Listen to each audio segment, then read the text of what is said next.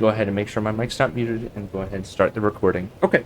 Who wants to do our recap? That didn't do it last week. I think, Eugene, you did it last time. Who wants to give it a shot for inspiration this week? I think I did it last time. Did you? Oh, my apologies. My memory is incorrect. Who would like to do it then? You did. You did do it, Ellie. I remember that. I can give it a shot. My throat's a little fucked up, but... Okay. Go for it, though. Yeah, I definitely want to hear Valerian's take on the last bit. Oh, God, yeah. I told Sasha what happened, and her eyes got massive. We actually forgot, like, what happened at the end of last... Now I'm kind of freaking out. Okay, so we opened where we were taking care of Torbrov, right? We brought Torbrov to the ship, cared for him, kind of took watches over him. Valerian got into some messages. That's right, it's all coming back to me now. Valerian got into some messages that gave him some second thoughts about Alric, and kind of kept it to himself. But the night went on. Torbrov woke up. The party asked him some questions about the virus, Karnath,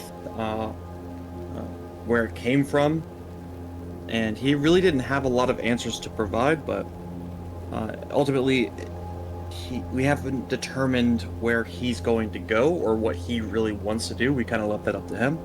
Gave him some time to think about it, but in the meantime, he's on a ship. Rick and Alric went searching through some experimentation with some bodies, went searching for some source or some leads on the virus. They got some things, but nothing that led to something concrete. So ultimately, we decided to go to Karnath and really see what's good with them. See if they're here to spread if they're the source of the virus, or if they are just here to explore like us. I think that's kind of where we left off. Oh no, sorry, take that back. Yeah, I'm about to say. Valerian, reading his alternative news sources, as they were walking to Karnath, Valerian tried an experiment with Alric, targeting his arm and casting a vicious mockery, targeting the arm specifically. And it hurt the arm, and it gave Alric seemingly looked like a splintering headache. And Valerian shared what he learned about the I forget what the race was, but they were in Morcan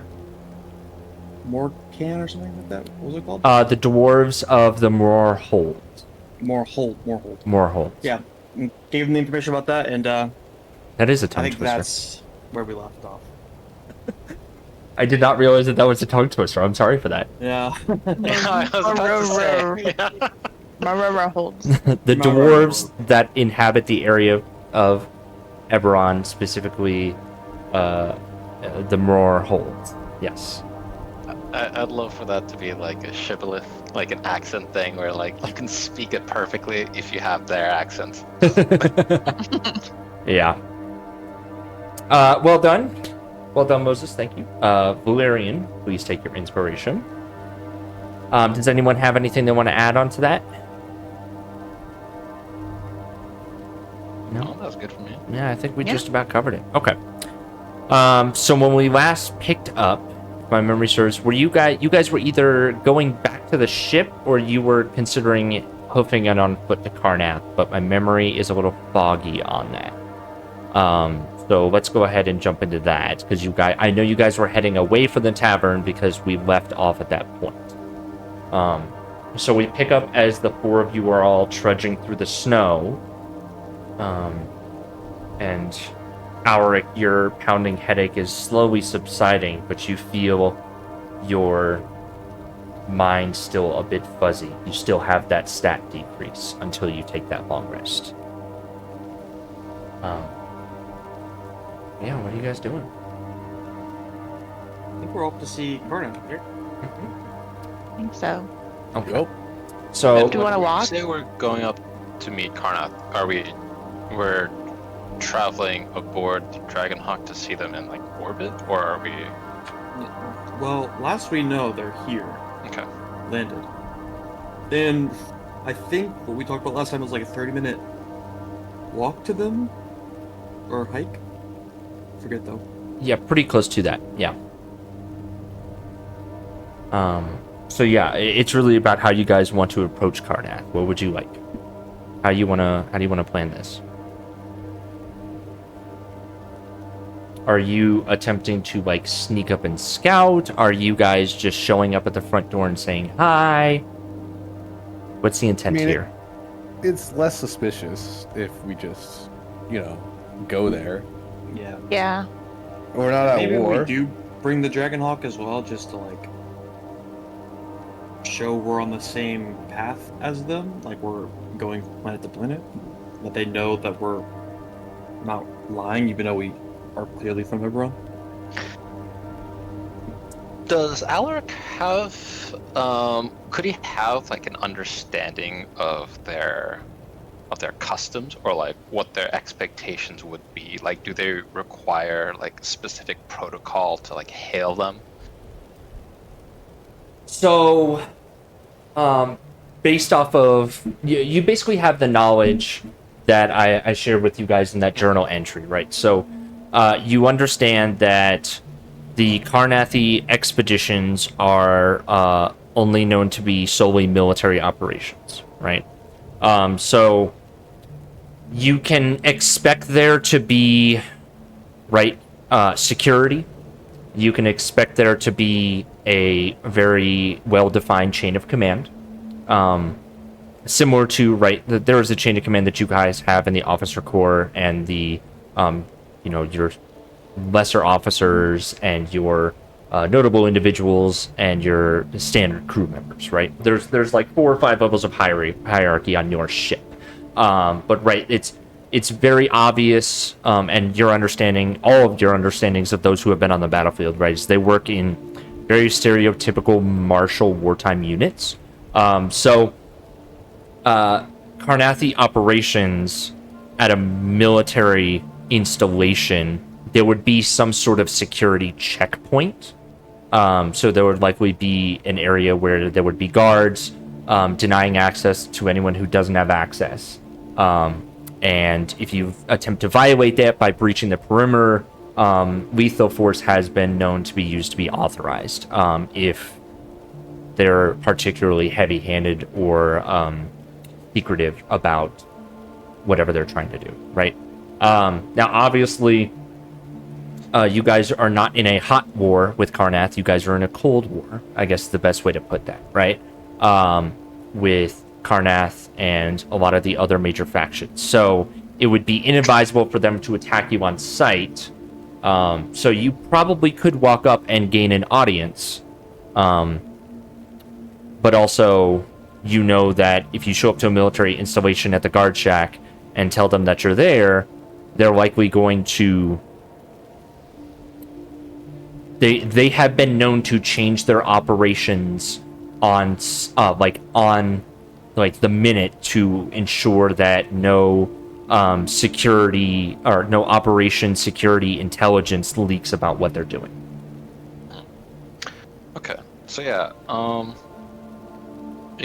as we're discussing our approach to Karnath, the Karnathi, the Blade of Sybaris, Alaric kind of muses and it's like, well, the specifications of a craft like the Blade of the Sybaris, I would hate to say this, but would be in a position of overwhelming artillery and weaponry over what I understand, over the speed-focused design of the Dragonhawk. Mm-hmm. As we would approach a military installation, our avenues of searching would be challenged, to say the least. Not to say that it's impossible. If we have questions, we need answers. If we need to sneak around, I'm sure that we have the skills to make that possible, but it will not. If they're disciplined, it will not be easy for us. Are we... The kind of evidence we would need to see a laboratory, journals of records of study, weaponized miniaturization, perhaps. That I would imagine all of these would be under strict scrutiny and require incredible clearance to navigate. Once again, not impossible, just... Well, maybe we don't take the Dragonhawk then. Maybe we at least go scout it out, see if it is something that we can maybe get a better view of in plain view before we approach and make ourselves known. And then if we just assess the situation, if it's going to be too dangerous to do what we did to the Brailish, then we just go right to them and say hello. But if we can get a chance to maybe find something that they're doing nefarious, report it back, might help.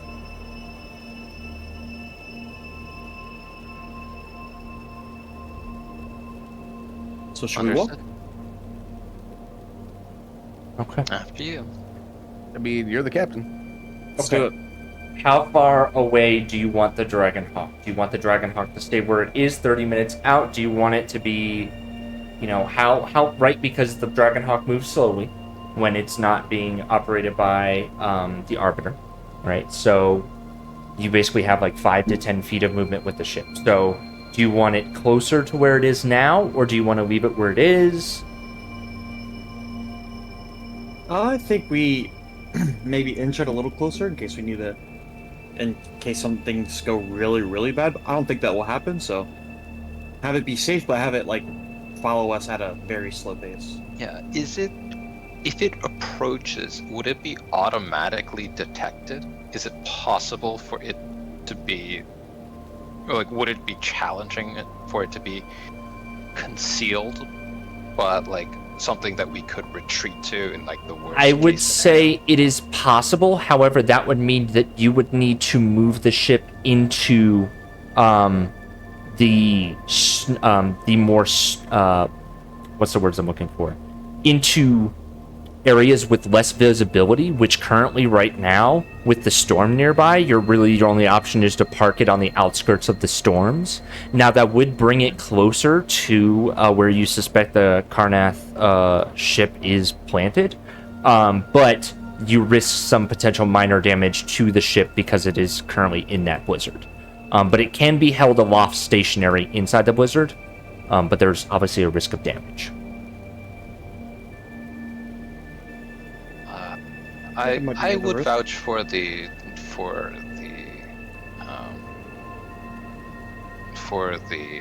strength of the hull during the storm. There might be minor damages in this extreme weather.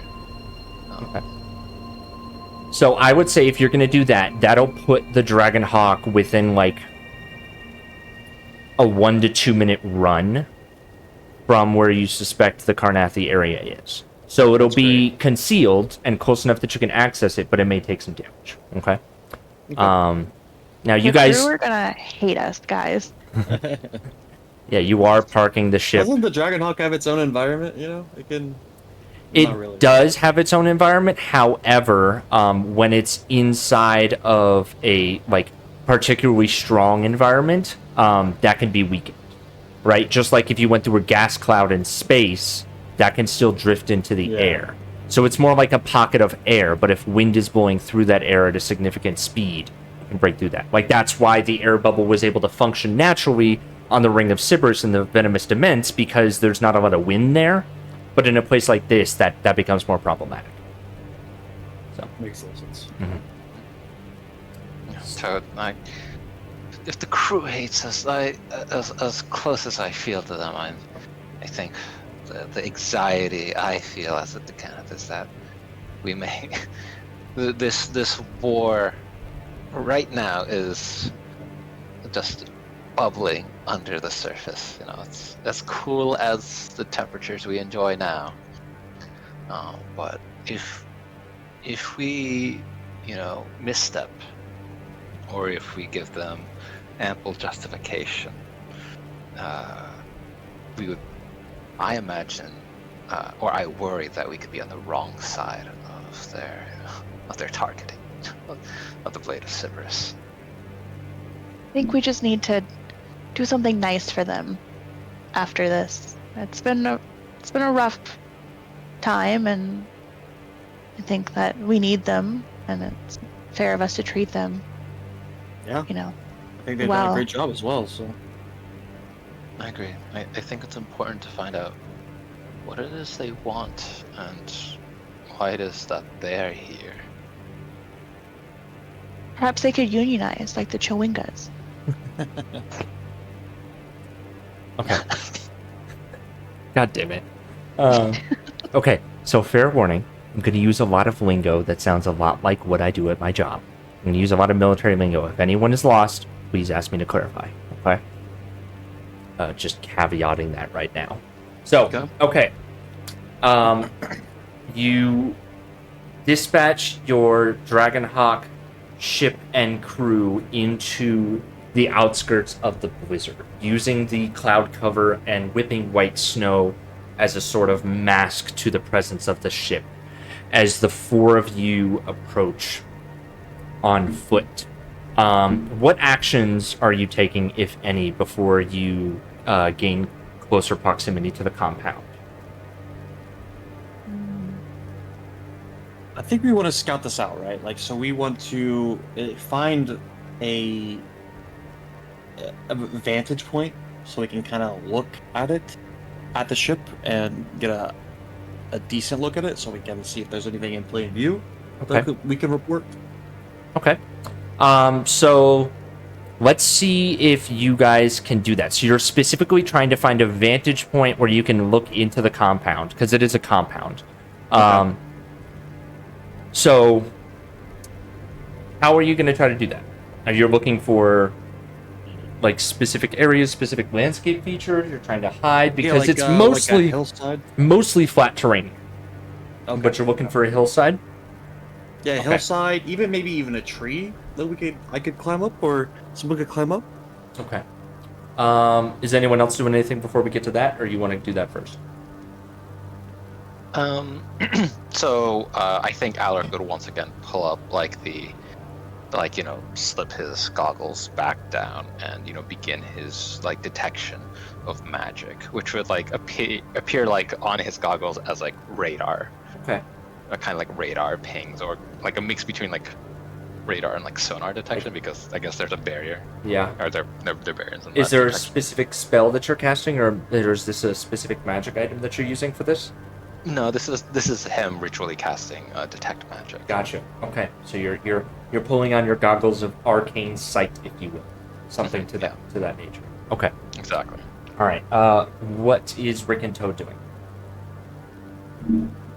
Are we trying to be sneaky? Like, are we trying to get some information without being seen first? Like, Right. are we okay with them seeing us climbing trees to look at them? Are there trees?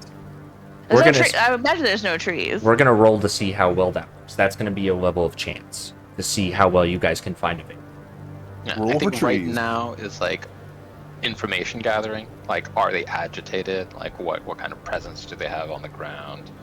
And then I guess we'll approach after that. If they do see us or they spot us while we're doing this, then we just kind of. It'll be like a big showing whenever they first see us, but after that, we explain who we are and say, "Oh, we were doing X, Y, and Z." Okay. They'll be So you're not attempting to. You're focusing less on the stealth aspect, more on a vantage aspect. Not necessarily. I'm saying if we do get spotted. Okay. I do want to be stealthy about it, but Okay. For So sure. this is like a stealth scout situation. Okay. Right. So, Toad, does that answer your question? Yes, I would then like to cast Pass Without a Trace. Ooh, I figured as much. Okay. hell yeah. Because I prepared that. Just in case. Smart move. Okay. That is a.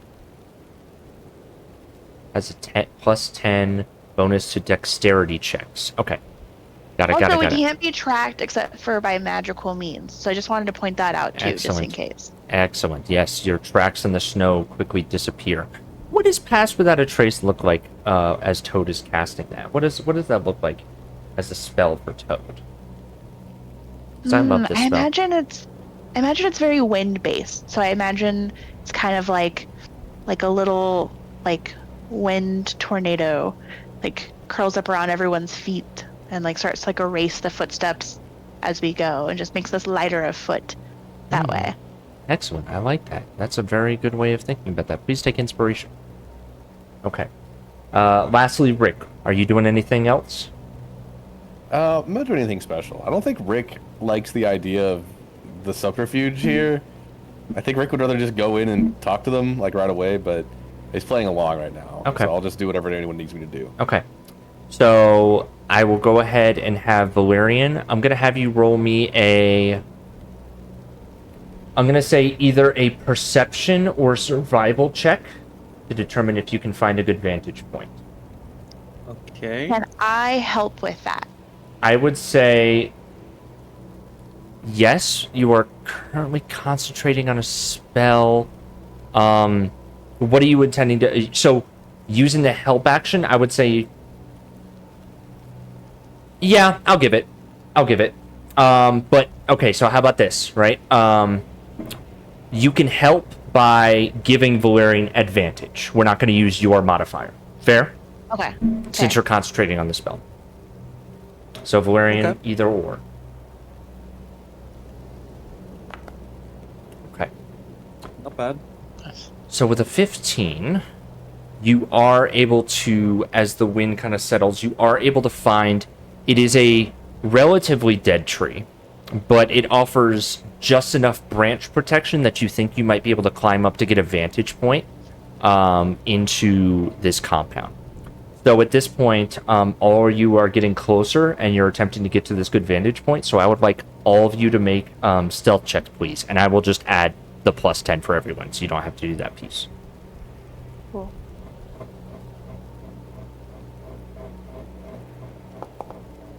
Okay, let's see what our...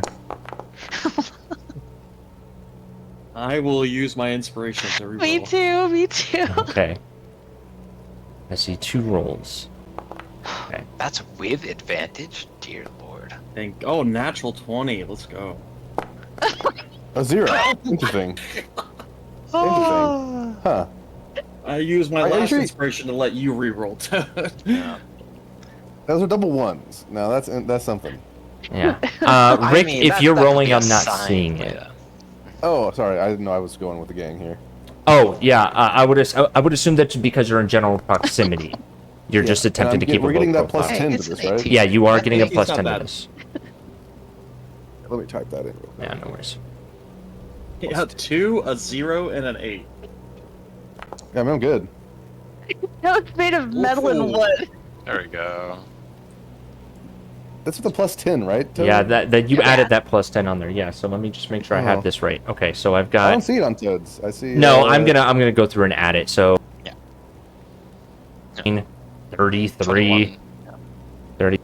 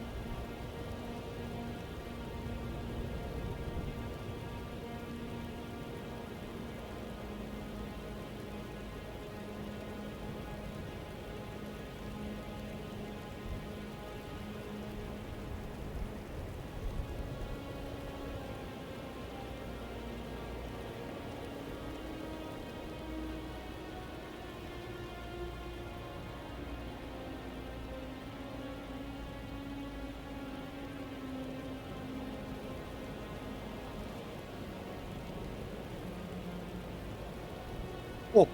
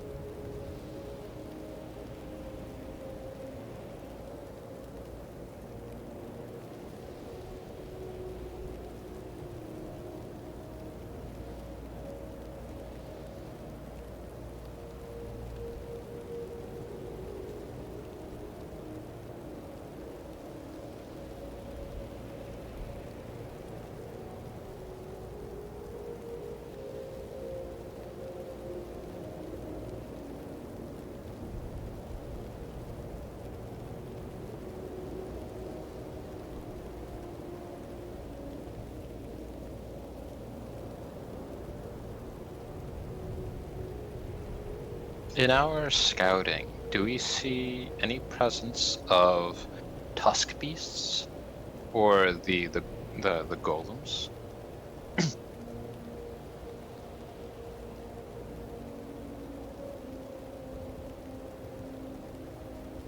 Do they have Warforged?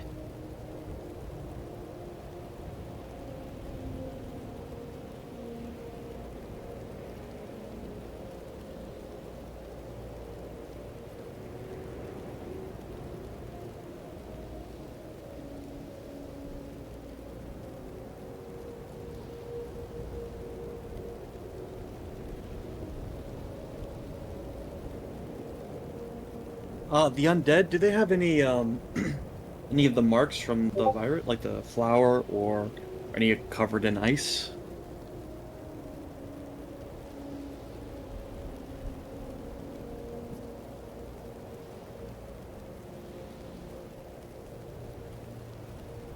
Yep.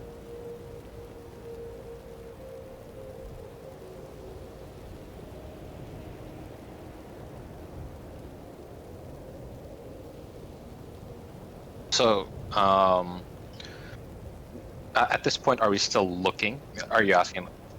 Okay.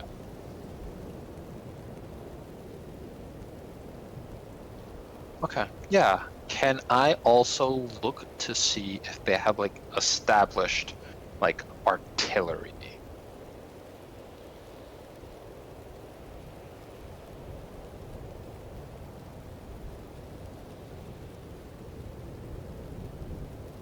Like, is there a like, and like, more to the point, like, does it seem like there is a like a central or distributed way they have like power being generated, like something that he like, it's like the forward thinking of like, if we need to get out, could we disrupt that? Okay, understood.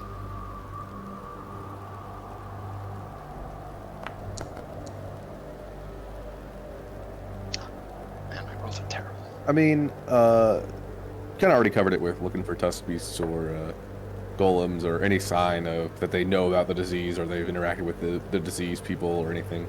I mean, no Hadozi we can see or anything like that, as far as we can tell. Okay.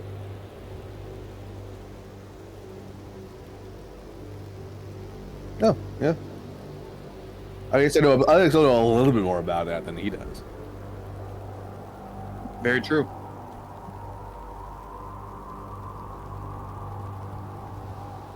Is this be perception? You know what? I'm going to use one of my. You can take advantage. inspiration. I'll take the advantage. 22.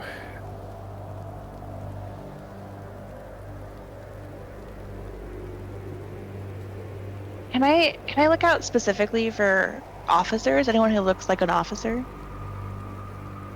Or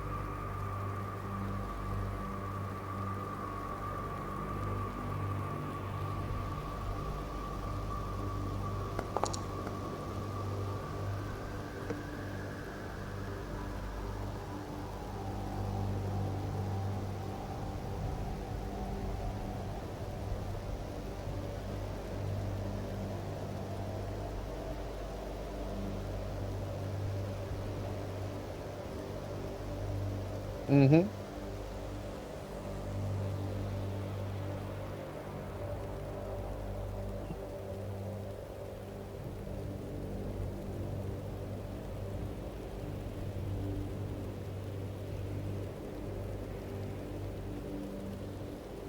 Yeah. Yeah.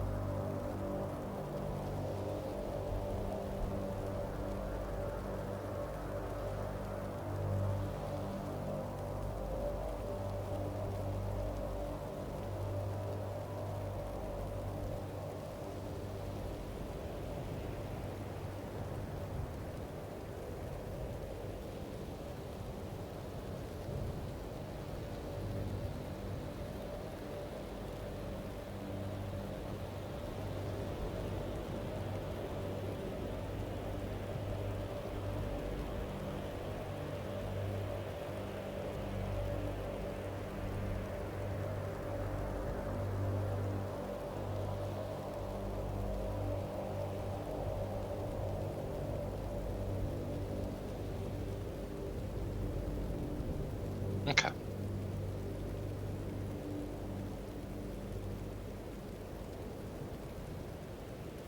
Yeah, so I asked, at first it was like, if they set up like artillery, like if they were like setting up to, uh, like in terms of like the power output of of this base.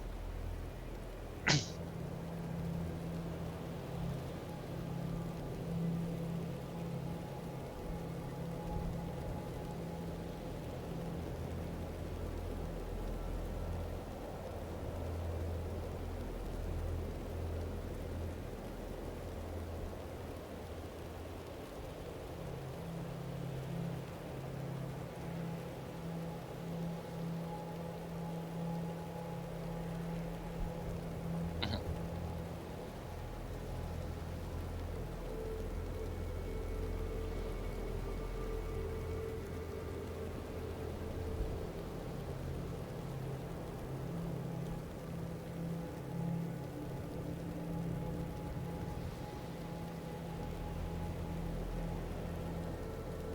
Mhm.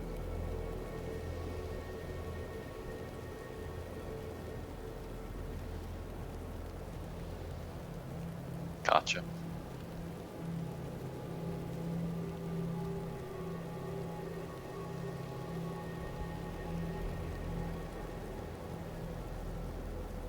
No.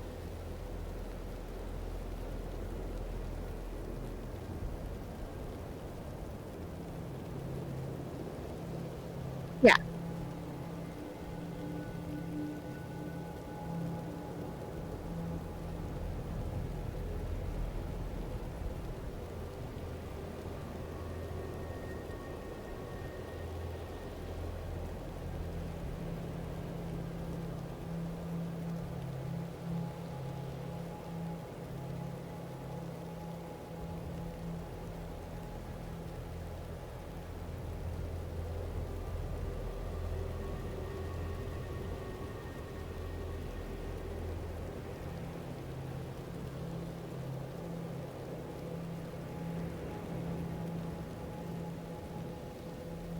Yes. Toad was.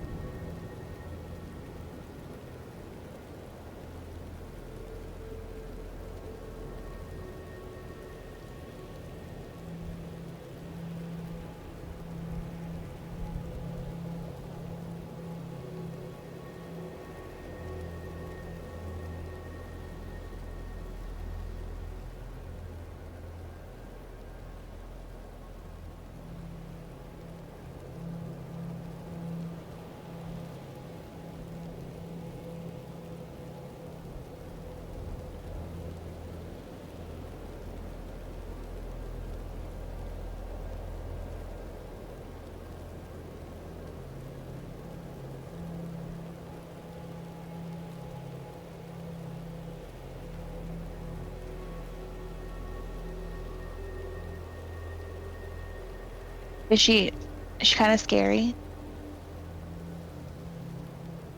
But is she kind of Yeah. hot? Yeah, I was too? gonna say, is she kind of like with it though? I mean, Oh!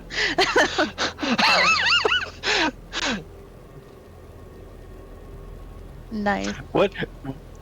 What is Toad's reaction? I think Toad appreciates attractive people, and I think Toad's like, God, I think I see the person who's in charge. She's a little spooky, but very attractive. I think there's a moment like Alaric like He's, like, pauses very and he like looks up. matter-of-fact. And he's just like, "What did you just say?" I think that's in his expression. He's just like, "What?"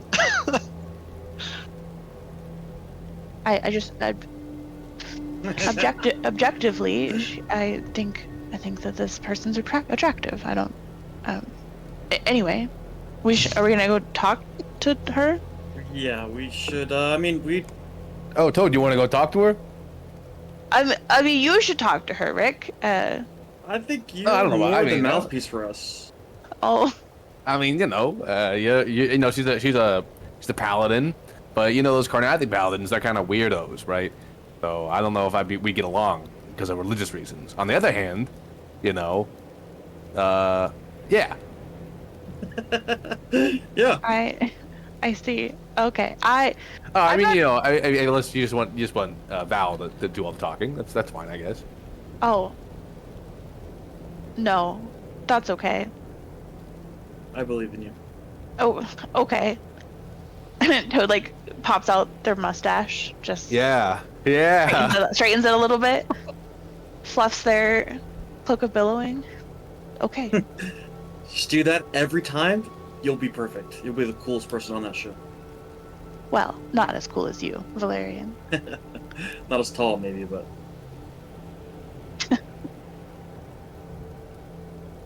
Yeah, I think so. Unless anybody else has objection. Let's do it. Let's do it.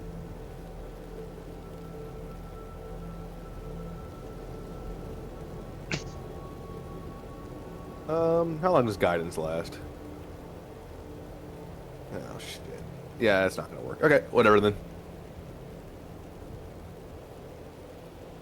I cast guidance on Toad. wait, I cast enhance ability on myself. Nice. The charisma one. Riz, yes. Rizz it up. Enhance Riz. Eagle's splendor. Eagle? Yeah, like eagles are pretty charismatic? I don't know. I mean, I feel like Toad would take that very like specifically and just like call like an eagle when they cast the spell. just manifest feathers. Yeah.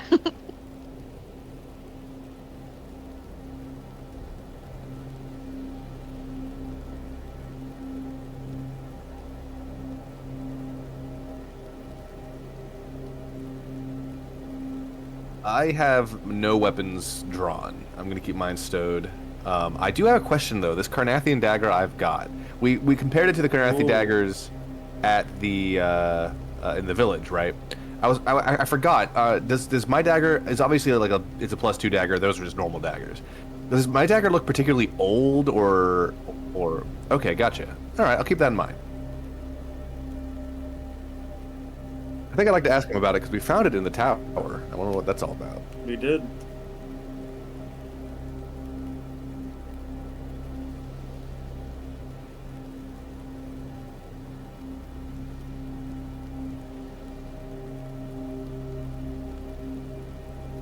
Yeah. I think what Alaric wants to do, if we're approaching with the objective of like being seen, Alaric wants to use his magical tinkering to essentially present, like for anyone who will detect them and like scope them out, an understanding like that, like a sigil of like the dragon hawk, and like a signal or like indication for like parlay. Yes.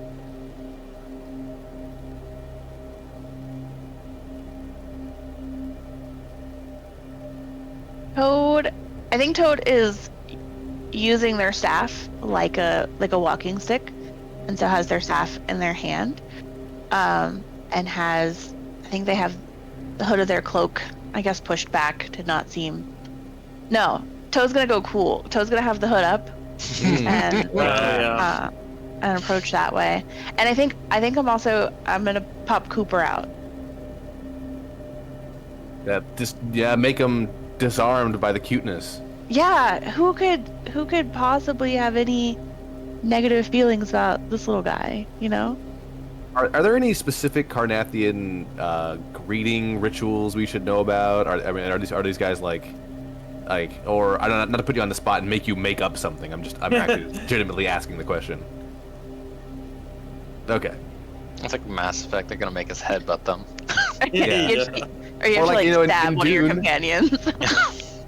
Yeah, dude, yeah. They spit on the ground, and that's like a sign of respect, not disrespect, right? You know, maybe they do something similar.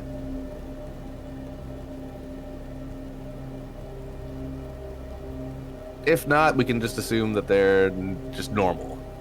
Normal greetings.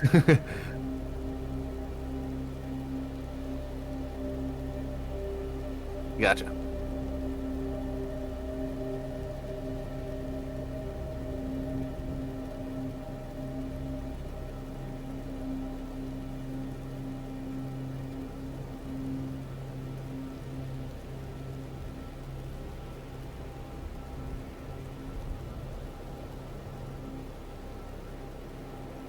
Gotcha.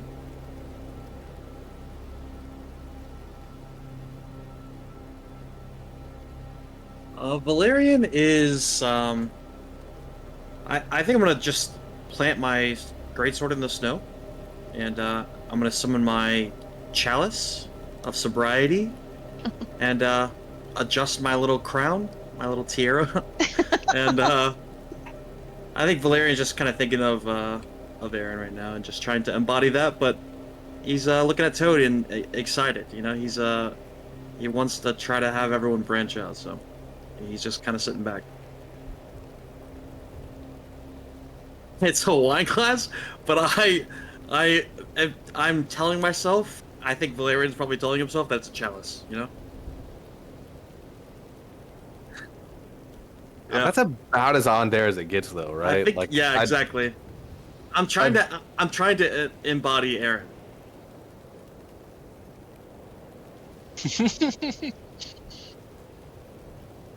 Thank you. I was actually going to ask again. I'm putting you on the spot here with your lore. Does Carnath, is it a particularly gendered society or no? I mean, they have seems like their head right now, as far as we can tell, is a female. But I just wanted to.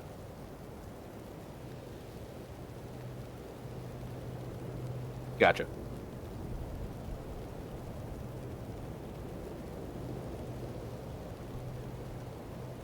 Mm-hmm.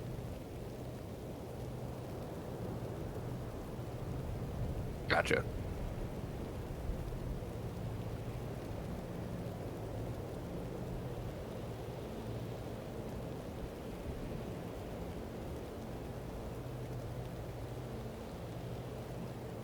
Good.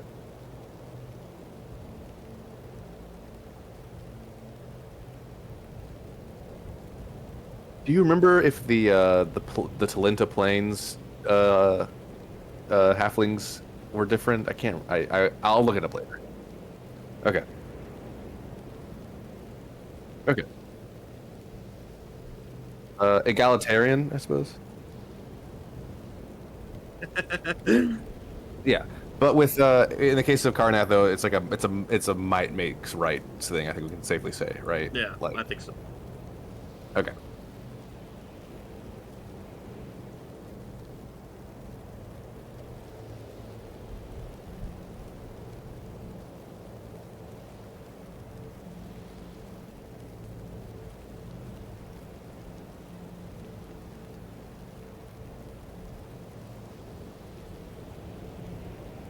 Gotcha.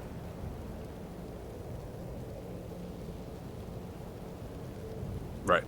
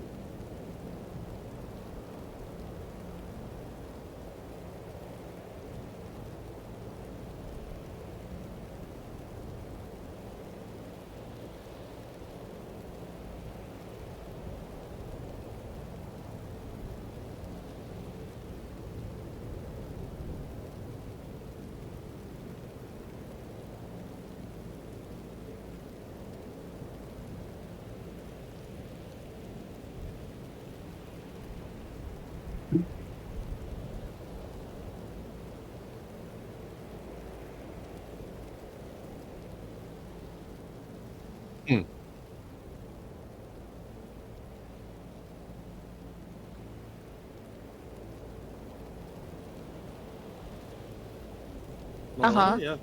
That wouldn't call that a deep cut. Yeah.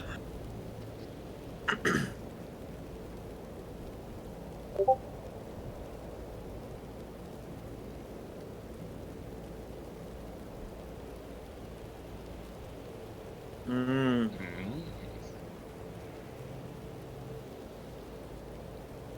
Gotcha. And it's So- deep water, so it's a literal deep cut. Had to dive for that one.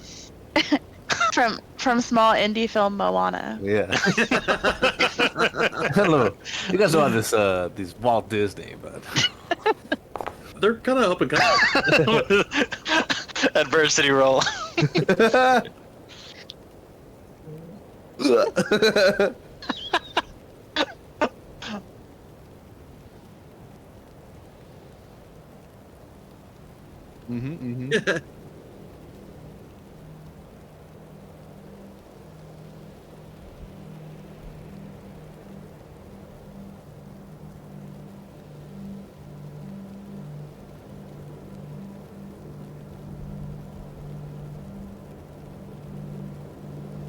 I guess Toad steps forward, very coolly pushes their hood back, and goes, hello.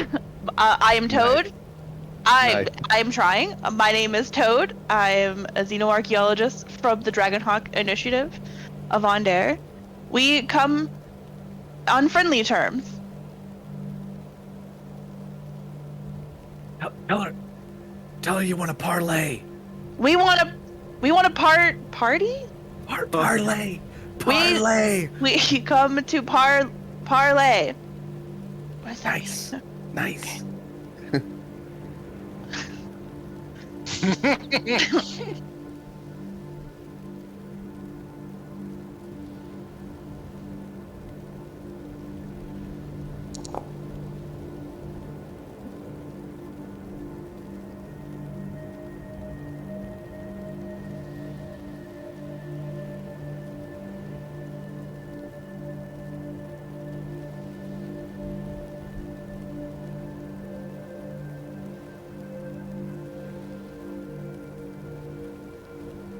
Cool.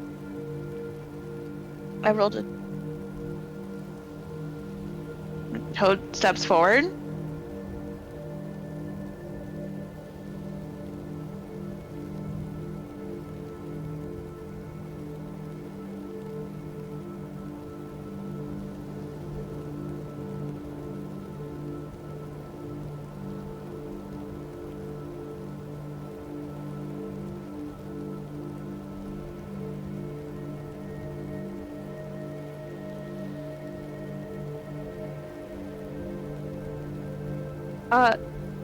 Thank you for speaking with us.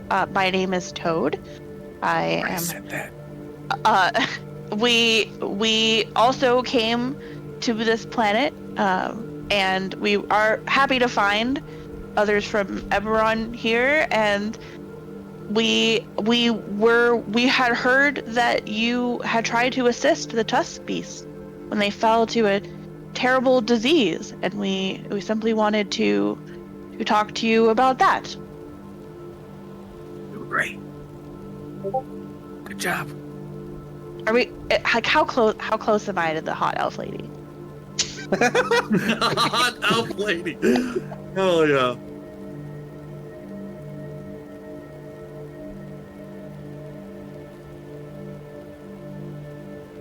Level 8. Gotcha. Yeah.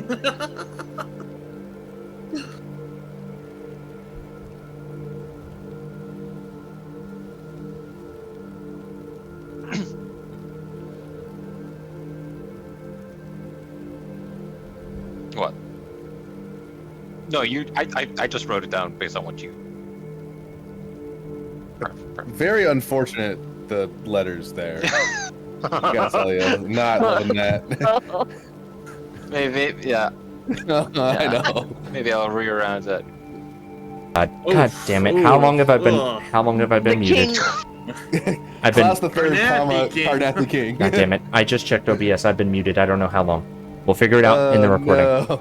Okay. That's cool. I don't know how long. Okay. So the hot elf lady. I hate you all. I do have a question about that. Like, is there a sense where like her presence evokes like do we get a sense that like it is a magical effect, or like does she have like an aura of command that we would be affected by? Or does she just have like aura in the Gen Z sense? Yeah. Does she have a vibe about her or what? Yes. You see her seem to formulate some sort of idea in her mind. And she says, "Remain where you are. Myself and mine will greet you shortly. Do not move." And she kind of steps away. Okay. And it takes you're standing there for like a good 3 minutes. You're standing there for a good 3 minutes as these Carnathi soldiers unwaveringly, unmovingly stand with weapons ready. Not pointed at you, but weapons kind of held down, but in a very quick and easy position to rise up and fire should there be a threat ahead of you. So after... Bellowing. What's that? I think Valeria turns to Toad, says, "More billowing." Toad billows their cloak. Okay. Now that we're closer to the soldiers, I mean, maybe Rick already knows this since we fought against Carnath in the war, but do I get a sense of like how the soldiers are animated? Like, is there? I guess would Rick know if there's like a singular source, or is it just like each one of these is individually reanimated? They're not connected to anything. Would I know that? You can do me a... what would that be? Would that be a religion check? Religion, I think it would be... Maybe, I don't know. I would say... I think that's going to be a history check. Oh, yeah. And if anyone else is proficient in history, you may make that check. I'll do it. I don't know shit. I'm not proficient in history. Oh, well, Valerian just is like, oh, yeah, Yeah. well, you see, in the year 1595. Remember the time that we fought them? Oh, yeah. So, Wait, I'm proficient in history. you can make a roll as well. I mean, you guys have all been on the battlefield. Hey. Some of you cares more about the chain, and this actually kind of works out because some of you care more about the chain of command and understanding the politics of nations more than others. Valerian as being a Irwinarn. Irwinarn. Yes, it makes very much sense that you would know this fact. So, typically, a Carnathi unit would have a primary necromancer who definitely didn't follow the Blood of Vol because that was an outlawed religion that no one follows anymore. Wink, wink, nod, nod. It was like the world's worst secret that they outlawed the Blood of Vol. However, Blood of Vol followers were very still commonly seen on the battlefields. You do not have to be a necromancer to follow. You do not have to follow the Blood of Vol religion to be a necromancer. However, it was incredibly common. So there would usually be a primary necromancer who would command the vast majority of the foot soldiers. And then below that, you would find yourself facing a Bone Knight, which, for all intents and purposes, is, you guys would understand it as an Oathbreaker Paladin. So they have some command of undead. So they can also raise undead in their own way. So they would often command and raise the Carnathi undead. So you would have a necromancer and a Bone Knight, which is basically an Oathbreaker Paladin, who would both be the ones that were raising the undead. And then the foot soldiers would be the normal zombies or skeletons, and then the Carnathi specific undead, which are much stronger, or normally under the control of the Bone Knight. So that's kind of the three layers that you know of. Does that explain your question? A little bit. Gotcha. So there were... Oh, God. I just got God. hiccups. Uh-oh. Really bad hiccups. I need a second. It's over. It's over. That's actually very interesting. Have there been like Critical Role episodes where like the cast have hiccups and they Oh, think they just God. gotta trudge through it? The Oh. editor's got to trudge through it is what's going to happen. Yeah, true. Poor sound guy. Yeah. Just need a second, guys. Hold on. It just happens to be every NPC also has hiccups. Weird. Yeah. Yeah. That's now Turn going to to be a a story character arc. straight. That's not going to be a character trait. If it is, you got to keep doing it every time I go back. Yeah, it's just part, it's Yeah. just part of the Carnathy dialect that they Yeah. hiccup all the time. One Now thing I I've want to always- make. Now I want to make a faction that's a thing. Yeah. Oh my gosh. Okay.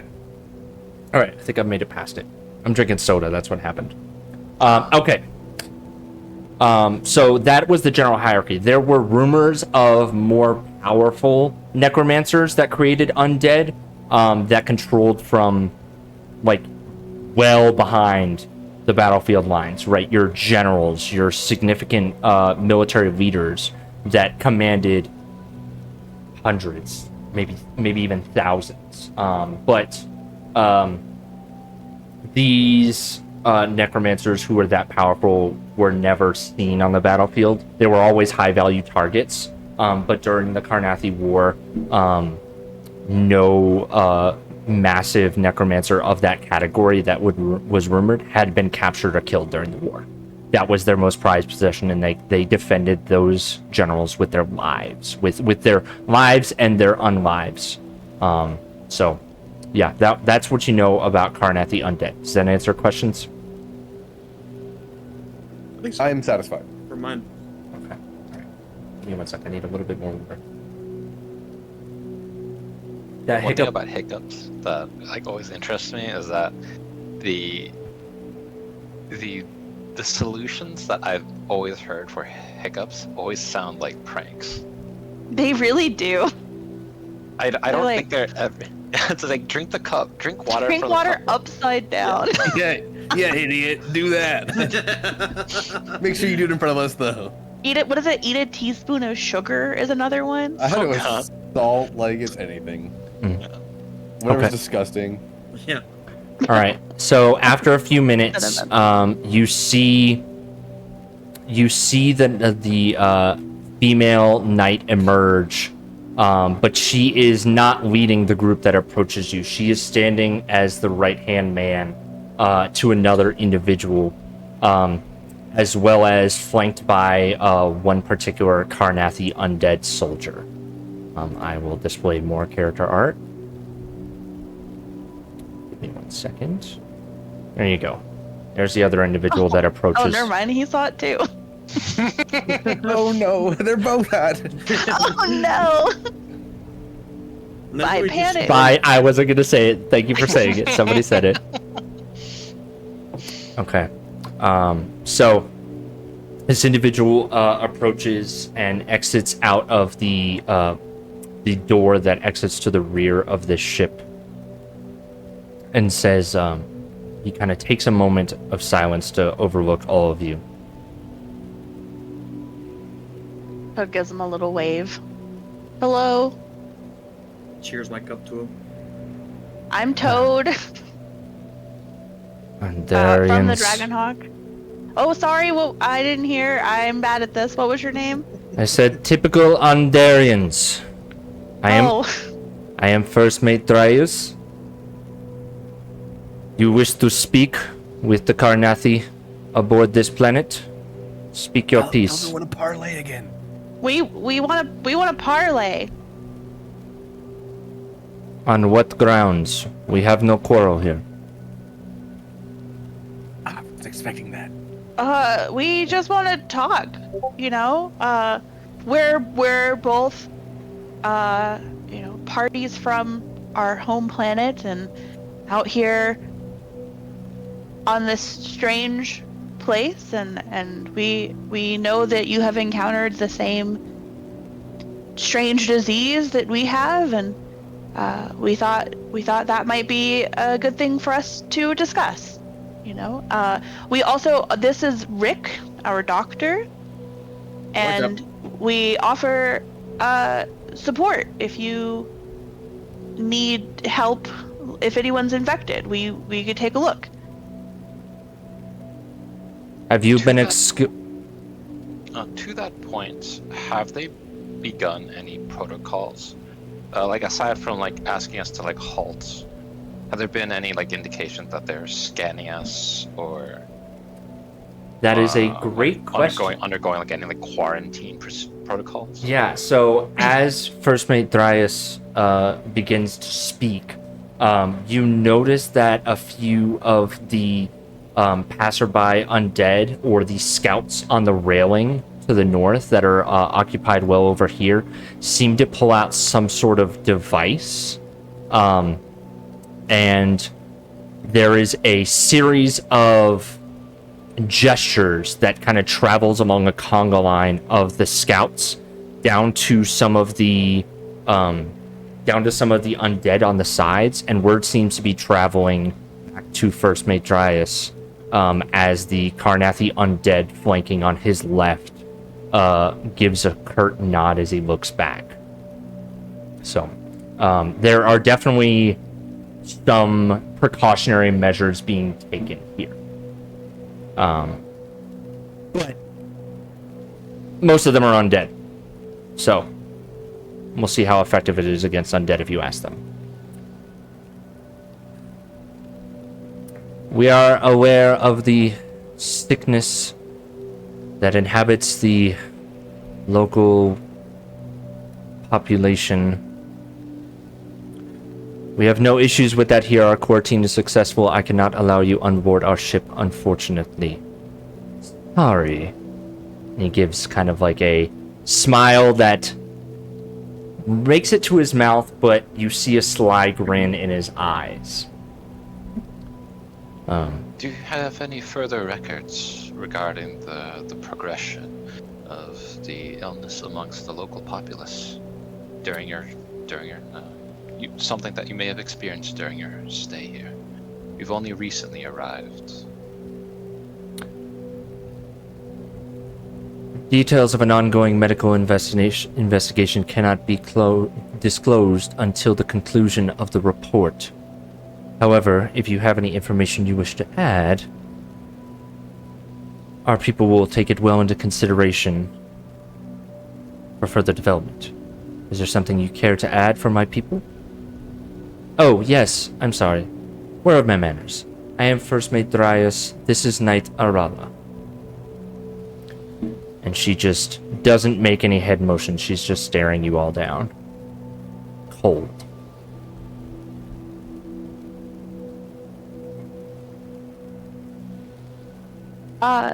We would not know what to share if we don't know what you already know. Perhaps we could compare notes together. I'm afraid that won't be possible. As I stated previously, our current policy is to not disclose any information regarding an ongoing investigation. That is too bad. It is. Where do you come from? You walk out of the tundra.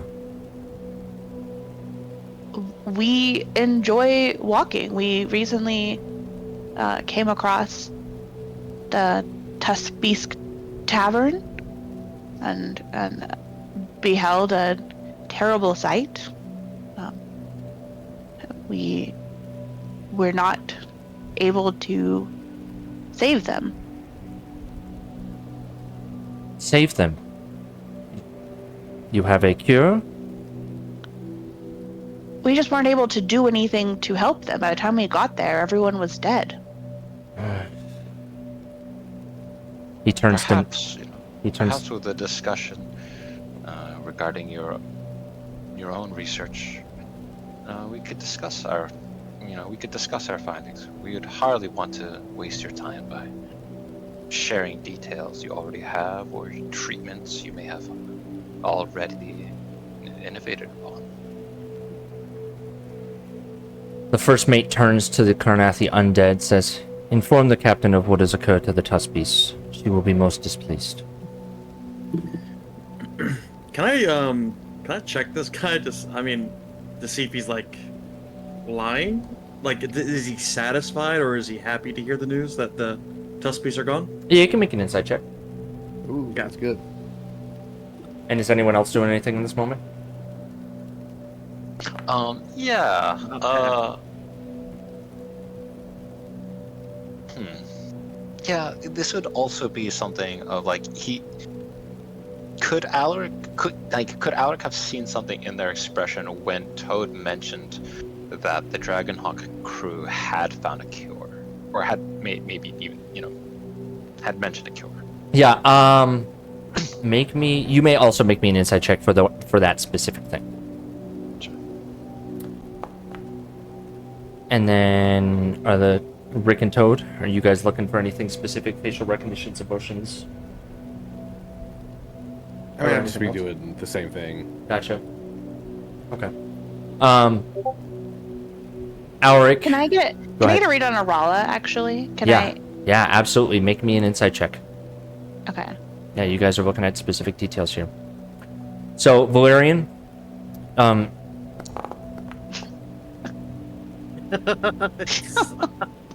I love this game sometimes. Today was crazy. I love, yeah, Toad, you're making banger rolls here.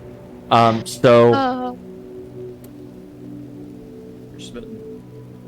I was actually about to say, yeah, Toad's easy. She's a bad bitch. You really are. First mate Dryas seemed disappointed by the statement that the Tuspi's population has been wiped out. As far as further insights or motivations on that, he's pretty good at schooling his expressions. He is a military man. Okay. Yeah. They both have very stoic expressions. They are attempting to mask the reactions as little as possible. So the same thing for you, Alaric. What you were trying to read, if there was anything, you must have missed it. Okay. Okay. At the mention of a captain, I think Toad's gonna be like, "Oh, you did say you were first mate Dryas, and I guess I just assumed you were in charge. Who is your captain? This is our captain. This is Valerian." Whoa!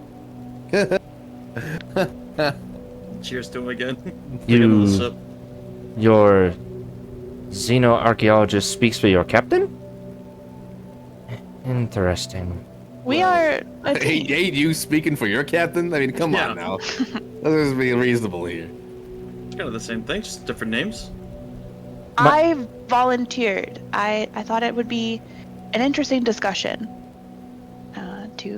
To me, I've never had a close discussion with the Carnathi person before.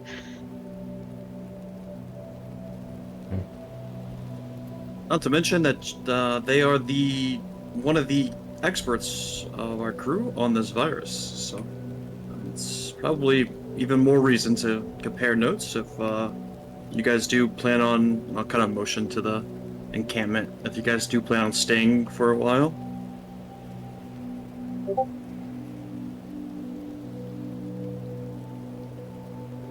What? Okay. I wish to make clear our intentions here. As he brushes his hair from his left eye. Toad swoons a little. Without revealing the details of our investigation, it is clear that you have had some exposure to the illness that faces the local populace. In the interest of biological safety, we are willing to engage in minimal, brief discussions regarding this threat to what is undoubtedly both of our nations. However, I'm afraid I can't let you on this ship. Operational security, you see. May we find some sort of neutral meeting ground where we may discuss more of these matters. In, say, 30 minutes, I may be able to assemble more of interested parties. I think that would be fine for us. We will supply food and drink. I am a wonderful cook. I think you will quite enjoy the food we Not that your food is bad. I just assume that mine is better. Do not let Because our it's chef very hear good. you say that. She is a Well. berserker no longer, but you may send her into a rage, which I would not recommend. Perhaps we could trade recipes. We shall see. It is at this point I must ask you to vacate the compound. Well met. I will see you again in half an hour, is it? I look forward to seeing you again soon. Ooh. Make a charisma check. Charism. Just check. flat charisma Yeah. check. You Riz got guidance, check. you got guidance. Oh shoot! I do have what's guidance again? It's a D4. A D4. Okay. And you got that advantage, D4. I think. You still And have I got advantage. advantage. Nice. I'll see where that goes here. Nice. Okay. Just looks to you a moment longer and walks back and shakes his head. But does he like look me up and down? He or- does. He does.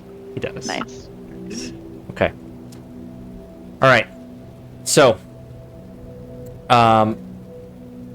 you guys have about 30 minutes. Do you want to head back to your ship, or do you want to find some neutral ground nearby where you all can parlay? I guess is the best way to put that.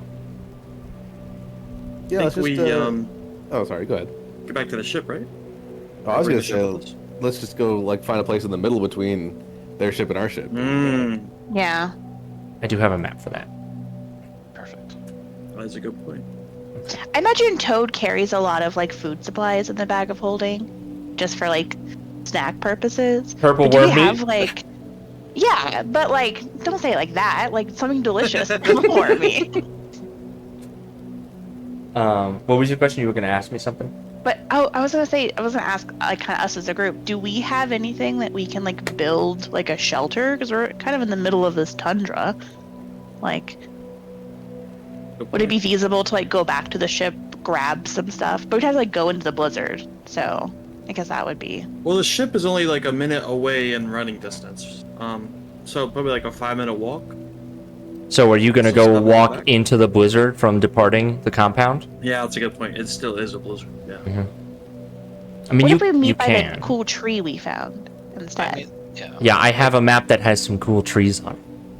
Here, Amazing. Let me just go ahead and pull you guys this map. This is just a generic map.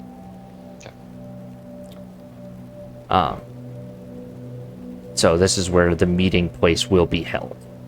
You guys can identify this as a reasonably easy negotiation space. So what are you guys doing? Are you guys like trying to build some sort of shelter here? Are you casting any spells? Are you going back to your ship? Any preparations?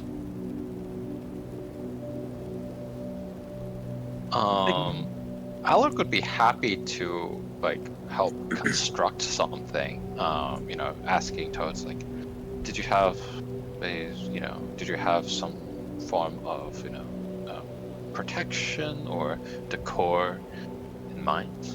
You know, looking across this, like, is this like a frozen river, or is the river water? The river is frozen on top. You can see the water. If you look at it, you can see the water slowly moving underneath, very slowly.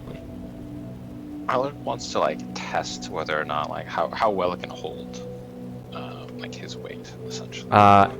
Not terribly well. It is relatively thin ice. You may be able to run across it in a dire scenario, but it'll be risky. It looks like if you put enough force on it, it'll crack. Like if you try to run across it, it'll likely crack. And when we meet, are we expecting them to approach from the other bank and to speak across the bank? Yes. Okay. I think Toad would perhaps we just need a source of warmth, maybe a fire, and I suppose some coverage if it seems to be snowing. So perhaps some kind of lean-to we could build. I don't want anyone to feel boxed in, so perhaps no walls, but maybe just something. We could build something between two tree trunks here, perhaps. Alec, his eyes follow, Toad's directions and kind of nods. It's like, Yes, some cover from the wind, some fire from warmth. Very doable.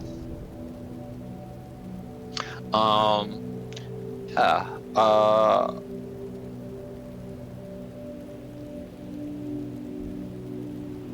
We like our.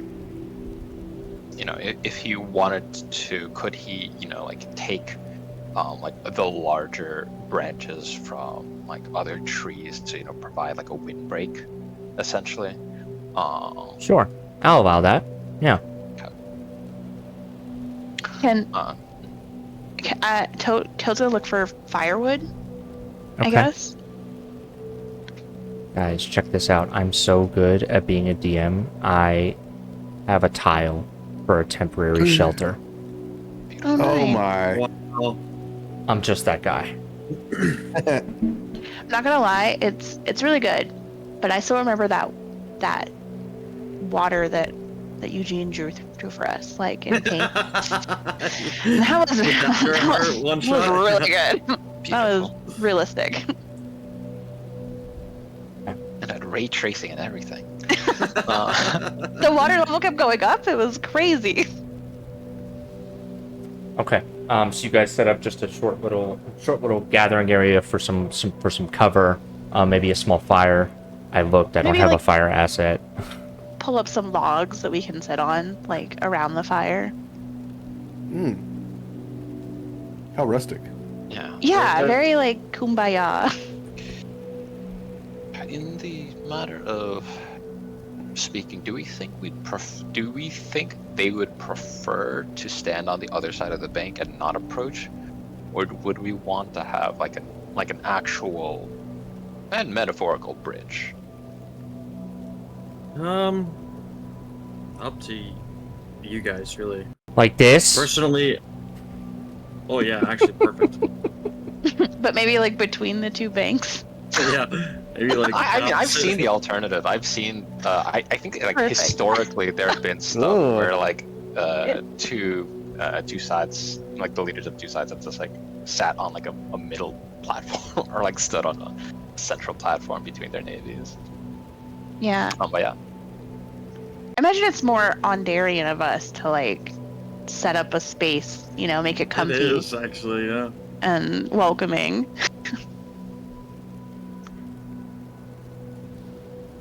Personally, I'm for fucking a, making a scene middle- on the dot.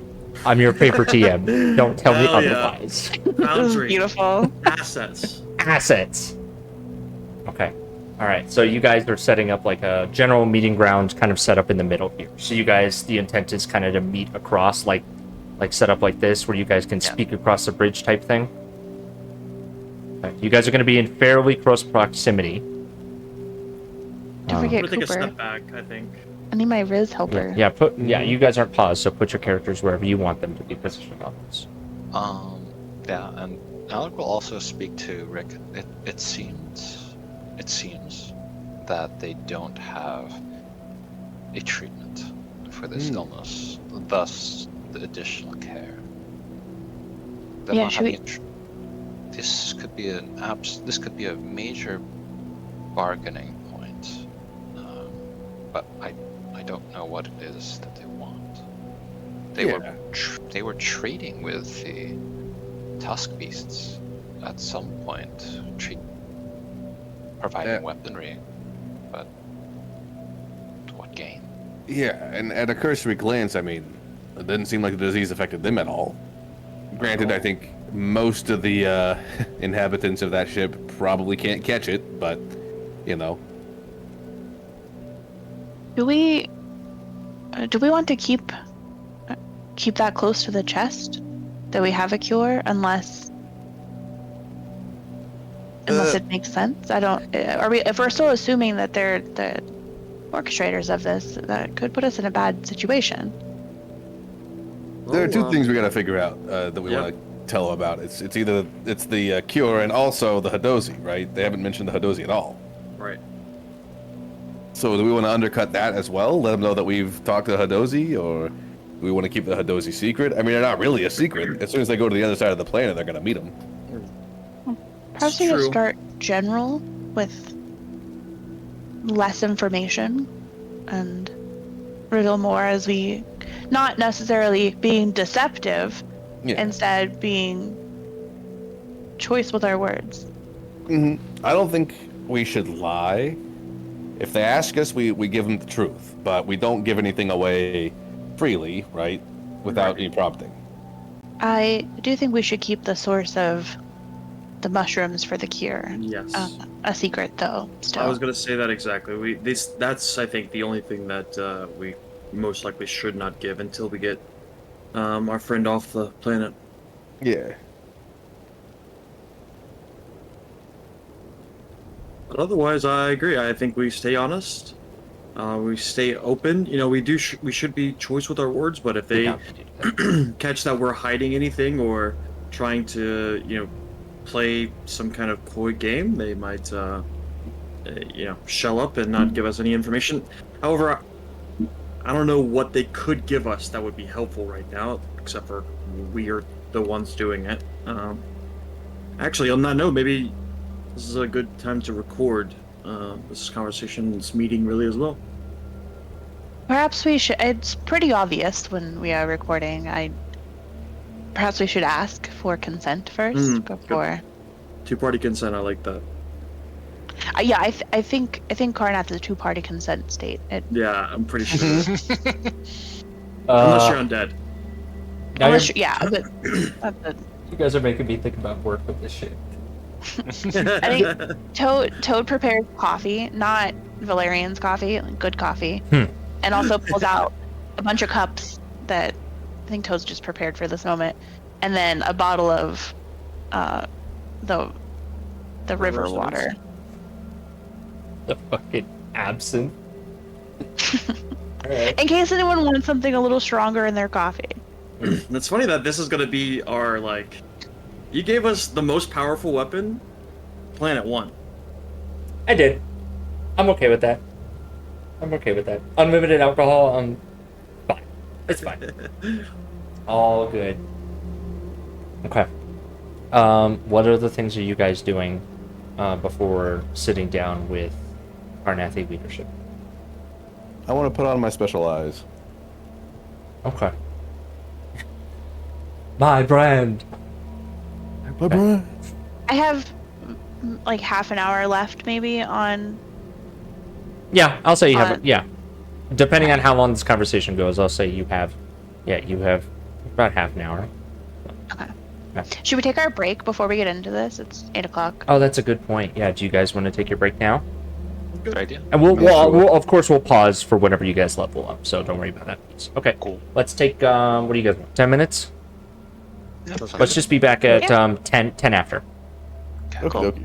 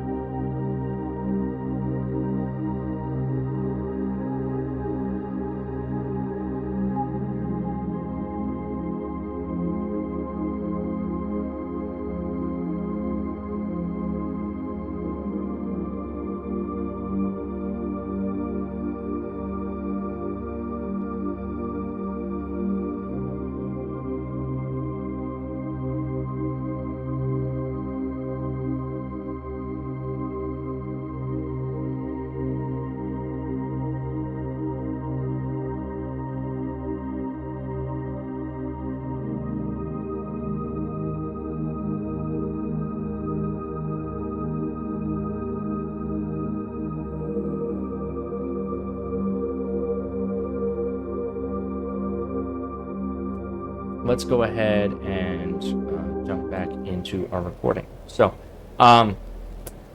the four of you have set up your refreshments, your beverages, your snacks. Are you going unarmed? Are you bringing anyone along as additional security in this scenario? It is not uncommon for a meeting of leadership to have a small guard present. Would we have time? How do we do it? I don't know. You guys probably, you guys would have time to run to the ship and run back. I mean, yeah, we you kind of guys are the guard, right? I mean, yeah. The captain. Yeah, I mean, you guys are They're fine. gonna roll up with like 50 though.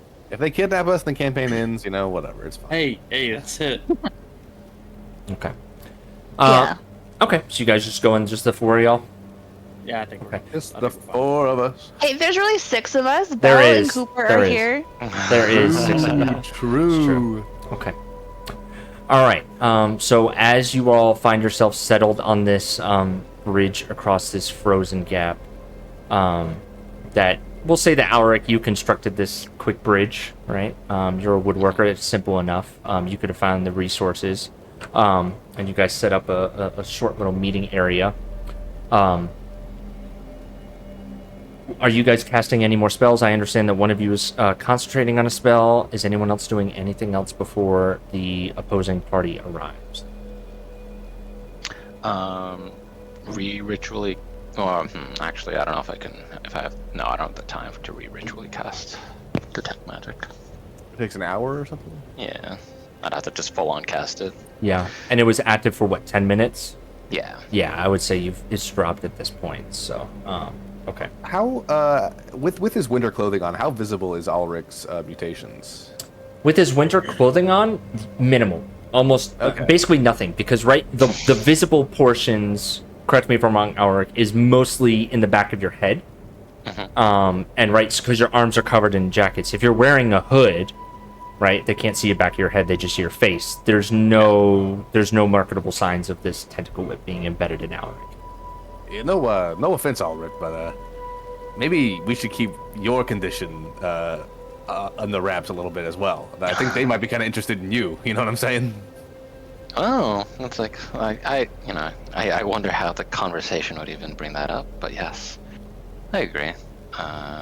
Perhaps we'll not do any more experimentation while the talks continue.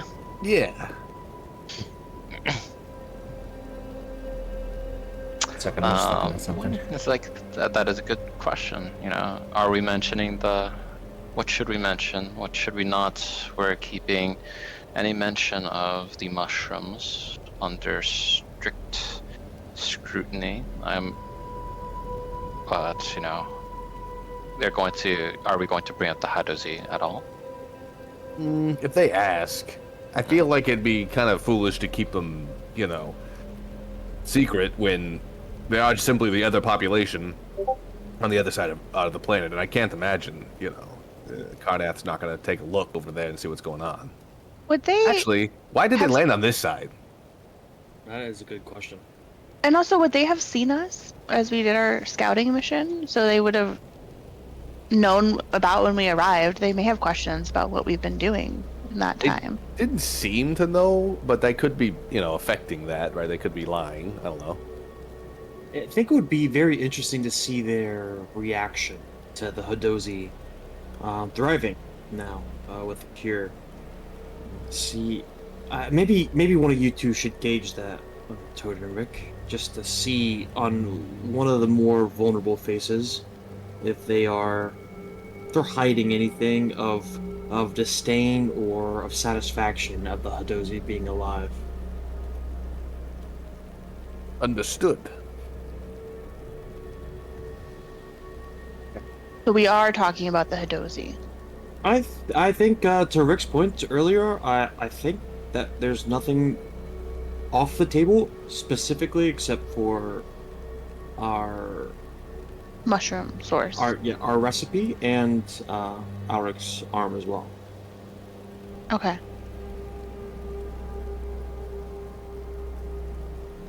All right. Sorry. Something caught in my throat. Hold on one second. Alec just still muses in these silent moments. It's like, but why are they establishing a foothold on this planet? Is it, what strategic offerings do they have? Is it just conquest? So part of this can be a dialogue. Depending on what you guys are trying to negotiate for, we'll go into that whole negotiation. You guys remember how that works? Kind of a sliding scale, kind of like a set of things. Okay. Yeah. So we'll see how this goes. We may or may not use that system in this scenario, but I have ideas of what that would look like in this. Okay. Wait, I guess, what do we want from them? Are we, like, what are we're trying to find out. They seem like they're going to hold a lot of stuff close to their chest. So, like, do we want anything from them? Do we want... How about intentions, plans, things like that? Like, overarching or just on this planet? On this planet. Okay. I mean, we can kind of guess at Karnath's overall intentions, but... But I think even to Alric's point, why this planet first? We can answer those questions, and most likely they won't tell us what. We go that'll be a chat with challenge. information. I think that I think we can exchange information. I think we may also be able to catch them. Then not having the full picture allows us perhaps to, as disciplined as they are, speak out of turn or release information unintentionally. Yeah, I think that's why we'll have to be reading them a lot more closely than we would normally. Because that's really, to explain what we're trying to get is intentions, plans, and we're not going to get that very easy. So we barter information, and we try to see what's not spoken. All right. As the six of you are discussing your plans and goals of this this discussion, behind the trees, you see six figures approaching.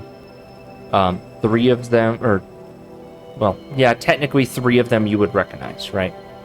So you recognize the first mate, and you recognize the knight who initially challenged you on approach. The others that you recognize is the Karnathi undead soldier. Two Karnathi undead soldiers seem to accompany this party who has come to meet you. The two other special about them, or are they just generic? They are very generic Karnathi undead. Yeah, no particular rank designators or anything like that. So, cool. You do all know that they do have the ability to speak. That is the one thing. That is one of the many things that makes them stand apart from their lesser counterparts. Is they have some semblance. Intelligence? They have some semblance of lesser intelligence. Okay. Yeah. It's not high, but it is there. Yeah. Research has been done on the topic. It's a well-known thing. So, Gotcha. The other two individuals, the first individual leading the front seems to be the captain, and you can tell by the regalia that she approaches you all in. Short red hair drapes off the top of her head in a very short military cut. She approaches in a general's uniform, a very specific military dress uniform with medals on her chest, and a very cold, calculating gaze in her eyes. Are we 3 for 3 on the baddie scale, or what? Yeah. Yeah, we are. Jesus. Damn, Chris. You can't make the bad guys hot like this. And then the One of the bad guys. The last individual that falls near the back, you only catch sight of her stark white hair that is above her massive collar that seems to go up to her ears. This strong green coat that just seems to extend. She has an air of mystery that surrounds her. As the last individual approaches, they all approach, and there is silence as they all approach. They are clearly sizing the six of you up, and they don't seem threatened. And I'm sizing them up with my special eyes. Any poison or disease? Okay. Can sense the presence of locations of poisonous creatures, and diseases within 30 feet of people. This Okay. alchemist might be glowing. I'm not sure. We'll see. Yeah. This alchemist is in fact glowing. You see, Ooh, la. you see vials, small vials, kind of tucked and seem to be glowing from underneath her coat. You see close to a dozen vials tucked in very obvious hidden areas of her coat, her outer coat. And she doesn't seem to be, she almost herself seems to be radiating some sort of poisonous aura. Not a disease, but some sort of poisonous aura. You can identify the kind of poisonous creature or disease in each case. Yeah, You are seeing... the kind of poison is crazy. Like, what is like a word come up? So, Nightshade. the majority of what you can detect is acid vials and alchemist's fire. Yeah. The aura of poison that comes from her is similar to a conjuration spell that you have seen Toad use in her non-shaped form. Ooh. I believe it is something where her fingers change and she can lash out, if I recall correctly. You sense that particular poisonous energy emanating from her fingers. Let me see if any of the other ones would...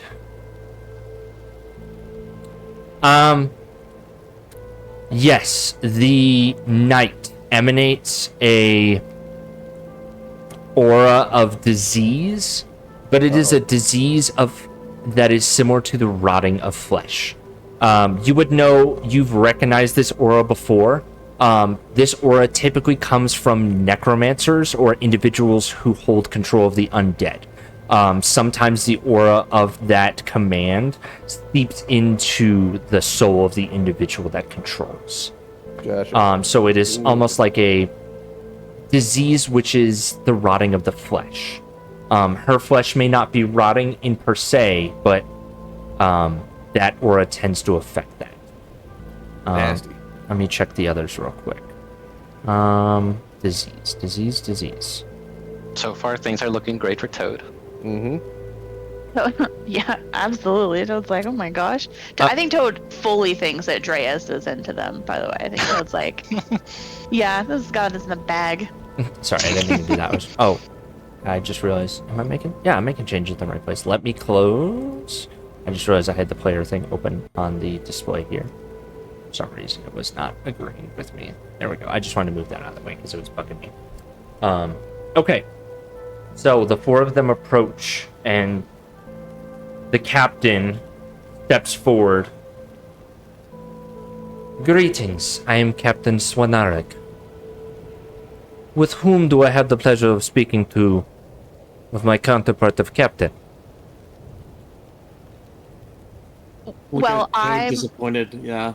I'm not the captain. I'm Toad. I have kind of volunteered to speak with you, but this is our captain, Valerian, and Hello.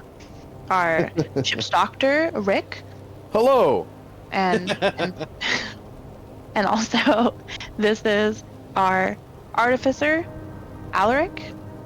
He constructed this bridge that you stand upon, and I assure you, it is quite sturdy. Like a grin like reaches Alex's face. He's just like, "Oh, I'm a bridge builder now." Yes. You know, he nods his head slightly in greeting. you know who else is a carpenter? Jesus Christ, our Lord and Savior. I'd like to talk to you all today. No, Rick, not now. Oh, sorry. Wait. Was that Rick? Oh my God, who's Kate? And I think Toad will kind of gesture. I think we set up some logs for people to sit on. Mhm. We talked about that. Yeah. Toad will gesture at that and to the pot of coffee and say, please join us we have rations to share and the coffee is quite good. I don't drink it myself, but I hear only good things. Except for the captain doesn't seem to like it particularly much, but Not strong. Rick will take a big sip of the coffee to prove it's not poisoned. Yeah, and likewise, Alaric will sample. I imagine that Valerian Yeah, has I'll some of think the. as well. I imagine that Valerian has some of the river water in his chalice, and he's just sipping, trying to get the taste of the alcohol, but it's just not doing shit. I think Toad sees you. So, that we do also, if you prefer something stronger, we do have some alcohol, if that's your preference. While we appreciate the offer, I will keep this brief. I am myself or none of my crew are permitted to imbibe in alcoholic substances while on duty. I apologize. Captain Swanarik reaches her hand out to shake your hand. Glorious end, Captain. What is the name of your ship? He reaches his hand out to Valerian, right? Yeah, she's reaching her hand out to Valerian. I think Valerian just kind of looks at the Toad and just sips a little bit. Okay, I think Toad then, seeing Valerian, puts their hand out to shake the captain's hand. Hello, Captain. It's great to meet you. Good job, Toad. Good job. She briskly shakes your hand and steps back. Our ship is the Dragonhawk, by the way. Oh, yes. Thank you, Rick. See, we this- are a team. Yeah, big, great team here. Going awesome right now. Let us be seated. Let us discuss matters. Oh, pardon. I believe you have met my first mate Darius and Knight Arala. This is my alchemist, Metlev. They all give curt nods. An alchemist. I'm somewhat of an alchemist myself, you know.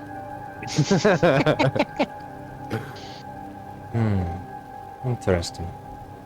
Oh, let's just actually start with that. So you all have encountered the same disease we've encountered, but understanding is that you all made first contact with it, so to speak. Were you unable to find a cure for it?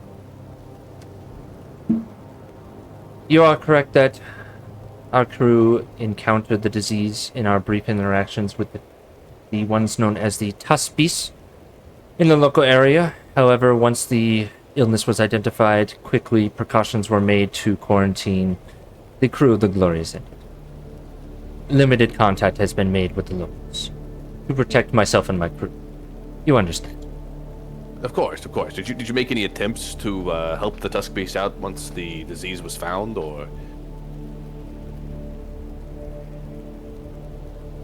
No, I'm getting the impression. Just give me a second. Give me a second. Okay, gotcha. Sorry. I'm not going to have everything right off the top of my head. No, you're good.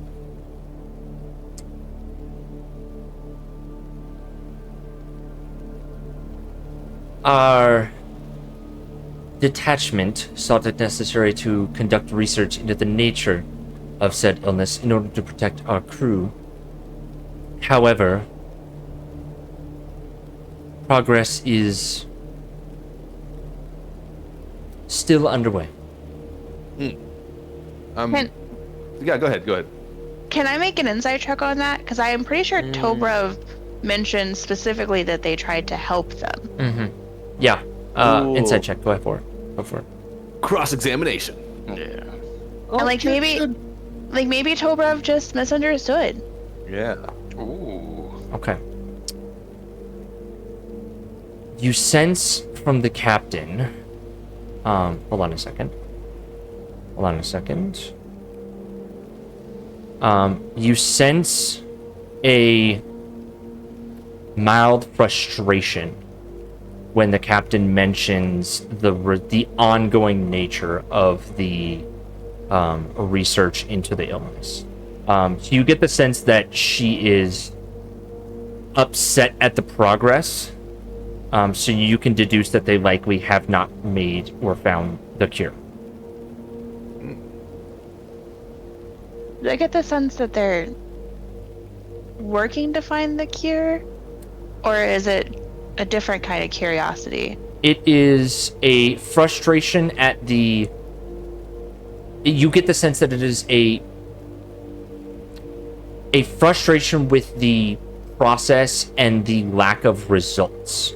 You're not getting anything that would lead you to believe that her statement is untrue.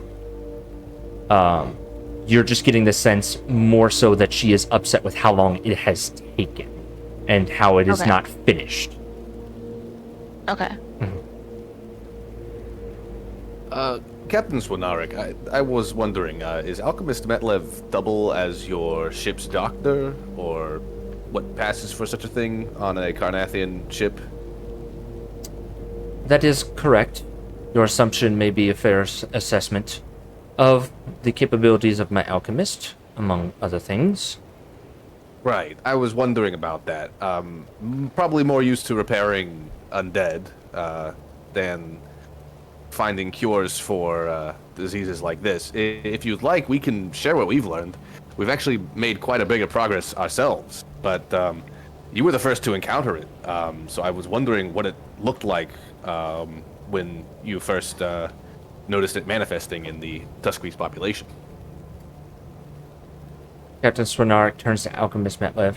Alchemist Metlev, please disclose. I am giving you authority to disclose the contents of the research investigation up to Appendix B, please. Yes, we got Appendix B. Certainly, Captain. Our initial investigation of the what has been dubbed by the locals as the frostbite infestation seems to affect the individuals internally. Upon complete onset of the frostbite, the individuals succumb to a massive eruption of ice that converts their bodies into what is best equated as to a ice golem. That matches what we know so far. Sentience nor control cannot be captured, and the best course of action is to bring these individuals down. Did you ever see a vector of infection, where it came from, how it originated? She looks and glances at Captain Sornarik, and she gives a brief nod. The current leading theory of vectors of infection is airborne via contaminants in the individual's breathing and in the follicles in the lungs. Insight check. Roll. I can't. You can't. Eh? I have no control over my character. You have no control over your character? I What? actually Oh, can't game click pause. on Rick. There we Hey, go. game pause. Oh, I see what's going on now. There we go. I was at the wrong thing anyway. Okay, there we go. I will do it in just a second. Oh god, Also, it's embarrassing. being this close to them, are we feeling these auras? What specific aura are you referring to? You're talking about aura of the flesh rotting and or the poison. They are not mechanically what you would refer to as auras. In a sense, right? Okay. Okay, sorry. Partially, right? So, right, if you step into a paladin's aura in D&D, right, you either feel the effects mechanically or you don't, right? I will say that you are, because the auras are specifically for the alchemist, you are not getting that aura. Rick is getting that via his Rick is getting that from his spell. However, the knight in the back would have the closest thing to be considered as a paladin's aura. It is not mechanically affecting you in any way that you know of. Gotcha. But you are getting the sense of undeath. You are getting the sense of cold discipline Like you are standing in front of a judge, jury, and executioner. And it is not one that is to give any wiggle room for foolishness. That is what you feel from this aura from the night. Okay. Mm-hmm. Yep. Okay. I'm looking for the truthfulness of that statement. Yes. If that's really what they believe. You, based on what you know about the sickness and what she has said, nothing she says contradicts what you think may or may not be the case from your Right. medical standpoint. And that Does she believe that though? Yeah. she is fairly confident. She's fairly confident in her assessment of what's going on. Gotcha. 19 is not like a 25 or anything, so I'm not going to ask for like mind reading or anything. Mm-hmm. Okay. In that case, then I guess someone else can take over. I think I got some pretty good stuff out of them there. You have asked several questions. I believe it is only fair for us to inquire as to the nature of Onder's mission onset in the planetoid that we refer to as the fourth moon. Excuse me, the third moon on this planet. What brings Onder to Eberron? Well, we are going through the system. We just left Zerantir. I don't know if you've been, but it's a wonderful place. Made some contact and with some locals. Had a few, no pun intended, but a few bridges built. And we came here. We first landed on the other side of the planet. It's a very odd planet, but made our way over here. Have you entered into any agreements with the locals of Zerantir or Eberron that Karnath needs to be aware of in further dealings? Karnath needs to be aware of? Not necessarily, no. I think everything that we are doing is specific to Onder, and Onder has claimed no territory on either planet. I want to like look to Valerian and I want to whisper him real quick. Should we tell them about the Brailish on Zerantir? Maybe we can, Are like, you get a trying to little- be quiet about this? I am trying to be quiet about this. I'm gonna Okay. whisper. Should we tell them about the Brailish? Can Toad like try to distract them by offering purple worm jerky that's been like rehydrated in like a stew? It's not even jerky anymore. Oh god. Yeah, But roll seasoned for. well. You're attempting to try to distract them with some goods. I'll say roll me a. Either I don't know if this would even be I would say it's deception because you're hearing and you know you're trying to cover. So I'd say this is deception because you're intentionally trying to distract them from hearing. Okay. Good thing I have advantage. Nice. oof. 1 and 12. Oh, go ahead, put those dice in the dice jail. Okay. All right. Okay. And do I need to do a stealth check or? No, I did a perception check. Okay, cool. Yeah, that makes sense. Secret. What do you? I guess now it's just. I Yeah. guess, What do you say? yeah, I mean, we can for leverage? I'm kind of whispering back to you. Yeah. Well. Okay. I mean, Well, do you want me to bring it up? yeah, we can.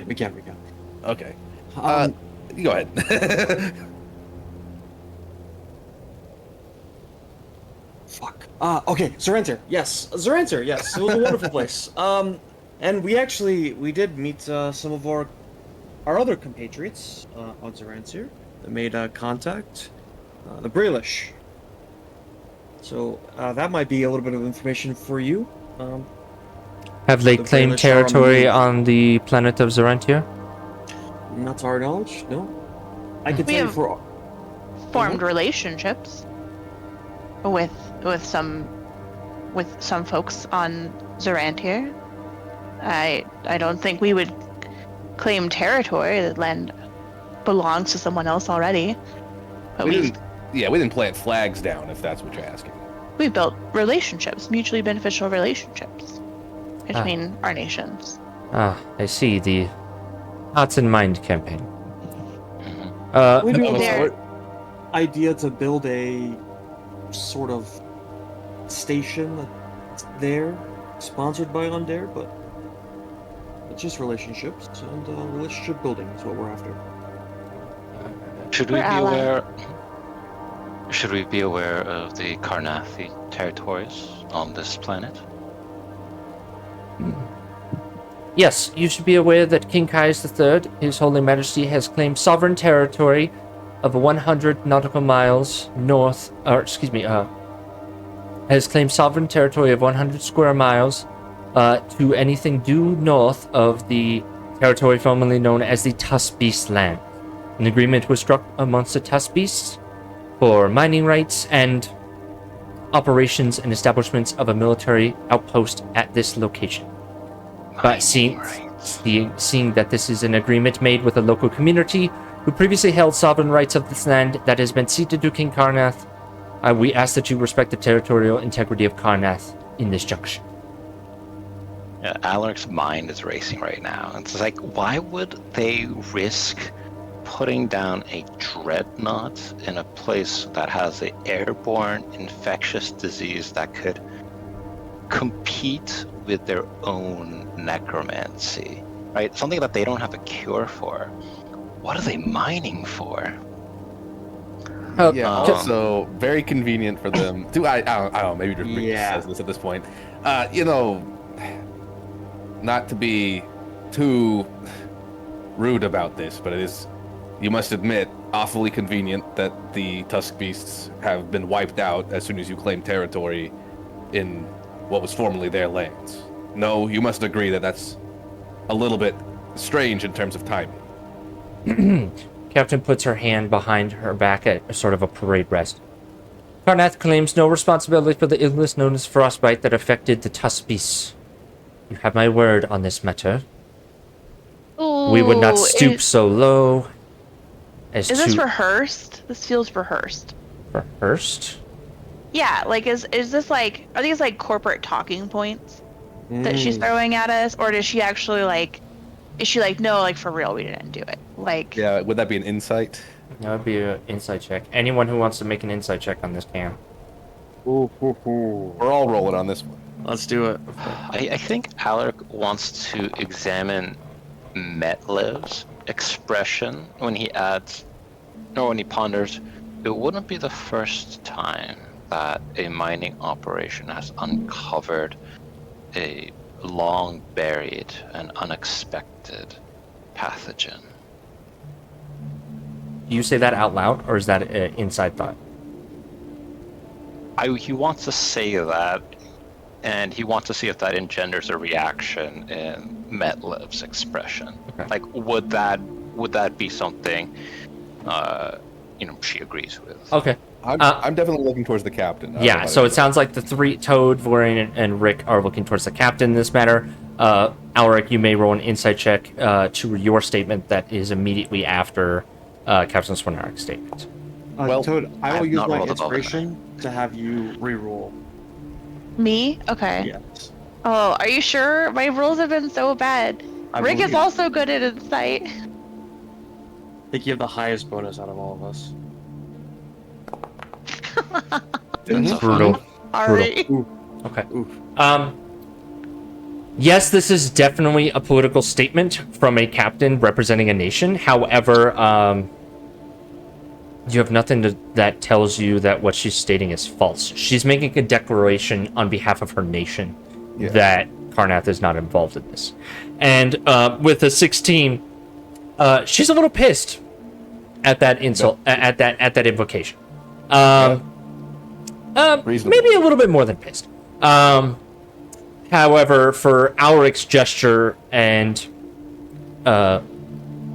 comment implying that they somehow dug it up,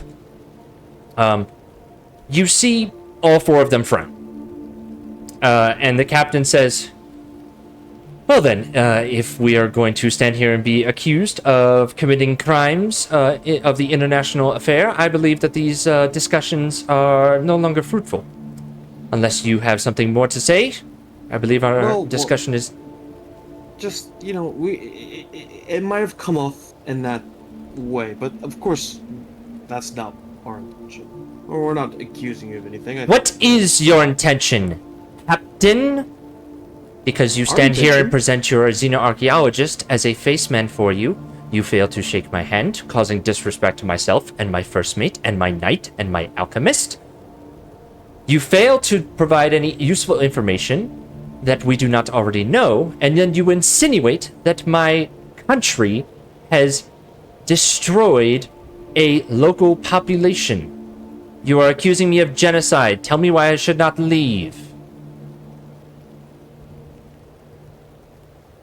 I see the way it looks, but I don't think anyone's accusing you of genocide. I Good. think this is a common problem that we can both solve. In fact, we've actively been working to solve. And it's no disrespect. I think you should agree. Anyone can speak for me on the ship. Anyone that I trust. Any one of my officers. They should be able to speak for me and the ship as a whole, because we are a team. We are one. And as far as a handshake, I'll step forward. I was busy drinking, that's all. I'll stick my hand out. I'm just an alcoholic. Yeah. It's just like an on-dare tradition. It's like, if I may, Captain, an on-dare tradition. Toast. Toast. Her jaw kind of shifts from the left and the right. She's kind of slowly adjusts her jaw posture.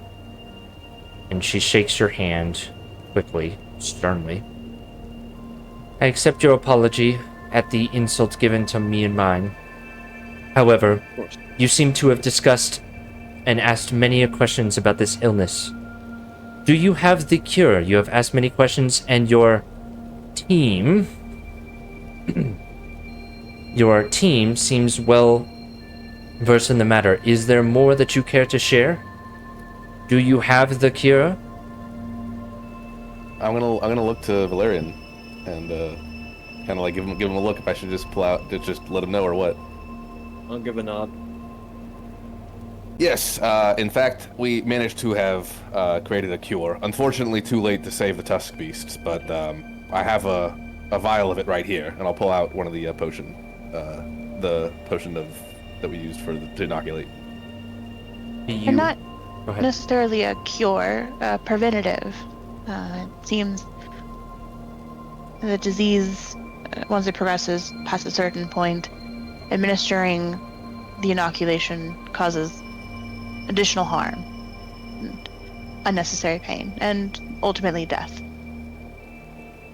Yes, the treatment itself requires careful health monitoring, especially as there are differing xenobiologies to consider. We mentioned this because the Hearts and Minds campaign you've discussed are our offerings of support as, we could say, troubleshooters throughout this system. And the project that you have laid out before you in this mining operation, in this climate, he kind of looks around under these blizzard conditions with an airborne virus. These are ways in which we could aid you, but we cannot simply provide materials. There are limited. That there's an understanding, a systematic analysis that needs to be performed in order for us to truly understand where it is the heart of any difficulties or obstacles lie. What I'm hearing is you have a cure, and you have used it.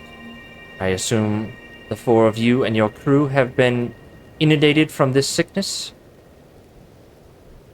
Technically, a vaccine, and Valeria will give us some air quotes.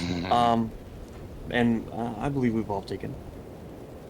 The cure itself, the resources to manufacture it were difficult to find, and, well, frankly, it's going to be near impossible to make more of it, for the time being at the very least.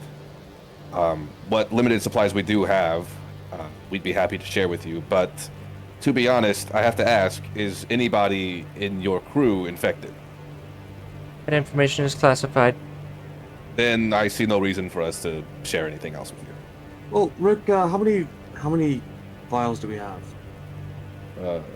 Actually, I'll go over to you and whisper that. What vials do we have left? We have 3. Oh, we only have 3? So, Captain Swanark, you're speaking to some of the few immune, some of the only people immune to this illness on this planet, who could address what is possibly suspected to be a great challenge for your mining and for maintaining your territories. I would counterpoint your argument, young artificer, that the majority of my crew is already immune to the effects of this disease. That's a good point. Anyways, I believe that we shall move on. I understand that you have the cure, but Is limited that capacities. true? Do we get a sense that necromants, when he says that they are immune, I'm imagining he's referring to their undead. Right. That's what I'm But we thinking. know that this virus has controlled corpses. Correct. Do we? True, but I think the corpses have always been the things, like the cause of death was always the parasite. It was there at the while living and then while dead. It's not a bad point though. The parasite kills and then reanimates, right? Yeah. So do they know that? Is this something that they're aware of? That's I guess what Ulrich is. Yeah, because trying to- I think that's like a oh. A moment is like it needs to die by the virus in order to be controlled, in order for the frostbite infestation to take effect. Is that a reasonable thing that Alert can draw? Conclude? You make an investigation check because you're trying to make a mental conclusion. Okay. And I'll say with advantage because you've discussed this at length with Rick in a medical standpoint. Yeah, we've definitely had a lot of hands-on experience with that. I'm so tired of rolling. I'm gonna roll. I'm gonna use one of my inspiration. I'm so Don't worry. tired of yeah. Don't worry. tens. Don't worry. Dear Lord. You rolled well Okay. enough. 15 is high enough. You can reasonably conclude that all the evidence points to death via the sickness being the cause of the chain. Not necessarily. You never saw and you never witnessed, but you've seen any like undead then get infected, or with the frostbite variant of it, there's really only one way. You're infected, you become, you're kind of turned into an ice golem from the inside out. And so they're both parasitic in nature, and they take control of their host upon death. That is a reasonable conclusion that you can make based on everything that you guys have seen. You guys are Gotcha. pretty well versed in the intricacies of this disease at this point. Gotcha. Yeah, this is a moment where like parasite Alec has disease. to like stop himself from like looking back to Rick. Of like, Mhm. oh, they need to die from the this disease. It's not just Yeah. like it was like it wouldn't just whip over like an open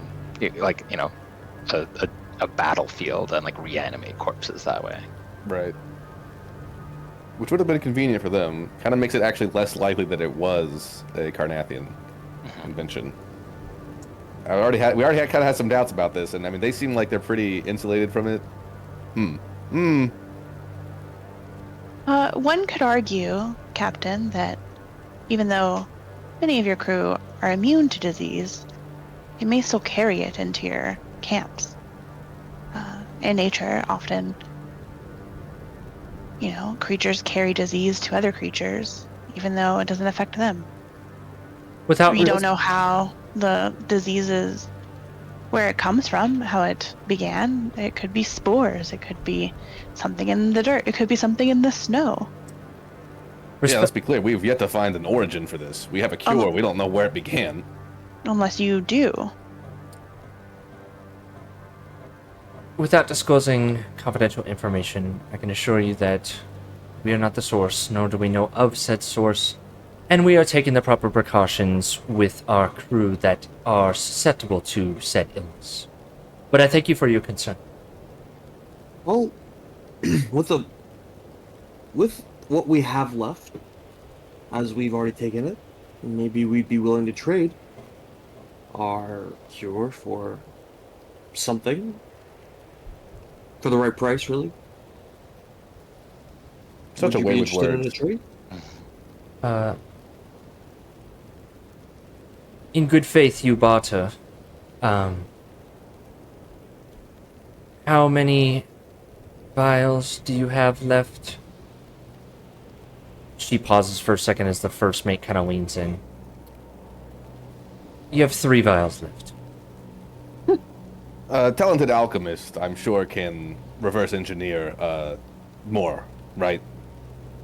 I have faith in my team. So you really only need 1, don't you? The captain turns to the alchemist. Captain, I believe that can be done. Alright, you have my interest. What are you looking for in exchange? I think we step off to the side, we discuss it with our teams, and we come back. Very well then, a recess. Recess. Recess. I was gonna top off Dreas's coffee before we separate. He was stupid on us. Yeah, as you go to top it off, you notice that none of it has been drank yet. I think Toad poured a little bit in anyway. Okay. It's cold. You should drink some coffee. Their hands brush ever so slightly. Oh my god. Very well. What's your passive perception, Toad? Great question. 17. Damn. Second. As you're walking away, you glance back and you spot him taking a stealthy sip of the coffee. Got him. Does he like it? He seems relatively neutral about it. He shows no expression about it, the taste, because he's also trying to hide it from the others who are holding their cups and discussing. You got your hooks in deep, Toad. Yeah. See, the thing is, Toad puts cinnamon in the coffee. Just a little bit. And so I think Toad knows that he likes it. Their heart of hearts, they know. Yeah. Toad got that read and was like, no, that's incorrect. They definitely like it. All right, let's huddle up, gang. Yeah. What do we want here? What are we trying to get here? Want some money? Yeah, okay, well, that material goods, I don't know. I don't know. That's the first thing you go to. I was thinking information. But it doesn't seem like they're very forthcoming, or really. I mean, what information are you thinking? What do you think is valuable? I want to know why they landed on this side, how they knew there was a mine here, and what they think is in that mine. Maybe we just take it a step further. We trade for what's in the mine. Oh. That's a bold Oh. ask. I actually had a question. What do you think could be so valuable? Yeah. There's kind of just a pause. Well, perhaps this was a land of dragons bereft of their kin now. Perhaps they found a cache of dragon shard. That's a good point.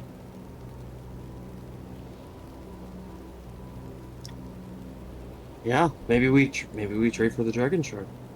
Maybe we ask for percentage of whatever they find. It Oh, might be a little risky, or it might be a little too steep. I think it's they don't a seem too perpetual concerned. trade. Yeah. So bear in I mind, think they. Yeah. What? Go ahead. I'll just go ahead and give you guys a warning. When you guys come back, this will be full on negotiation mode, right? So there's temperament and interest. So Gotcha. you can already kind of gauge that their interest is above normal, but their temperament is a little bit lower. They seem to shut you down on certain topics. So there may be some pitfalls that you guys run into that will influence their temperament to walk away. Mechanically speaking, cure. because those are the two stats that you guys deal with. Right. I think they definitely want the cure, whatever they say, right? Obviously, they're the most important people on this mission of theirs, Right. and they don't want to get infected. But I also believe them when they say that they're taking the utmost precautions, and clearly none of them have been infected yet. So they're not struggling for it. We don't have that much leverage for something like a percentage of whatever they make out of this mine. So, I believe we have a little wiggle room.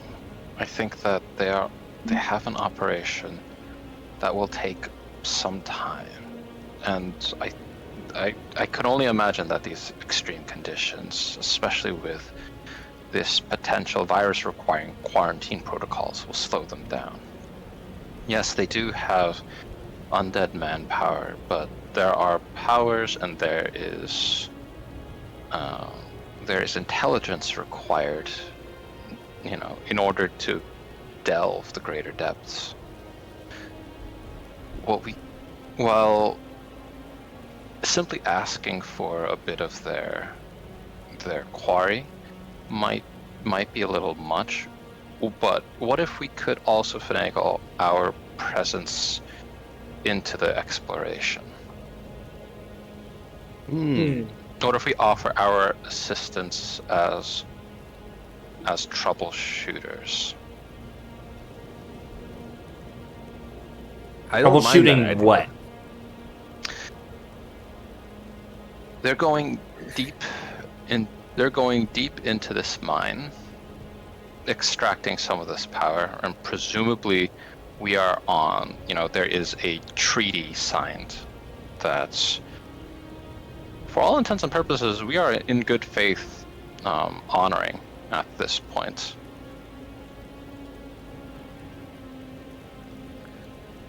I want to say we should also consider maybe part of this negotiation being to the benefit of the Hadozi. I was thinking that as well. True. Sovereignty, maybe. Yeah, and maybe their word that they don't, interfere. And to be clear, we can hold them to more than their word. I am capable of casting sending, and therefore can communicate with the Hadozi at least once a day. So, Well, what if we take a page out of their book? We claim it as our territory. We don't have to use it in this negotiation, but we can tell them in passing that is our territory under protection of Onder, and we record it with the recording crystal, send it back. And if Onder decides not to go with it, or the Hadozi, when we come back to them, decide not to go with it, so be it, but we're not lying about our intention, at least. Who's played Our Who's played territory. Civ? Has any one of you played Civ? I Yeah, have. So there's a concept for a city-state where you can pledge to protect, right? That kind of sounds like what Valerian is yeah. suggesting. So mechanically, right? Diplomatically, how I'd see it is you would indicate to them that Onder is making an official pledge to protect the Hadozi civilization, meaning that it is under their sphere of influence. Everything up until now has not been a pledge of protection, maybe somewhat implied, right? You could infer that the Zykil Zalgith Monastery, I still remember it, still got it, Nice. is kind of also under your sphere of influence. However, you have made no pledge of protection. So that's kind of how I see it in diplomatic matters. So if you wanted to do that, that's an option for you. You could claim that you could argue in diplomacy matters that Karnath respects your pledge of protection and will avoid encroaching on your sphere of influence when it comes to the regards of the Hadozi. That is a diplomatic ask that I think is reasonable in this scenario. That is like that's a thing that you could do. Yeah. Yeah. Alec kind of, softly whistles like, I wish, it's like I don't imagine they would react too poorly to our pledge of support, but that would be a bold gambit. Well, I mean, they respect it or they break the treaty between all the, between Eberron in general. Yeah, Treaty of Thornhold. Yeah, of Thornhold. Yes. So they'll have to respect it. We've claimed it, just like they've claimed this. Another card, I mean, it's a lot going through my mind here, but we have the last remaining Tusk piece, which he is de facto chieftain, and they said they made this treaty with the Tusk piece. He is acting chieftain, so we could do something with that. I think that might be a little too complicated. Ooh. No. This is a good idea here. Hold on a second. I've got something's coming together here. Yeah, that's my mind was a little racing a little bit over. First of all, sorry, go ahead. I don't know. I don't know. We should say anything on behalf of Tobrov. We don't know what he wants to do, but neither do they. So Exactly. we could simply omit. Maybe we say that we will, same time that we talk about the Hadozi, we talk about us having the chieftain of the Tusk piece, and saying that we'll ask, especially depending on how this negotiation goes, saying that we'll ask them about the treaty between the Tusk piece village and Karnath. Yeah, let's figure out that treaty and then we can drop the info. Ulrich, to your point earlier about offering our services to them, I gotta be honest with you, I'm not too thrilled about that idea, just because we don't know what's even in this mine, and I really don't want to work with Karnath. I gotta be real with you. If every single one of you guys would like to, I'll go with it, but I'll be honest, I didn't shake his hand because I don't like to touch them either. Oh, Alec. You don't want to shake a baddie's hand? True. I'm What kind of immune baddie to we talking disease. about here? She's a baddie. There's a nod of acknowledgement. It's like, I understand, but I see no other way to truly get at what the Karnathi want, and find out what it is, and perhaps be in a position to intervene. There, kind of once again, he looks over to the Karnathi group before looking back. I think that we could angle for our assistance to be a show of furthering the Treaty of Gromhold, and in reducing potential tensions for the future. I wonder also, it does seem that they will be here for a while if their intention is to mine whatever they're after in the mines.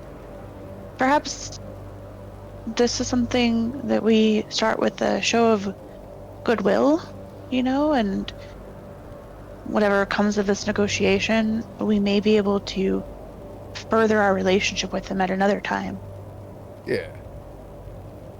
I think also, regardless. I just remembered. I wanted to ask him about this dagger. Damn it! I totally forgot about that. Oh yeah. I don't know how that's gonna come up organically. I'm just gonna have to force it in at the end. It's gonna be awkward. No, just at the beginning. Where did we get that dagger at again? We got it from the tower. The Remember? tower. Oh, are we gonna found tell it- them about the tower if they ask about it? In the chest place. Remember? It was one of sitting on the table there. I think something like that. Oh yeah.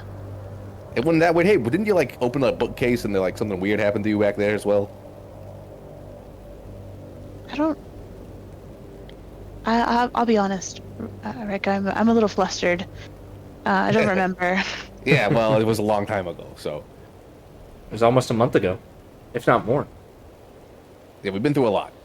Anyway, yeah, I just wanted to like figure out basically like where this dagger came from. I'm just a little curious about that. We don't have to tell them where I got it from specifically.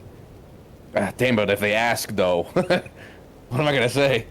Well, we could say we got it on our travels and be generic about it. If they, I mean, Sure. or we could be specific. Remember the places in the tower, from what we've seen at least, they're sections taken directly from the place in time. It seems Yeah. like. So It'd we be could nice say, to date this at least. Yeah. Yes.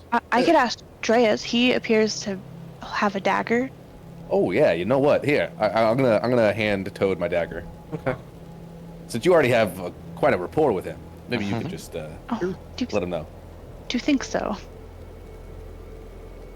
I saw the way he sipped that coffee. There you go. You can add that to your inventory or something. I don't know. Okay. So let's go over it. I think we're gonna try to figure out what they're doing here, and our leverage is of course the cure. Right. But we also got to let them know about the Hadozi encampment on the other side of the planet. I think we do that at the end. But we also have the extra leverage of Tobrov. Yes. But I think I agree. We don't mention Tobrov by name. We don't mention his wishes or anything of that nature. We've tried to figure out what their contract was with the Tusk Beast, and then we drop that we Yes. do in fact Exactly. have contact with and allyship with the last remaining Tusk Beast. Yes. And I think in trade for the cure, we ask for some of what is in the mine, and to verify it, maybe to Auric's points, we travel with them to the mine to retrieve the products, just so we know in good faith we're not being swindled. And maybe we can get a better look at the mine when we are there as well, Auric, and might even inform us on what we could do, or what Tobrov really would have the power to do if we decided to pull something over here. Well, I think that's too much of an ask. I think they're just going to turn us down at that point. You think going to the mine to get it is too I don't much? think it's. I think that's off the table. Okay. I mean, you could try it, but I think they might just shut the door on us if we go asking that far. I mean, they haven't even been open about like when they got here. You know what I'm saying? They're so They tight. also have expressed several times. I get the hint that we're asking a lot of them, and we have not offered any information truly Yeah. to them. Exactly. And I think maybe we start this off by addressing that directly, and I think the frostbite that they mentioned, that the disease is different than what we saw with the Hadozi. So if We they're just- going to be in this territory, we can tell them about how it manifests in the Yeah. Hadozis. Let's be open actually about the Hadozi up front. We'll give them information, make it seem like they're getting something out of this. Right. Then we can make our demands and start trying to push our leverage a little bit. I will tell you, Valerian, you would understand this concept, and I would think Alric would likely understand this concept, and maybe even Rick, just to a limited degree. So you mentioned an excellent point, so I'm going to tell you because your characters would understand this.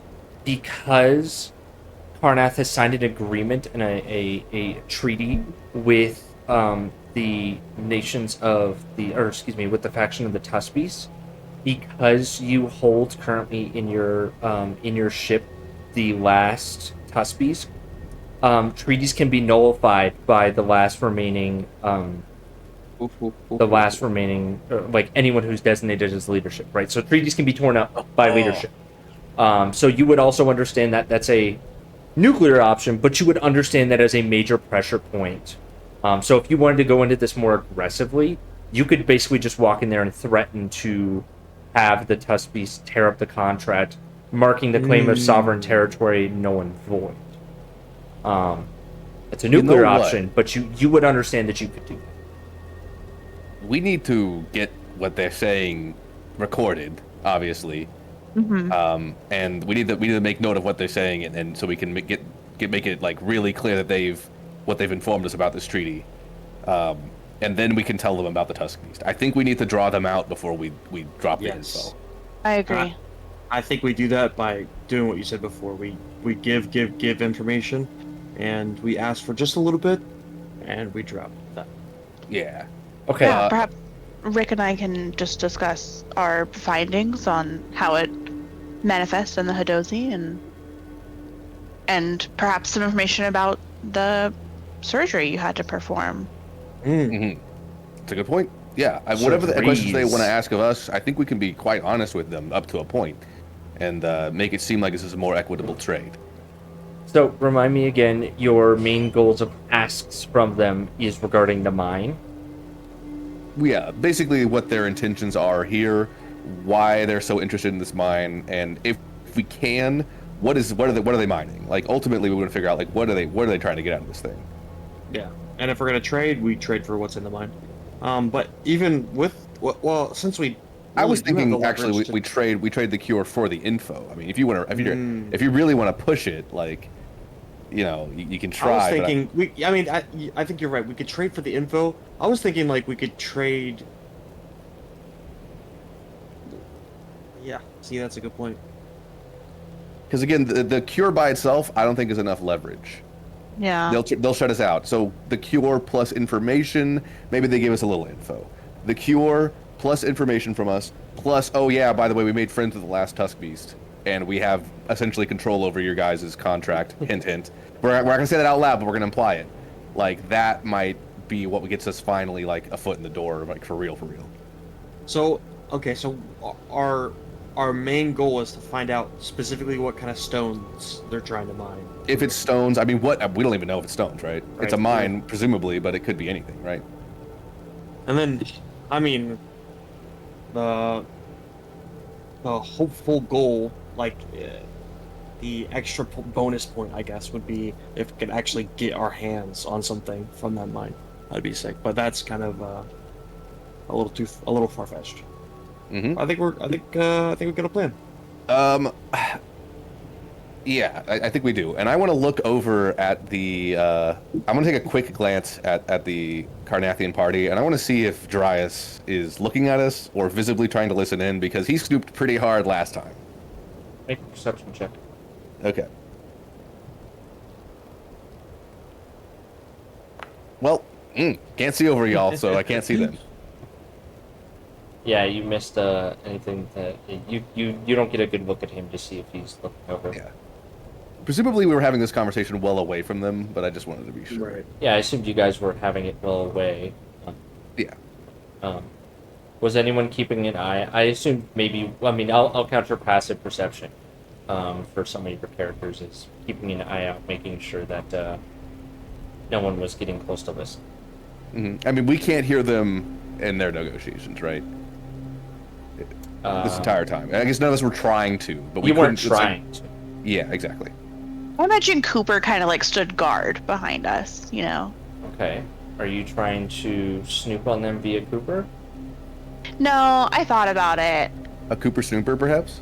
I kinda- Snooper. That's so I cute. kinda- Dang, I kind of. Do I want to snoop on them? It could ruin it if they catch. I know. Yeah. But could Cooper just go over and like look cute and like get away with it that way? Exactly. Like, I mean, Cooper is cute, but he's also made of metal, so it's hard for it to not be read as like this is a machine that is designed to spy. You know, like. It does have keen hearing. But I don't know if you can. It's a familiar, right? I have to. Yeah, I can look through his eyes though. Like, Yeah, you can look through his senses. yeah. Look through his ears. I think I can use his senses. Okay. No, I don't want to ruin our. I feel like we're doing real poorly. Toad doesn't think we're doing hot so far. I think, and is like, I don't want to ruin it. Okay. But maybe like gives Cooper like a stick, and they're like just sitting in the middle of the bridge, like wagging their tail. Oh. Like not snooping, but like just looking cute Gotcha. at Dreas. Give me a ridge check from Cooper. Oh, wait, Papa Cooper. Give me a he charisma even good roll at from this? Cooper. -2. Oh, how does he have a I negative feel 2? like He's that so is cute. unacceptable. I feel like That is an can't be right. that cannot be right. Okay, Well, all he right. doesn't know language, right? Which is He a bit of doesn't- an issue. Okay. I'm gonna make a DM overrule here. Okay? Okay. I want you to roll me 4d6, and we're gonna keep the highest 3, and this is Cooper's new charisma score Okay. because it is 4d6. unacceptable.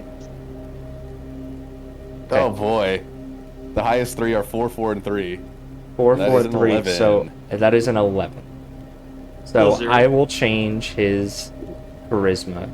His charisma is now an 11. I'm not changing it on the sheet, but yeah, he has a flat 0 charisma bonus. Nah, Okay. fuck it. We're giving you 1 extra. He's got at least a +1 charisma. Yeah. That's yeah. Cooper's fine. got Look, at least. He's so cute. He's so cute. Okay, He's just I'll a just. real guy. So I'm adding 1 to it. Yeah. So he has a 12 score, and so he has a +1 to charisma. Because that's unacceptable. Oh, Cooper! Oh no. He's just he's like slobbering machine oil or something. Like, Yeah. He's peeing. Don't let me roll He's leaking anymore, oil. please. He's leaking oil. Okay. All right. okay, so above the table plan, we come in with open information to them. We let them ask questions. We tell them about the Hadozi. Yep. Then we talk about trading for the cure if they have any information. If they try to shut the door on us, then we bring up the last Tusk Beast. Yep.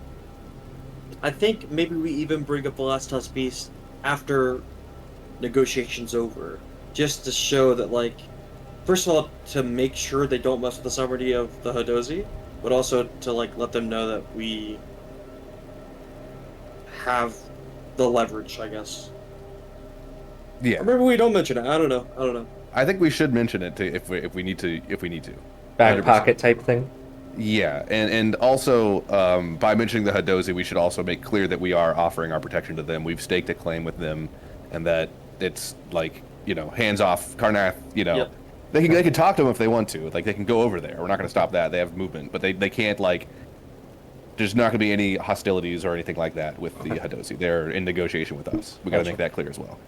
So keep in mind, you are perfectly fine to make a formal declaration of a pledge of protection to the Hadozi that they are under your sphere of influence. Just understand that you are making that declaration on account of your entire nation.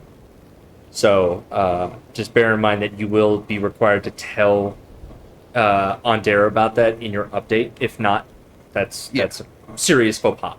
So, 100%. I also, though, that is kind of like our goal here, though. So that'd be a victory. For Right. us. you are in the position to make agreements, and that is not something that is like, we're colonizing this area. Like, no, like this individual, like these things are within our sphere of influence. Yeah, it's Yeah. more like a Silk Road kind of situation. Mhm. And honestly, I think we can justify it very easily as, like, they have potential spell jamming information Yes. that we could lean on.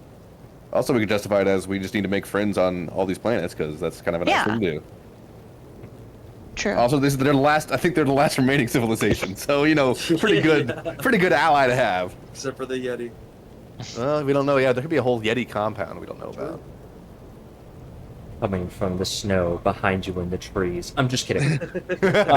Yeti! Okay. All right, are we ready to commence the I think negotiations? we're ready. All Who's right. lead negotiator here, guys? Team on 3. 1, 2, 3. Beam. Team. Do they, make sure they do that loud enough they can hear. Okay. All right. Are we? Do we have someone leading negotiations, or are we all approaching as equals? I think maybe you lead it, Rick. Oh, geez. Oh, a lot of responsibility. Okay. No big deal. First No mate, big you deal. got this. Oh, true. will- I got promoted. I will cast Enhance Ability on Rick, my last 2nd level spell slot, so let's not get into a fight, please. Okay, no problem. I'll go, "Caw!" Absolutely not my intention at all. Okay. Also, though, I will ask for help from y'all. You can feel free to chime in. Yeah, we're not we're not like hierarchy junkies like these guys over here. And I point at them. Keep your voice down. Keep your voice down. Okay, sorry. Anyway, yeah, let's approach. Let's go back to the bridge and start approaching. All right. You guys all sit back down at your negotiations table. Very I think rustic Toad- negotiation table. Toad sits a little closer to Dreas. Oh yeah, remember the dagger. Remember the dagger. Yeah, yes. Okay. All right. Okay, Captain Swanarik takes a seat and moves her. Excuse me, sorry. Moves her seat closer. To begin negotiations, she's looking around, seeing who the lead negotiator is. And Rick walks up, correct? Yeah, Rick is gonna sit in the negotiator seat. Hello, Captain Swanark. We've had our discussion. Our group has been together. We're ready to discuss, and I'll be leading things because I wanted to tell you about our encounters with the other side of the planet, if you'd like to hear us, or if you have any questions for us first. This has been a bit of a little one-sided conversation, so anything you'd like to ask us, we want to be open with you from here on. That is appreciated. I believe your position title would be closest equated to surgeon or doctor? Correct, Yes. and I'm also acting first mate of the ship. Ah, pleased. All right. Yes, let us begin. Well, you've already indicated that you have some information to share, so we will take it in kind as a show of good faith. Please begin with the information that Absolutely. you've obtained. So for full disclosure, we understand that the cure we're offering is not very high leverage. It seems like you guys are doing just fine without it. So I think, again, as a show of good faith, like you said, we're going to tell you what happened on the other side of the planet. And you might be surprised to learn that on the other side of the planet, there's a civilization of people. They call themselves the Hadozi. A bit like a cross between flying squirrels and monkeys. Pretty interesting. But they were also afflicted with a disease. Interesting. Alchemist Metlab, your recording notes? Yes, Captain. Thank you. Sorry to interrupt. We would like to record this conversation to send back to our nation, just to make sure that we're crossing our T's and dotting our I's. I presume Our you're doing the same, yes? paperwork. This is acceptable. Great. You all look great. It'll look great on the recording. Toad tosses up a recording crystal. What's your passive insight? Also 17. Okay. Captain Sornar kind of sits up and pushes her chest Ooh. out just a little bit more, making herself look a little bit more poised for the report. She's a little vain. Do any of the other officers also react? No. The other officers seem disinterested in the fact that it is a visual recording. Gotcha. I think when Toad says you all look great, they look directly at Dreas. Trey is just... Make a charisma check. This is fun. Yeah. Hey, I don't have advantage anymore, but that's okay. It's so important that you have it. Yes, exactly. Okay. And we'll get a good roll here eventually, right? Yeah. It's just a charisma check. Oh man. This is the one. Man, it is just... You try to wink with your metal eyes. I think Toad thinks they're winking. You're Kinda just just- looking at them. Squints his eyes for a second, but then continues and just looks back at the rest of you and is more so looking at... All of them are kind of looking at the captain for guidance. It's very much... Captain is leading this in this scenario. Okay. So, Captain, to establish a timeline, when we arrived within the orbit of this planet, we decided to land on the warmer side.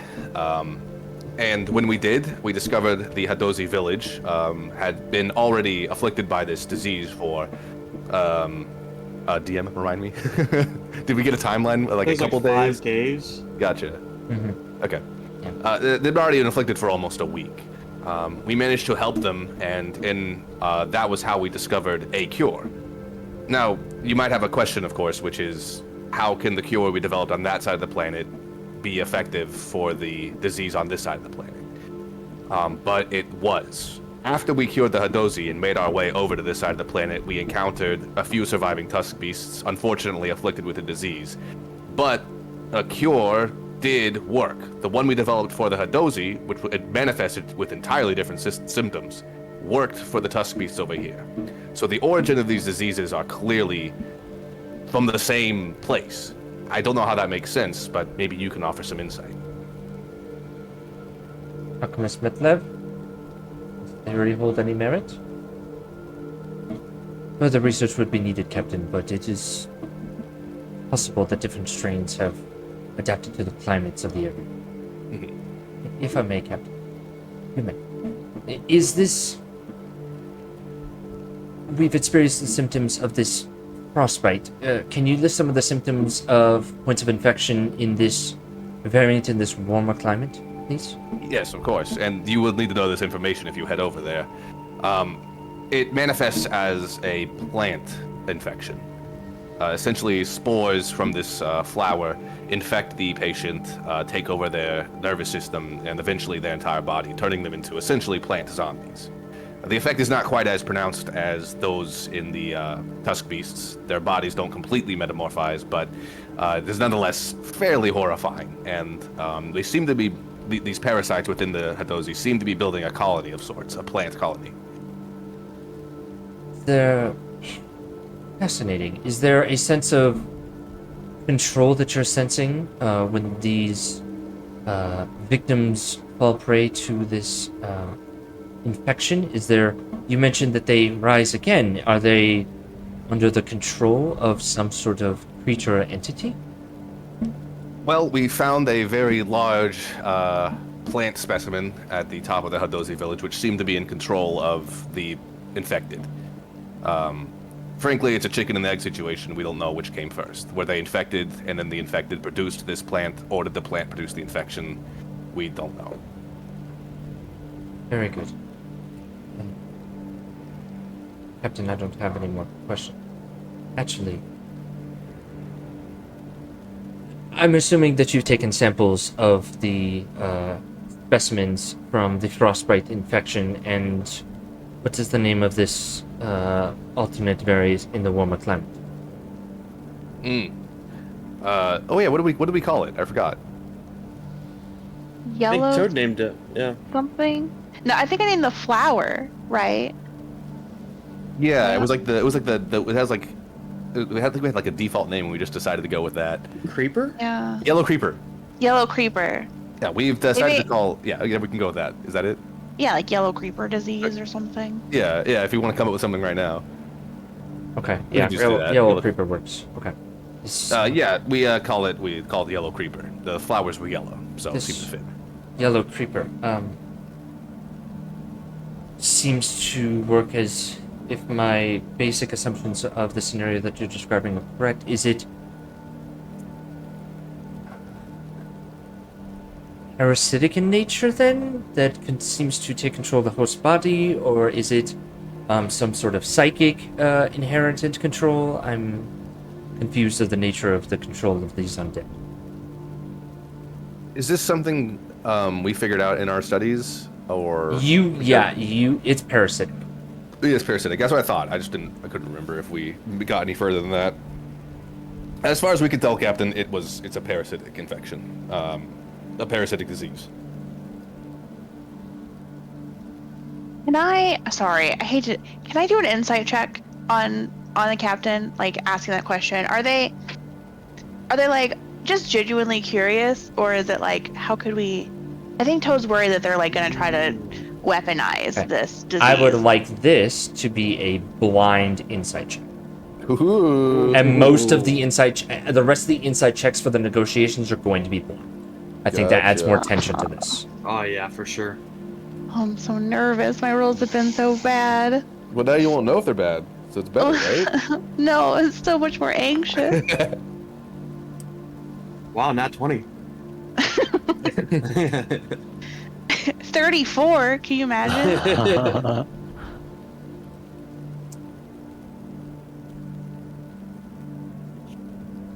Roll one more time. You guys tied, and I'm not accepting ties in this.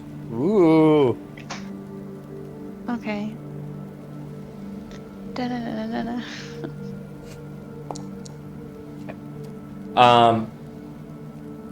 The sense that you are getting is the captain is attempting to obtain all the information regarding this potential threat. Because, right, she seemed to be interested in the potential. She seemed to be concerned about the threat to her crew previously.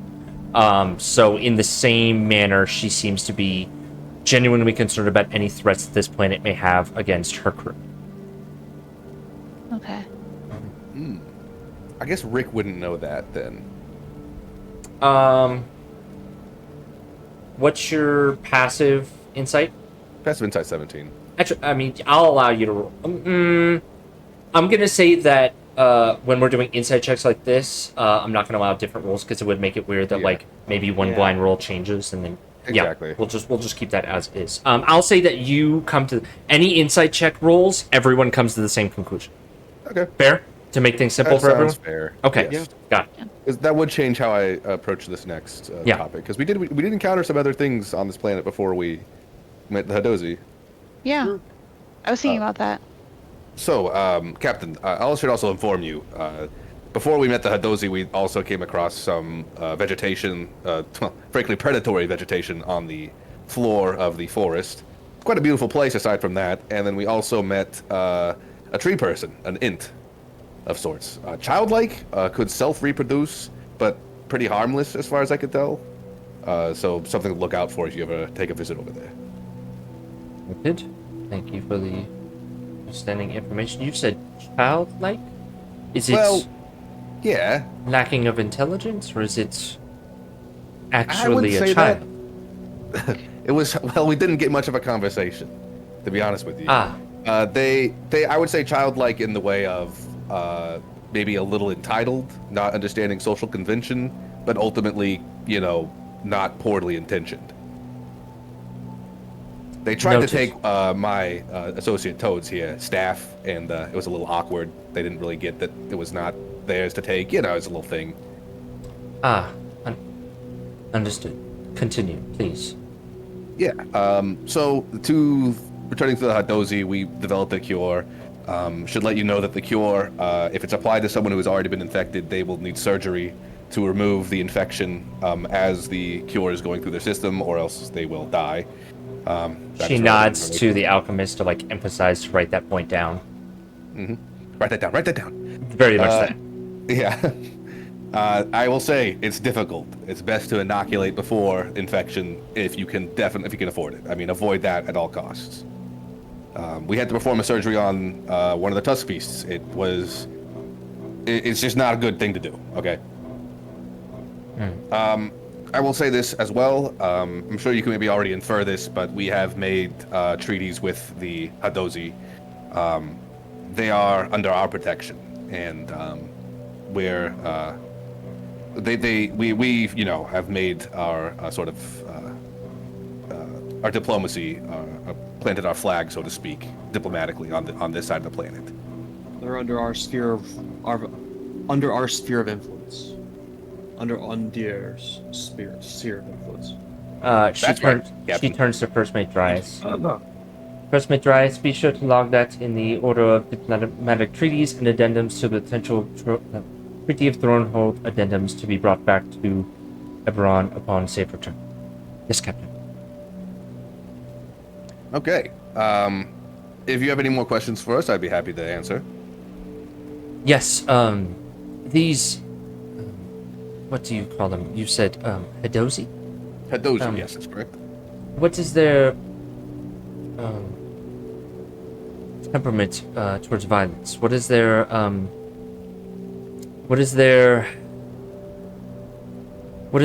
purpose? What is their role that they serve on this planet?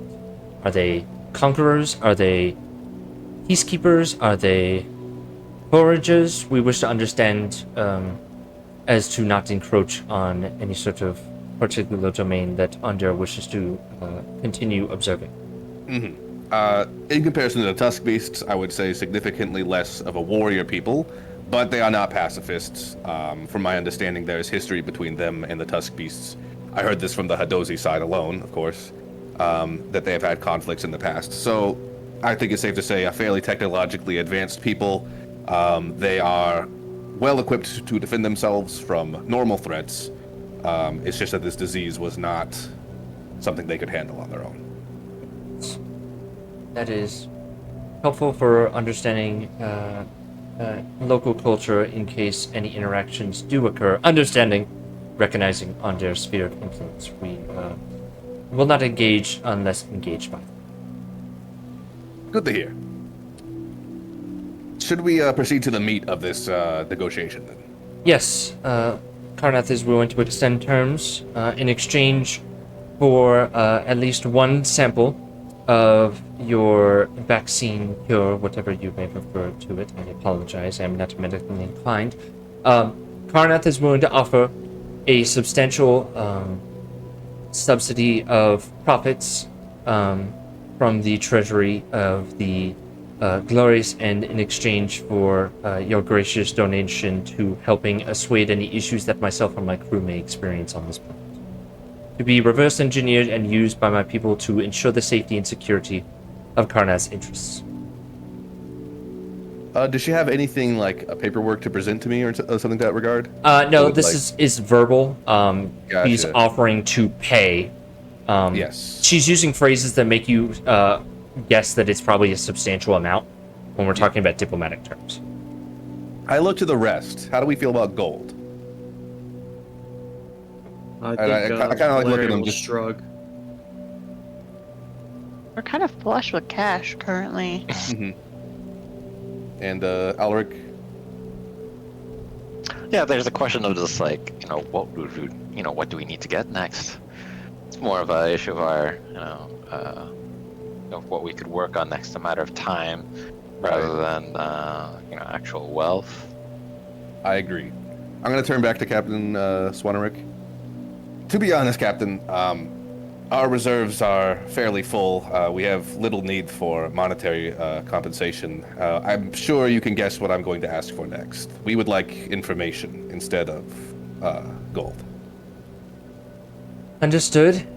I must inform you and warn you that the majority of the information of our operations on this planet are strictly classified at the highest level. I can only reveal what I'm authorized to reveal by order directly from the king. I Understood. I will I operate, completely negotiate in good faith. However, I cannot break military protocol. You understand?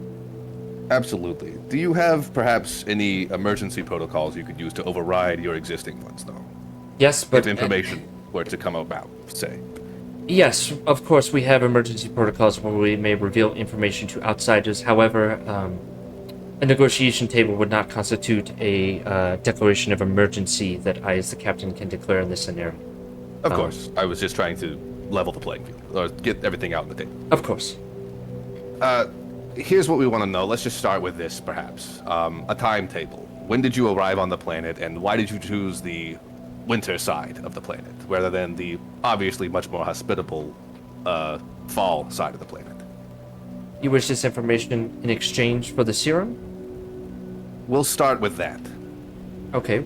Well, then please lay out the remains of your terms so we may come to an agreement. Fair enough. Yeah. I'll tell you this. We want to know what I asked you just now. Also want to know, Let me write this down real quick. So you Yeah. wanted to know why they went to the cold side yes. and when they arrived. Yeah, timetable when they arrived, why they chose the cold side, Okay. if they'd already done, like, if they'd already done research, or if they had some information that already led them to go there, Okay. or if they just happened to get lucky, right? I Okay. just want to figure it out. Okay. And then the third thing, of course, what are they mining?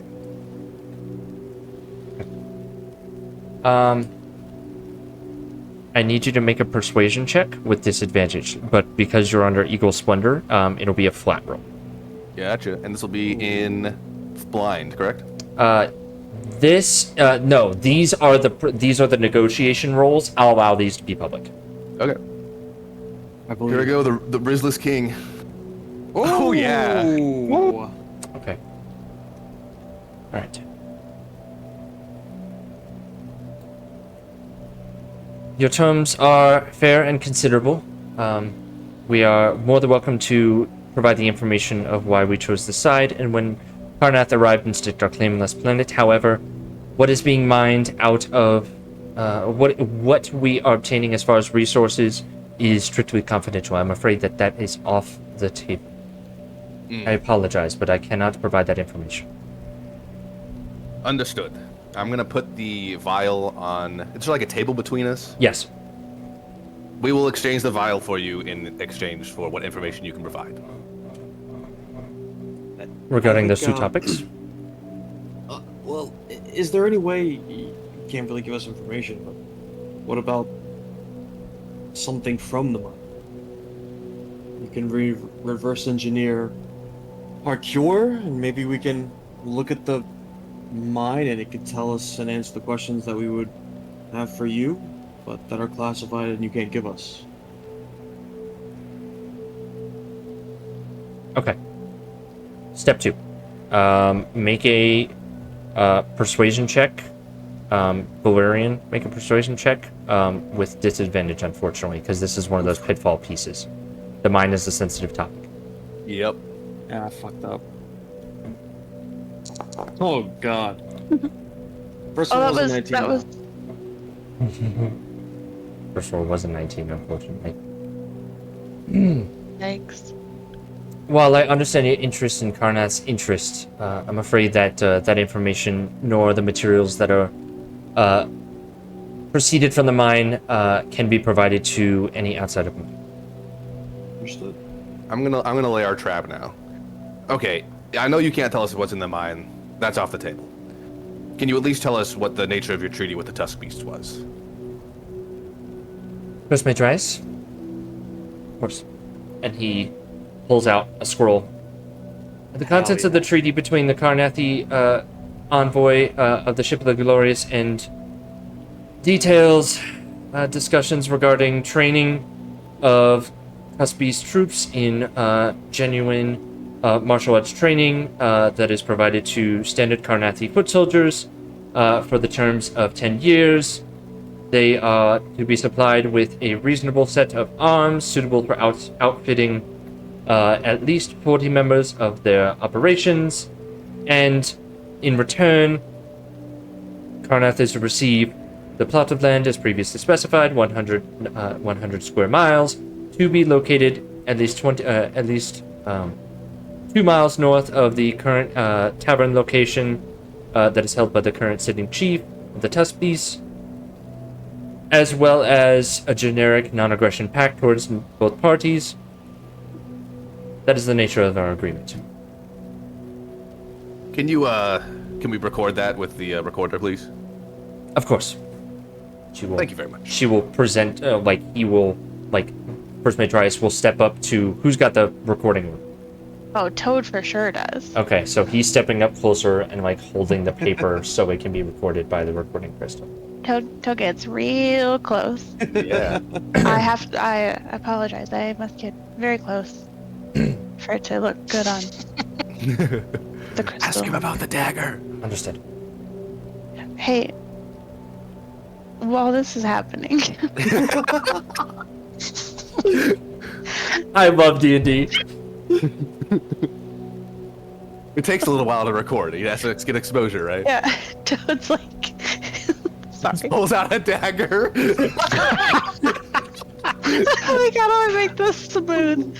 And Toad says, I saw you have daggers. That's really cool. I have this dagger that I think is from Karnath. I would love if you could take a look at it and tell me more about it. I want you to make a persuade flat. But also a deception check.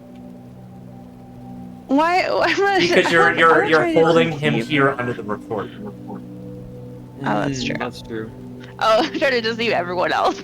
Okay. Yep, good.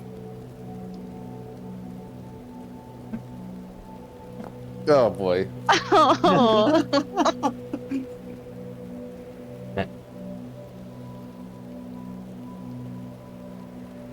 Warforged Toad, I believe that is your name, yes? Just Toad, actually. Toad. I believe that your recording has obtained the necessary length of time to record this, and I ask that you please not brandish weapons at negotiation. Oh no, that's why I asked first. I didn't want to just pull it out. I think consent is very important. God damn Um, it. God damn it. But I think Toad makes a rose sprout from their staff, so it just smells really good as they walk away. You may bring this forward with... and he will Oh. step back. Okay, that's fine, I guess. And Toad walks back, a little disappointed, but I think Yeah. Toad does leave Cooper at Dreas's feet, like just to curl up there. Make a Cooper Riz check. Cooper! He's gonna, if it's not, this fox is about to get kicked. He might be- No, not my boy. Oh, I have to type it. That's right. Ooh, that 20. Wow. Well, Cooper rolls good at least. First, Madras sits down, rolls back up the paper, and reaches down and gives a little head scratch. Nice. Toad feels much better. Toad does like a little yes. And quickly sits back up, making eye contact with Knight Arala, who's glaring at him. Wait, is that his girlfriend? I get the sense that's his girlfriend. Blind insight check.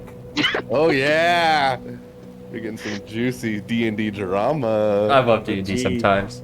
This is gonna get messy. Yeah. Negotiation's gonna break down here. Oh, they fucking.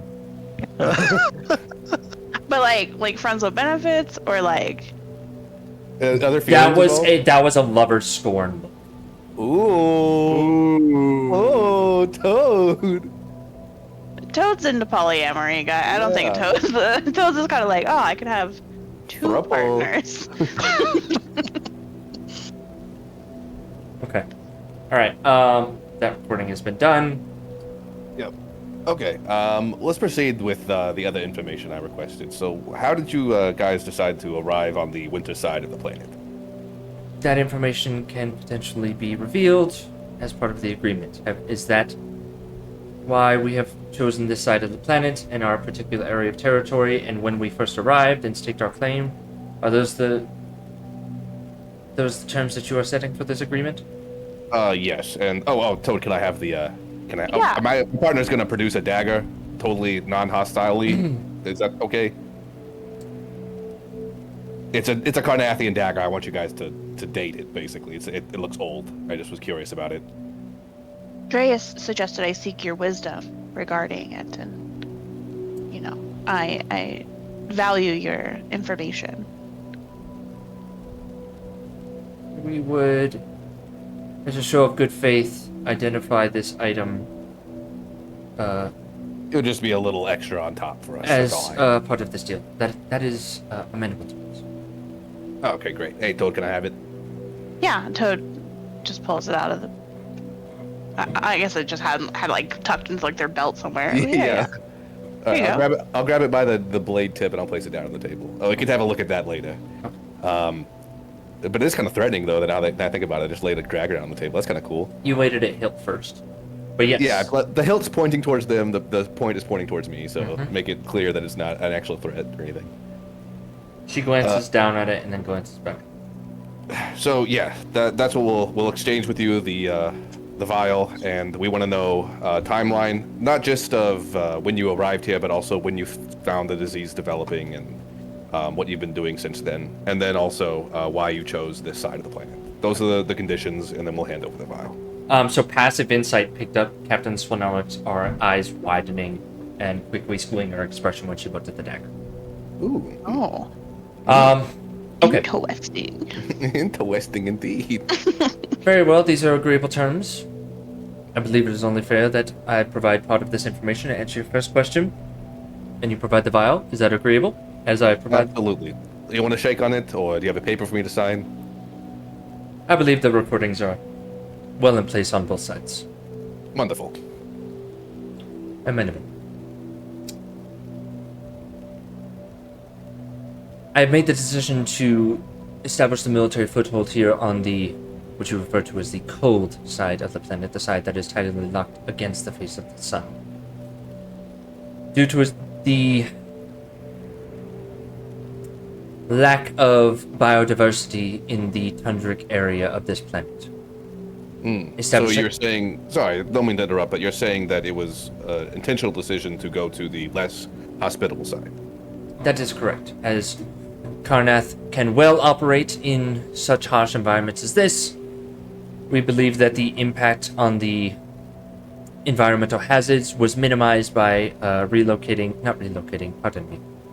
by establishing ourselves on this side of the planet. That was not a actual slip of the tongue. That was just you, right, Chris? That was a real slip. Okay, gotcha.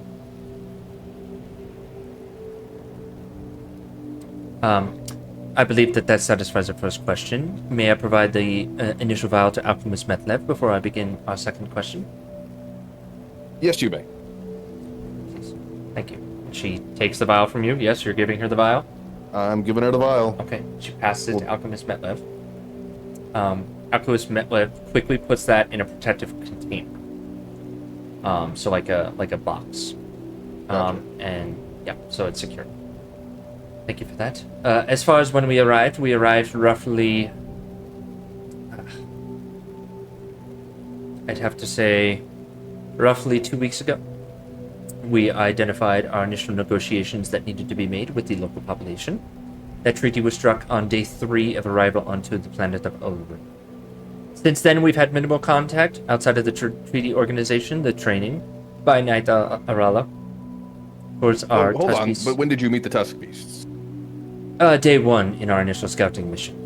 As we landed fairly close to them, we identified them as a population that we may need to immediately identify ourselves with, and landed and sent our boarding party within the first day of arriving on this planet. Oh, okay, understood. Not dissimilar to how we met the Hadozi then. I guess so. An idle observation. Yes. I believe that answers 2 out of the 3 of the agreements that we have discussed and made. Am I understanding this correctly? I am. Forgive me for being curious, but how did you find the mine? Did the Tusk Beast inform you of it? I'm afraid that information is classified. I'll let my dissatisfaction to the side for now. But yes, that will be sufficient. I understand the last terms of our agreement was this dagger, yes? It looks fairly old when I found it. Quite a well-made piece of Carnathian steel, but I have no idea where it's from or when it's from, and I was hoping you could help out. Just a curiosity of mine. Yes. First, Medreus, can you provide your expertise on Carnathian weaponry and provide a summarized report of this, please, for me? We may need some time. May we take a short recess for First Medreus to conduct his research on this dagger? Oh, yeah, I suppose so. Certainly. Excellent. A short recess. Yes. Are they going back across the bridge? They're going back across the bridge. Specifically for First Medreus is like pulling out like a magnifying glass so he can Gotcha. better understand, and like holding the dagger up to his eyes and like moving around in all different forms. I'm gonna stay where I'm at. I think, is everybody else gonna be with me, just staying on this side? Staying on the bridge? Yeah, can Cooper like follow Dreas? Just like looking real cute. Not looking suspicious at all, just Smart. you know. I am going to honor that previous natural 20. That he does ignore Cooper sitting next to him. Nice. Okay. Is it obvious if I look through Cooper's eyes? I don't Question, know. actually. So, the only example that I have of seeing through a familiar's eyes is Campaign 2 of Critical Role, where the Dirt Wizard views through his familiar's eyes. Yeah. He seems to have like a vague eyeless expression and loses most motor control. Loses sharp motor control. So if you are not facing them, and you're sitting still and not moving, you could, with a, I'm gonna say a stealth roll against their passive perception to hide any evidence of use of seeing through a familiar's eyes. Ugh, I'm real bad at stealth. I don't know. If you want to do that, you can, but bear in mind that will be a blind stealth roll. Actually, Would what? Yeah, it would be a blind stealth roll. Can I maybe make it look like I'm talking to Toad? Like I'm gonna lean over, like I'm gonna turn around with her and talk to her, like we're doing some negotiations, like while they're doing a little recess over there. Yes, And maybe I will I allow would that. choose I will me. allow that to be a help for the stealth roll. Gotcha. Give a little advantage there. Actually, let's do it this way. Make me a deception check, and depending on how good your deception check is, we'll see what the boon is, or how well it helps. Okay. I am 0 in deception. Well, had to roll bad eventually. Toad, you'll get a +1 to your stealth roll. Gotcha. All right. Hopefully Val and Alric are paying attention to what they're doing on the other side, because I'm turning around right now. I'm like, pss, pss, pss, pss, pss, pss. Okay. We'll see. No, I want you to roll me a blind roll, please. Blind DM roll. Oh. Great. Yeah, didn't count. It was public. Didn't count. That didn't count. Yeah, That's you're true. right. Phew. You got just the bad rolls will stop coming eventually. Oh no, how did that happen? It's only nat 20s when it's blind. Yeah. So I think to set the scene, Toad like leans over, facing towards Rick, with like their head bent down, like maybe like Yeah. looking into a cup of coffee. Okay, I like it. In case you wanted to add, that was a great description. So if you wanted to add like +5 to whatever I rolled. Wouldn't that be interesting? Okay, It's a very polite way to say no. that is, isn't it? That's kind of shitty of me. I didn't mean to say it like that. No, No, was Toad. good. Sorry. Good try. Heard, chef. Okay. It hurts. All right. So you're attempting Jeff. to listen through. You're attempting to listen through Cooper's perception. Cooper has keen hearing, so I'd like you to. I'd like you to actually. I don't. Yes, I would still say a perception roll is necessary because you're going to hear most of everything that First Mate Dryas says. However, the others may or may not be picked up by Cooper. So go ahead and make me a go ahead and make me a blind perception. All right, using Cooper's perception, right? No, Was it? you're using your. Okay, hold on. So okay, no, I'm gonna say because when you're wild shaped, right? You use the boon of the creature. So I will say you use your perception unless his is higher, and you can roll. But they stack, so you get his keen hearing plus your perception. Okay, so I get to roll with Actually, no, advantage. I'm taking that back because if we're thinking about how campaign 2 was, they made your wizard roll perception from the creature. So because this is familiar, we'll follow the rules of the game. So make a perception roll with advantage using the stats of Cooper, please. Okay, it's okay, guys. Cooper is okay. At Yay, perception. he's okay. Okay. I was blind? Okay. So the captain approaches the first mate.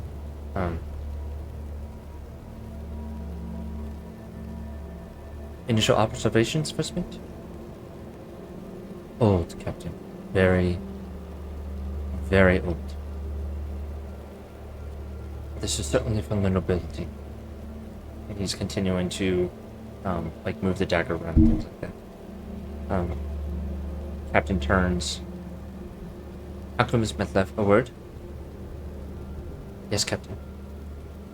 As soon as we get back to the glorious end, I want you to immediately begin deconstruction and reverse engineering of this serum. Deprioritize all of your other tasks. This is the highest priority for our people. Yes, Captain. Captain, are we sure that this hasn't been provided as some sort of ruse? Some sort of ruin dived into Incarnate nations? This is certainly from our nation, I can guarantee you that. What plot would they have in order to gain favor? This makes no sense. Why do you say that? Well, you see the marking in the etching here, the stylistic designs on the edge blade? That style has been out of style for over 100 years. This leads me to believe that this was pre-last war. Why the hell would these people have a pre-last war dagger of Carnathian make? First made rise. Your guess is as good as mine, Captain. Ah. Captain, this is Norana Irwinard.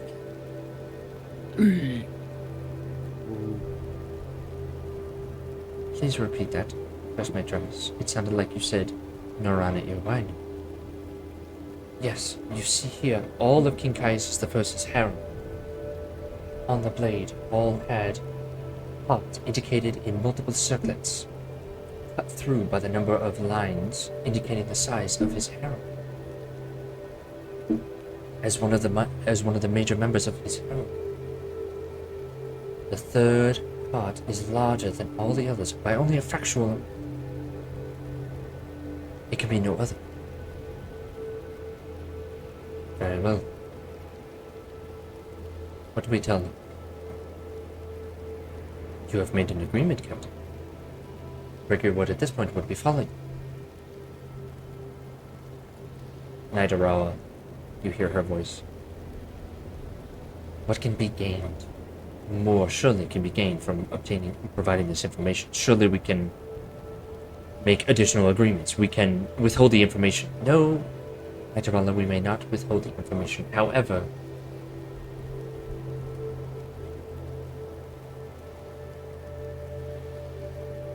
understanding where they got this information from is crucial.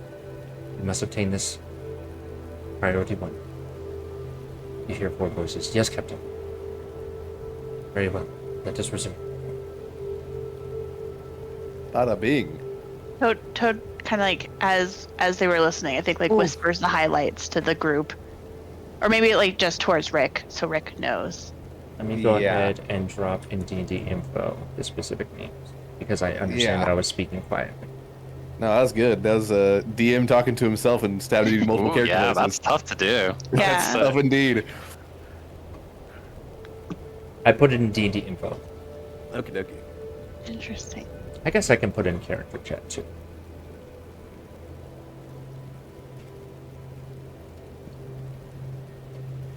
Cool.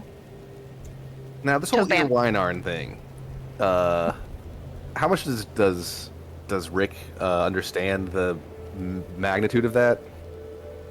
Would you say? The Irwinard name is well known as being the bloodlines of all the major all the rulers of all 5 nations. Okay, good. I would know that. You would know that. That's common knowledge. Everyone knows that. So this is something I would definitely pass on to Valvin. Yeah. Okay. Yeah. I think before they come back to us, I think we're gonna huddle up again. Okay. Hey Val, do you want this dagger back? It sounds like they're willing to give us more information for it. But you know, I mean, it seems like. Look, I'm just saying, it seems a little important. Yeah. You said that they're planning on giving us more information in return for the dagger? That's what it sounds like. Yeah. I had no idea this thing was. I thought it was just a very pretty dagger. I gotta be honest with you. I'm gonna check something. I may have the name. I may have the wrong name. Give me 1 second. Ooh. Hold on. Let me make Actually, sure. I may have misheard that. Let me reflect on. I have not photographic, but maybe phonographic. Maybe Yeah, that's the memory I photographic have. memory. Beautiful. Yes. Let's go back. Yes, I have gotten the name wrong. Let me go in here real quick and change the name. Quick little edit. Never happened.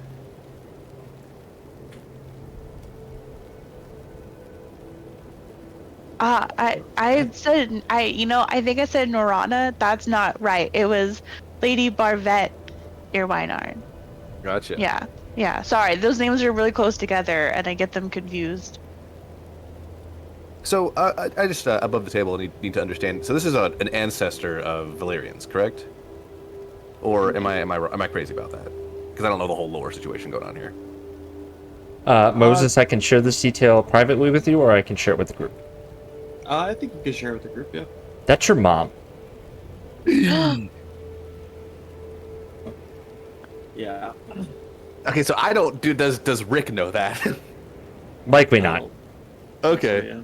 Hey, Valyrian, I mean, it sounds like this is like an ancestor of yours or something. I understand if you don't want to, give it up. I didn't know it was an important piece of, anything. Hold on. Did I get this right? Oh man, I fucked up the lore.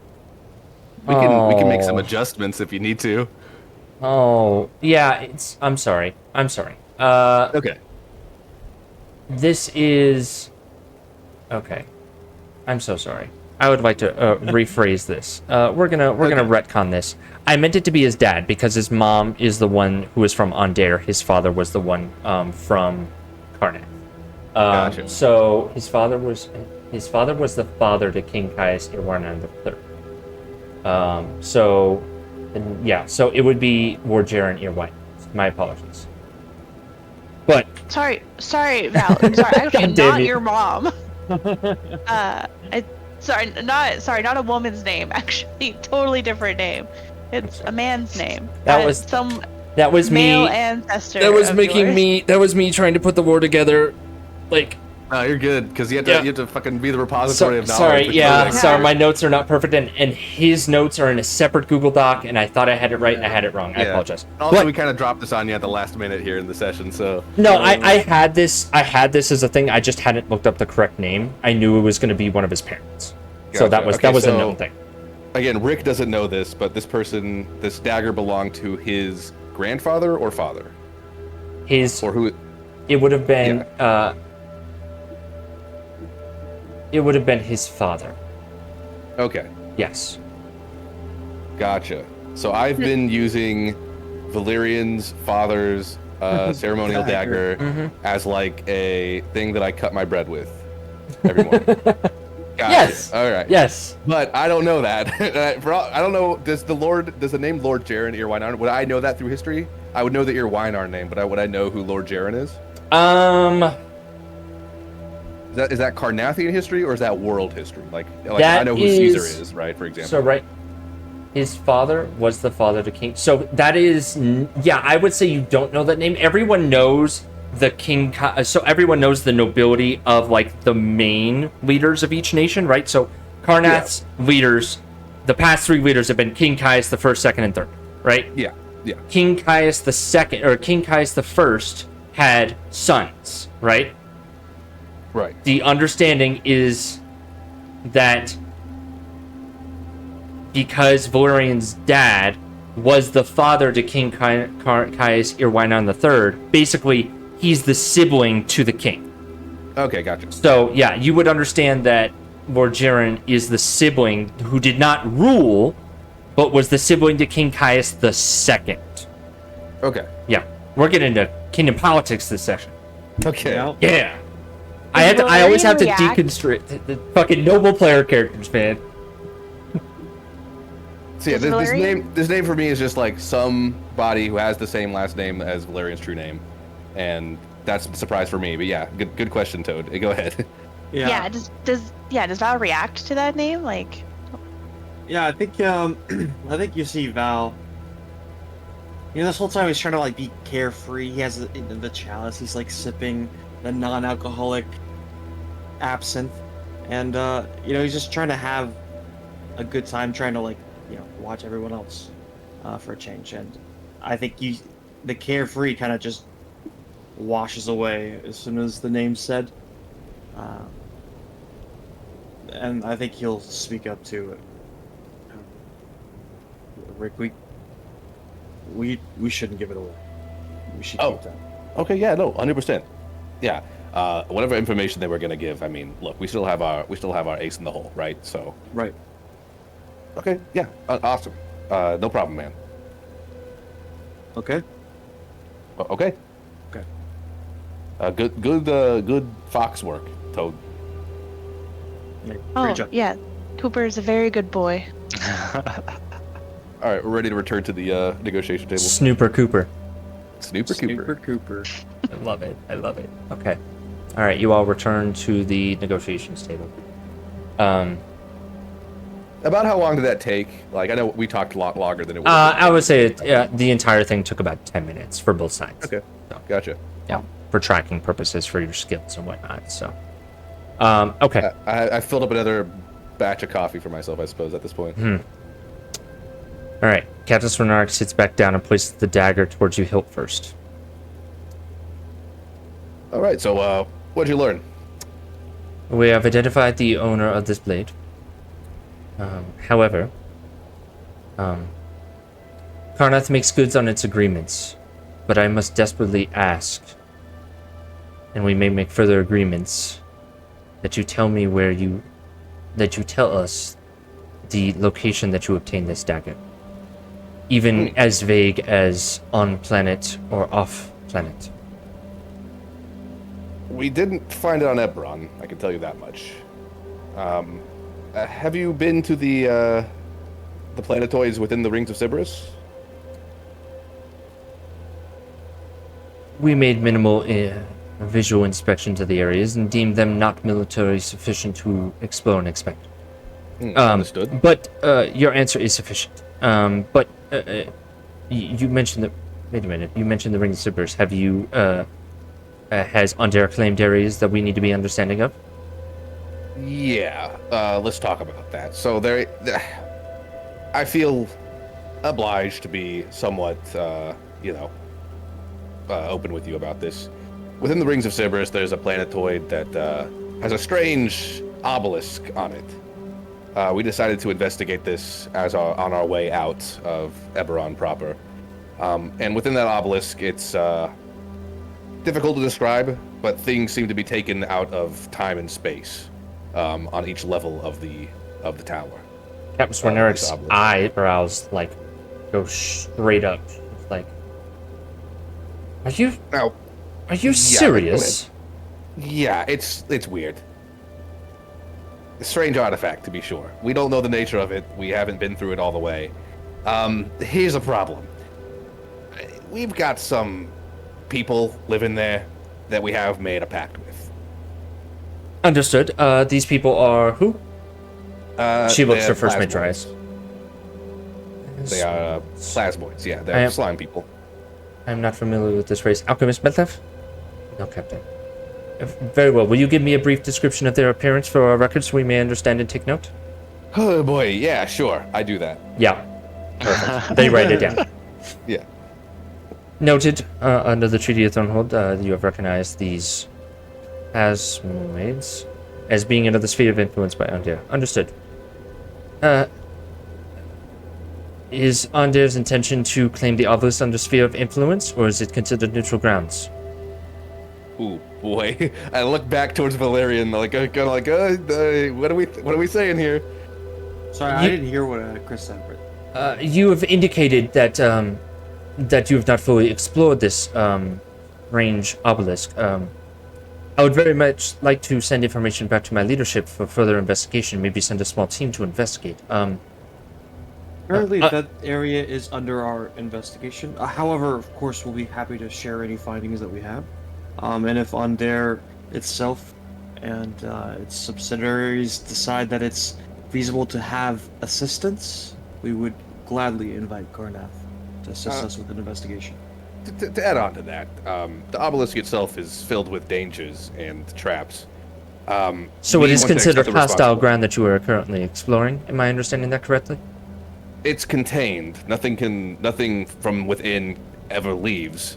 The problem is we can't fully explore it at our leisure. We have to, account for all the dangers, and it gets more and more dangerous as you rise in levels. The idea I'm trying to get across here is we want to accept responsibility for these dangers. We don't want to be responsible for putting your people in danger. And so I would say that we'd prefer if you leave the obelisk to us.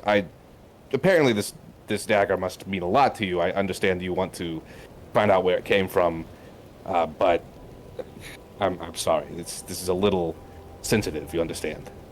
Of course, I do understand. And I will give you the origins of this dagger. That has already been agreed upon.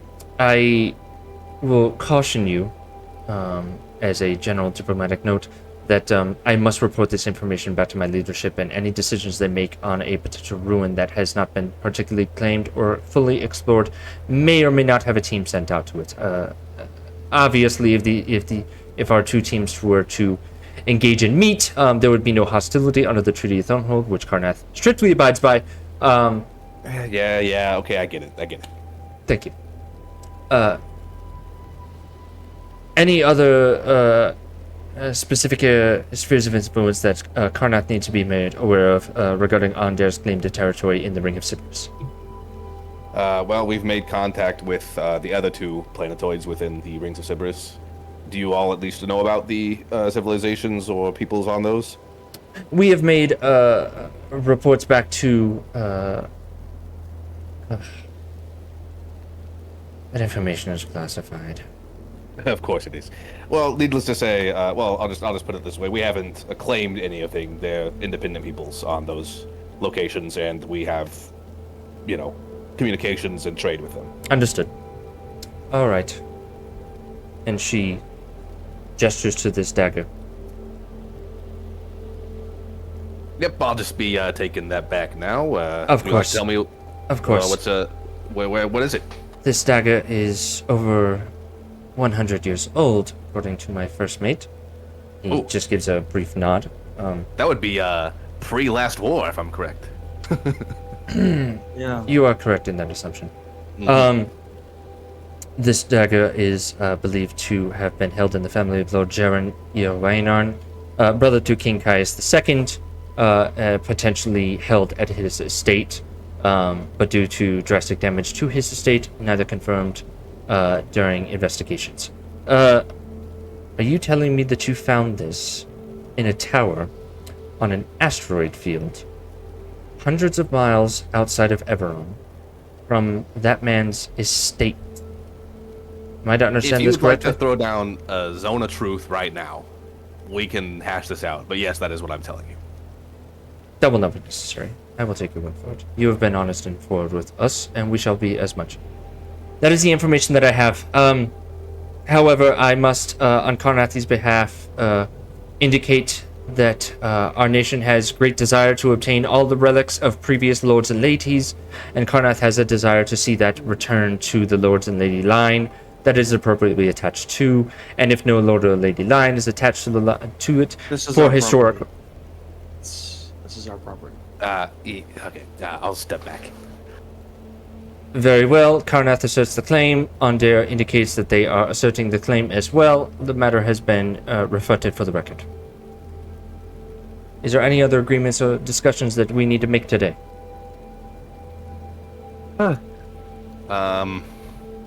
So okay, let me just get it out all the way now. They've told us all the information we've agreed to.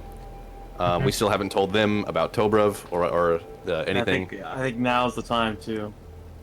Okay, yeah. I want to stand. Rick will stand up and he's gonna put out his hand to shake Captain Swannery. So you'll stand up. Shake your hand. Captain, I guess there's one more thing we should tell you before we go. I have made contact with the last surviving member of the Tusk Beast tribe, and they're going to be accompanying us on the rest of our journeys from henceforth, it seems. She sits back down. Gestures for you to sit back down. I sit back down.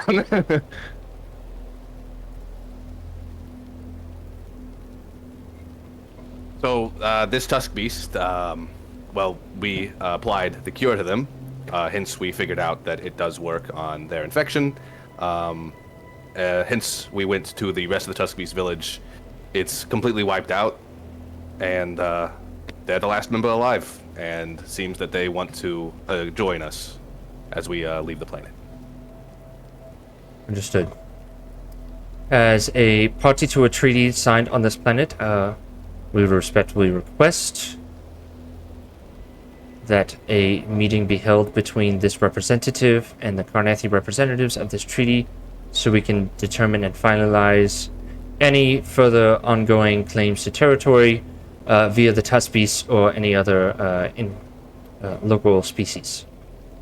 If he so wishes to leave, that is within his rights and wills. However, we wish to finalize and ensure that this treaty cannot be nullified by their actions while under the influence and under the care of the Onder ship known as the, what did you say, Dragonhawk? The Dragonhawk, that's correct. And yeah, I understand that this puts you in a rather precarious spot. And you must understand that we understand that as well. And so I really hate to bust your balls about this, but what's in the mine? Even if you don't tell us, we're just gonna leave right now with your guy, and you'll never see us again. Maybe we. I would like you Okay, to. not. Uh, Go ahead. I would like you to make an intimidation check. Okay. Yeah, can I assist by saying like I will say for this, because he's already under the effects, it was a. Okay, go ahead. Say your piece. Say your piece.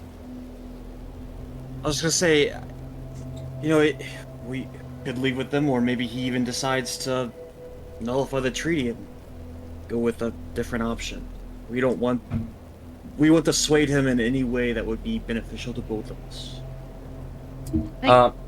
Toad will just muse aloud. What would you even offer to him now that weapons and training mean nothing? Okay. So this roll would normally be an intimidation check with disadvantage. My understanding is it would still be with advantage, so this is a flat roll. I do still have the eagle thing, right? Because intimidation. Yes, intimidation, I believe. That so it makes that the eagle thing still makes this. That's making this a flat. Okay, gotcha. So flat intimidation, normal or, public or private? Oh, this is public. Okay. God, I don't have any I inspiration, guys. believe. Okay, it's Hey. not- Hey, Hey, there you go.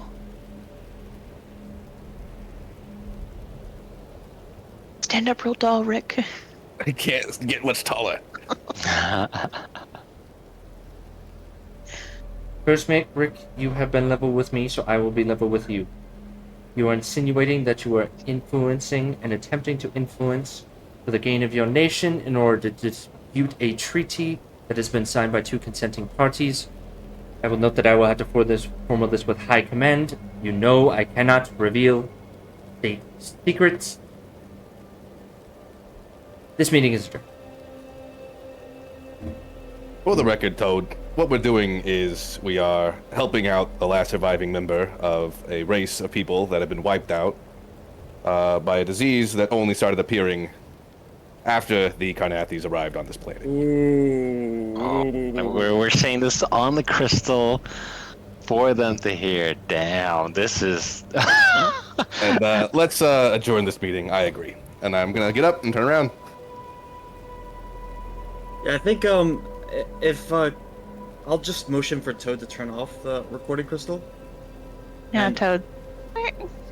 I'm gonna look to them now that the crystal's turned off. So, no eyes, no ears. You tell us what you have. They're not discussing Show us. anything with you. No, they're standing up and walking out. Just leaving? And they're for sure not retorting to Okay. Rick's comments and insults.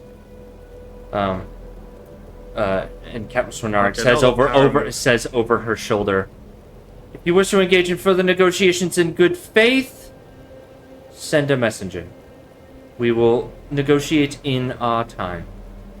Have a pleasant day." Will do. Maybe the chieftain. Bye, We'll be in Dre. contact.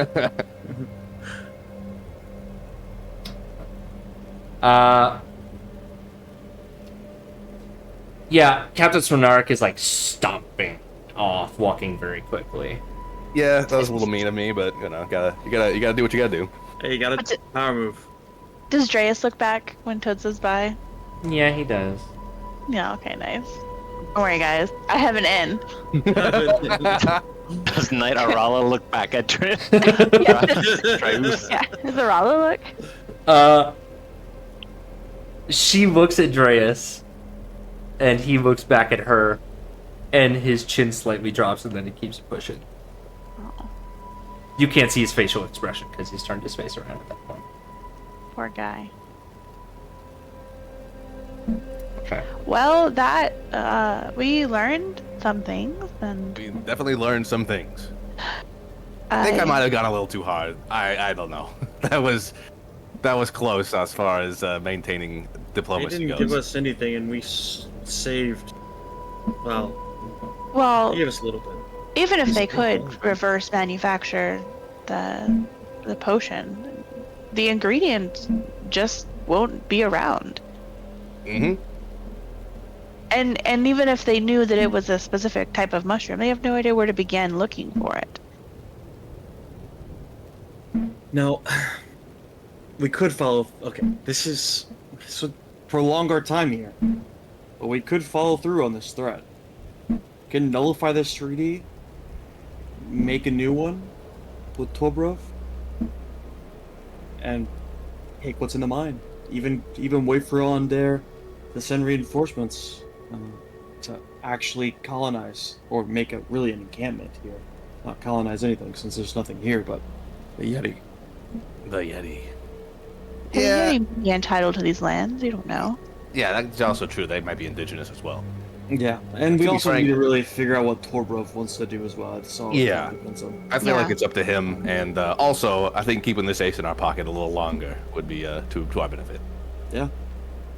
I mean, at the very least, they're going to be thinking about that shit when they go to bed Oh. at night. Hanging over their head, and on recording, so they have to report it to their higher ups.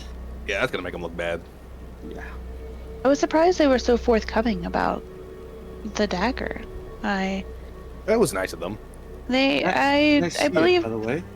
Oh, 100% my man. And I'll go ahead and transfer my inventory to Valyrian. I don't know if I just post it in here. Can you take it? What do It you- says hidden. What are you Oh. trying to do? I'm trying to give him the +2 Carnathian Oh, dagger. yeah, I don't know if you can. It says give to character if you go to the little menu beside the item. Ooh. Send That's cool. pick character to. I can pick Ice Circle or Spiritual Weapon Rick.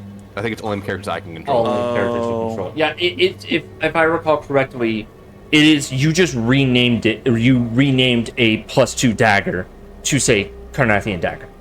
Ah, So yeah, it wasn't a specific item. It wasn't a homebrew item I created. It was a +2 okay. dagger, and you made it in yeah. So you can do the same thing. Okay. and I will remove it from my inventory. Okay. I'm back to my old reliable, the mace. we know more than I think they think we know. Like, we know they have some type of technology that allows them to, like, determine. Like, there was something that brought them to that side that they Oh, won't talk sure. about. So Yeah, I we mean, know that they they've got ignored a some bunch of kind other tech. planets. Like, they ignored all the stuff in the Ring of Sybaris. Yeah, they didn't go to Zarantyr. Zarantyr. And by omission. But I also do think in my mind, they've basically exonerated themselves as far as intentionally releasing this disease. Though I think Ulrich had maybe a pretty good point about something in this mine being related. Yeah. They also seemed very, at first they seemed like, oh, we don't care about the cure. But they clearly care a lot about it if they're going to drop all other research projects and research the cure. Yeah, I bet they don't want to be turned into ice golems. It's kind of a reasonable assumption there. They also seem suspicious of how we came about that dagger. Although, Rick, I didn't know you were going to tell them about the tower. It kind of put me in a tough spot there. I didn't know what to do. I tried to keep it vague, but then they kept pressing. I don't know. She's like really got a lot of medals and stuff. I think we need to let Onder know that piece of information specifically. I think it's important that only we explore that tower. Yeah, but I guess we send them the recording and that'll get it done. Yes. Oh, we should go tell the Hadozi that we're making a treaty with them, by the way, because we never actually officially did that. Yeah, we have to kind of decide if we're going to tell them about. We know we can tell them about the cure after we Right. load up Talrol. Yeah. Oh god, this shit's so fucking complicated. Gosh, we have so many steps to take, and I'm sure it'll take at least another 4 hours. At least another 4 sessions. Oh my god. Yeah, so it's getting pretty late, you guys. So do you guys want to call it here? Do you want to try to eke out some small things real quick? What do you want to do? Well, I think all we have to do left, right? Someone correct me if I'm wrong. We have to go back. Well, first we have to see what Tobrov wants to do. Then we have to pick up Talral, go to the Hadozi, tell him the recipe, and then back to the Ring of Cerberus. I think we have to establish like an official treaty with them, right? Like we have Yeah. to go through the negotiation process of like what do That's we true, that's want, true. what do they want. Yeah, I think protection and, maybe even trade So with Onder. if you guys want, because you guys have been on this planet for so long, we can do all that kind of like above the table, out of character. Like, kind of like we can kind of speed through that if you guys want. Yeah, is Like- there anything like... I think I want to have a conversation with Talral in character. Or Tobrov, excuse me. Tobrov, yep. And I don't know if you guys want to, because obviously you guys are like more invested in Talral than I am, because I missed that one. Yeah, you weren't there for that session, unfortunately. So if you want to have a conversation with Talral as well, you can do so. But I definitely want to talk to Tobrov in character. But as far as negotiating with the Hadozi goes, we can do that above table, I think. So And yeah, think I agree. I think the negotiation with the Hadozi is simple enough because you have interest and you have high temperament that a lot of rules wouldn't be really necessary. It's more about just working out the details. they kind of owe us. We did save their civilization. Yeah, exactly. So it's more about, it's less of a negotiation and it's more about working out the nitty-gritty details of an arrangement, if you will. Welcome to the Onder Sphere of Influence. Yeah. Love that. Yeah. And I think that was, I kind of came up with that off the top of my head, like the Civ relation. But I think that's a good way to the explain city-state. what you guys are kind of doing, because you're not colonizing, right? You're Yeah, we're not expanding taking on their over. sphere of influence, and you're researching, and so yeah, I think that's a good way to put that's kind of your goal. So I may go back and make some edits to your like charge from your nation, just to make that a little bit more crisp and clear. Okay. So it sounds like you guys want to have some conversations with Taural, and you guys want to have some conversations with Tobrov, and then you guys want to do. We just want to hammer out the negotiations, kind of like how we did with Zyka. Yeah. I think Right. that last piece is really easy. That we don't need to even do that much in session.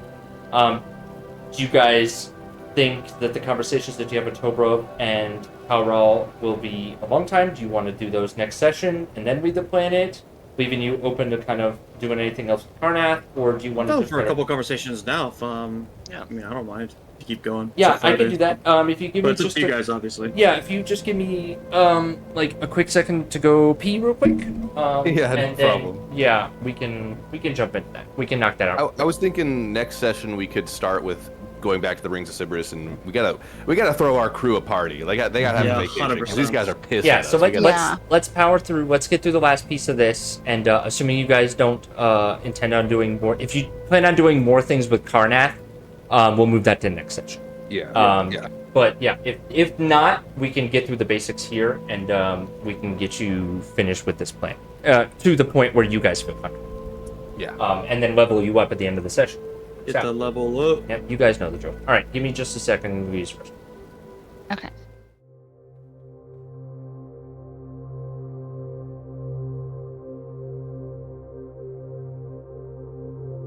So as a ship's doctor, I think Rick would say it's probably a good thing for him to go with us, right? Right. He's the last surviving member of his species, and I'm afraid he's just going to do what the chief did if we leave him here, right? Right.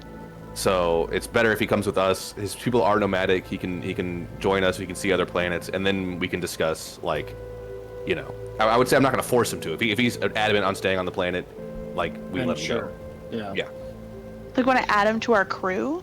go. A little bit. Kind of want a big elephant guy in our crew. Yeah, I mean, hey. That would be pretty cool. He can do it and earn his keep as well.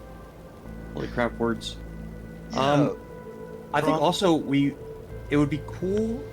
I don't know if we do this. We probably don't do this now, but maybe on our way back. The way we deal with the treaty is we do have, well, obviously depending on Torbra, but we have him renegotiate, and he negotiates us in so that Under has permanent access, or at least monitoring access to the mine, and we could go in and out freely.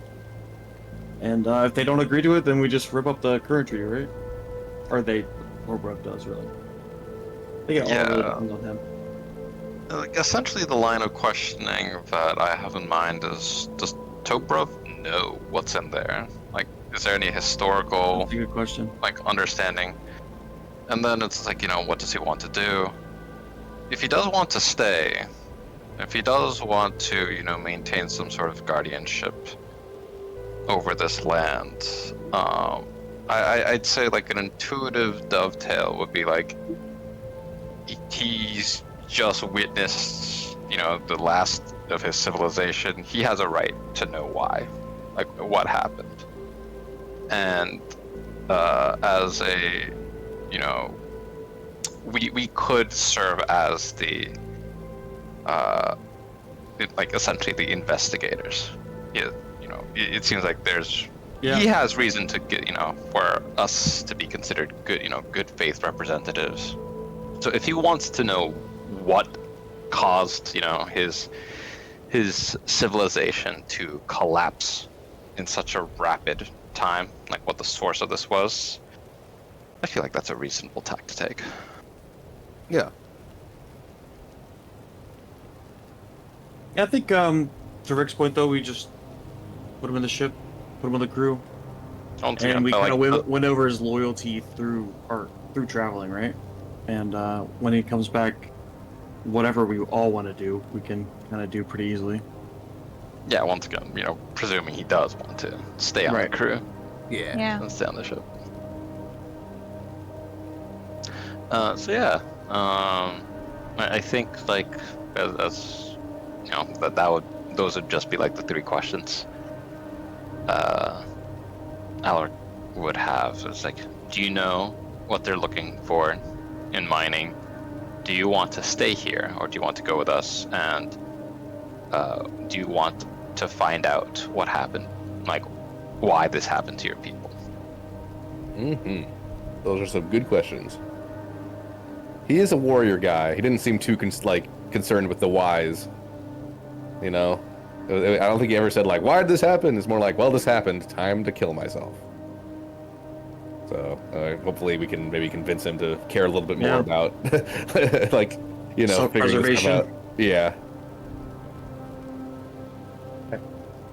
So you guys make your way back to the ship, I'm assuming? Mm-hmm. Yep. Yeah. So the majority of those events, I would say it's getting close to night. Mm-hmm. You might have an hour or two left, but it's getting close to evening time. All right, Alric. Can you heal Ethne real quick? I feel bad. Oh, yes. He's been hurt for so long. Poor buddy. Okay. Yes, Ethne is up to full strength. Okay.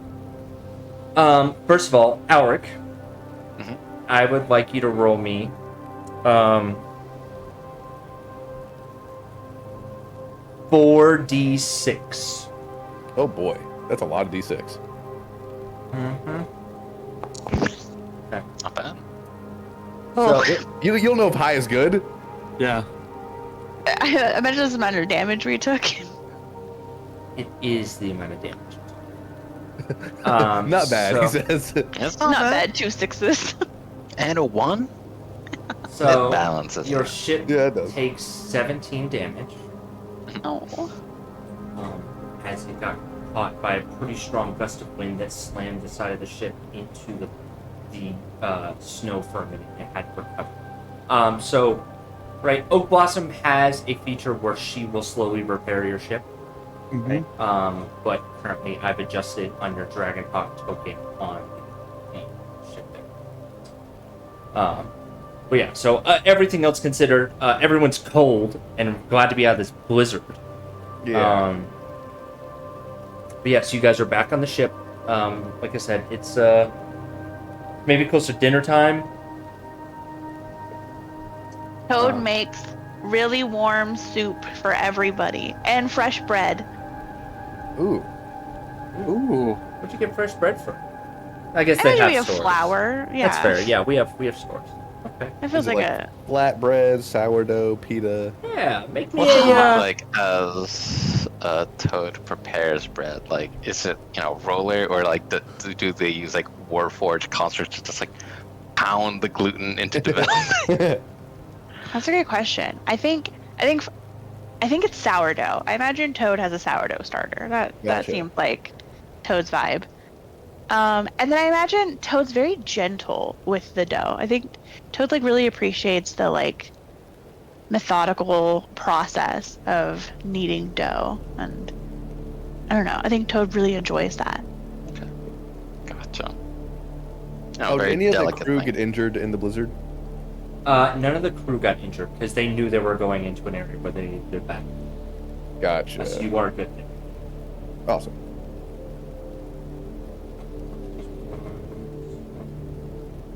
Okay. Oh, it's on my page. Fine. I'm just checking. Toad. First of all, take inspiration because I love when you think about your critical stuff. You are also the chef on the crew. Sorry, you're a little quiet. I can't quite Yeah. hear. Oh, I'm so sorry. I was talking to the side there. I would like you to roll me a 1d4, please. As Alaric? Oh no, sorry, Toad. Toad? Yeah, Yes. Toad. Take They get inspiration. inspiration, Yeah, Toad gets inspiration because they were leaning into the chef's side, and you're thinking about your crew. So I want you to roll me a 1d4, please. You were I don't thinking know about if your that's crew. good or bad. Your loyalty score to your crew's loyalty score increases by 1. Not bad. No, Not bad. I mean it's just a only little positive. something. Yeah, it's only It's only positive in positive. this scenario. Especially because I was pretty sure it was going to go down after the blizzard. Yeah, it was gonna go down, but Hot soup. your hot soup, your well cooked meal, definitely lifted the spirits of your crew. So let me find this Dragon Hawk ship's fleet. Yeah, I can't edit it. Your loyalty score is I think it was 7 previously. It is now up to 8. I need to make this an editable form. Stupid me. Yeah. Anyways, there you go. I'd like to. Gus is not a big fan of Carnath. Is that an assumption I can make? Or is he yeah, like Gus, neutral on that? You sort of thing? can easily tell that Gus is a hardcore on-dare loyalist. Yeah. I want to fill him in on the events of the day and let him know that we kind of got one over on Dare. Yeah, I want to be there for that. We kind of got one over on Carnath in favor of Dare, I should say. And then I said, I don't want to break your balls here. Doc, that's just music to my ears. Oh yeah. No, but seriously though, we got to figure out what the fuck they're doing here, because that mine, I don't know. You want to send a team? Oh no, hold on now. Well, we're gonna come back. We still got our ace in the hole, you know. We gotta talk to Tobrov later, but yeah, we gotta figure it out. But hopefully we can do so in a less dangerous way for the crew. All right, say the word, boss.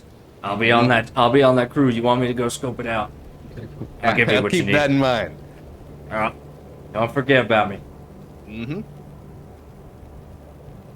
All right. Food has been eaten by the crew. It's a hearty meal. You updated Gus on the events of the meeting with Karnak. What are you guys doing now?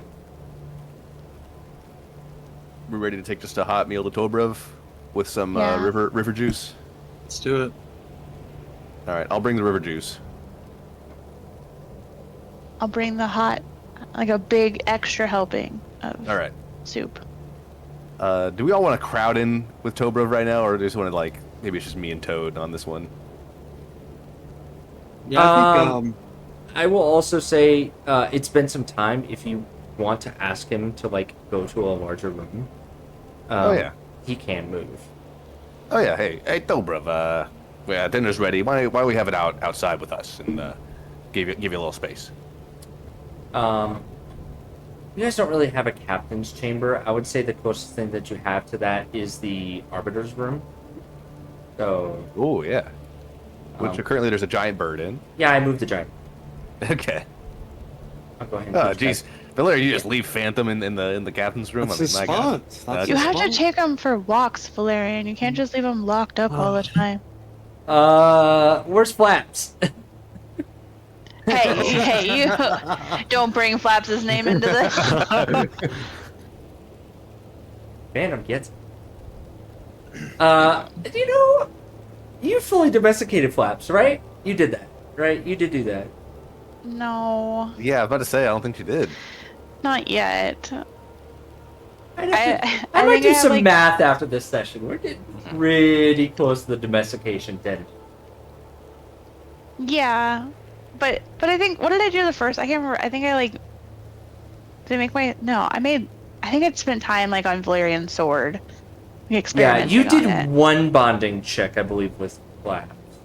Yeah, But I don't know if you actually completed the domestication. no, I did not. Yeah. I know that for a fact. I'll double check it. Oh, you know it for a fact? Yeah. I was Yeah. fairly confident that we're at that point. That Flaps is now just a straight up wild griffin that's in the cages down below. No, it hasn't been a full 30 days yet, Chris. Okay. We've only been on this whole adventure for 30 days. You've I've only got been at on this whole least- adventure for 30 days? I've got at I've got least, us like- on day 58. I've got at least 15 more days, for sure. We'll figure that out. She I'll pleaded. I'll make a note to do the math, because I will do. Time is important in this campaign. Smack. I should have lied. I should have deceived you. There's Hey, a phrase what? that they teach us in the Air Force. Trust but fair. Okay. All right, Tobrov. Is it just okay? We're up top. Yeah, you That's guys are up in the kind of conference room / arbiter area. It's your area of your command center, if you will. right. Cooper is gonna curl up next to Tobrov. I love it. Cooper Riz check. Oh man. Can Cooper just be cute passively? Passive cuteness. Or is- Oh. Cooper did a lot of work today, guys. He's tired. Is this like a elephants are scared of mice thing? Cooper's a poop. Cooper's poop. It's a Cooper pooper. Cooper pooper. Cooper Pooper. No, this is not an elephants versus mice scenario. I thought about that, but I'm not gonna do that. And Cooper comes back to Toad. He's just hanging out. Yeah, Tobrov isn't really interested in. I just realized it's always said copper on there. I need to change that to Cooper. Yeah, it's so weird because on my list it says Cooper, but Yeah, that's weird. It's Okay. probably just like the token Yeah, type. yeah, something like that. Yeah. Okay. Alaric going into this like discussion with Tobrov will be like reviewing any reports of like the hull damage and like trying to examine the nature of like the extreme weather on the Dragonhawk, but kind of absent-mindedly be asking, Tobrov, how are you feeling today?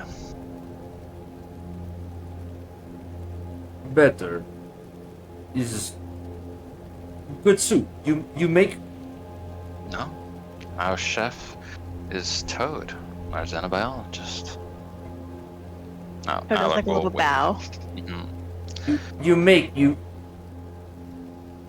You have no mouth. You not eat, but you make.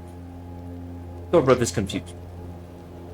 I make because others enjoy it, and I seem to be good at it.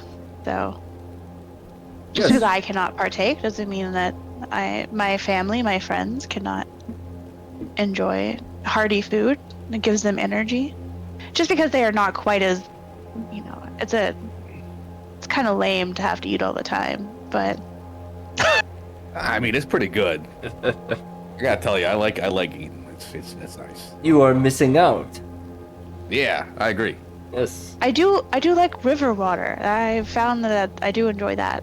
Oh, speaking of, I'm gonna You take should try some. Yeah. gonna take some cups out and I'll pour Is- everybody a glass of river water, is- river juice. Is water from river better tasting water?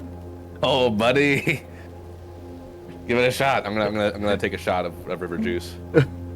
Okay. Toad like soaks a finger in a cup of. Let me make it, We're just calling it river juice. Yeah. let me make a Constitution saving throw for old boy who's exhausted. Yeah, you know. He Oh, we're trying to shoots have it a back. conversation He with said- him.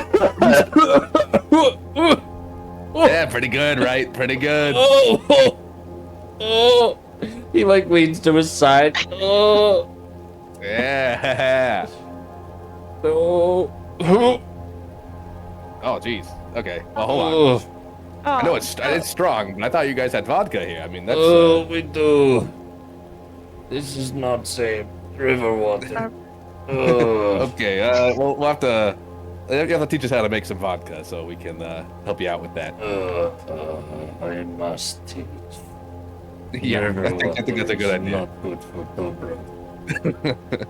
Is Maybe you should be poison? in charge of it. No, it's Oh, good. yes. It's kind Uh. of. I mean, in a literal sense, I suppose. As a doctor, I should inform you, you shouldn't drink too much, but you know, it's good for the soul. As a cleric, I can say that.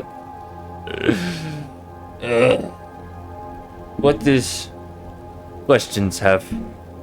What Dobro? He's like leaning up against his chair, head on the side. Well, What this question? Elric, you wanna pop it on him?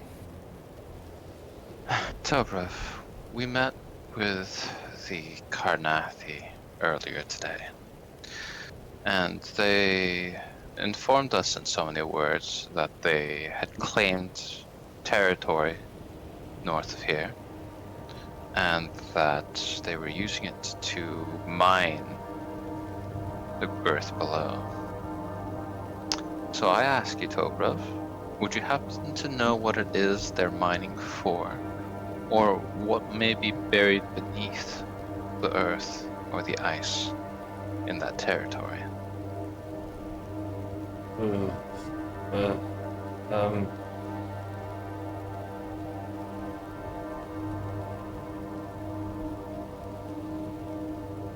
Dead Yeti? I do not know. Cuspies do not mine. We hunt. There is the Karnath make mine. Was that once the territory? You mentioned a Yeti. I might also ask, is that range once associated with the hunting grounds of dragons? No. Hope of only your stories of big Yeti, snow Yeti. Walk on many legs. Cobra, unrelated question. Your people were previously nomadic, and you chose to settle down. And I don't understand why. Perhaps because maybe your chieftain knew what was in the ground. Why did you stop, and why there? Chief said the ability we build up is good area blizzard not pass through for many months, and we maybe go into forest if those are not nearby. Oh, I see.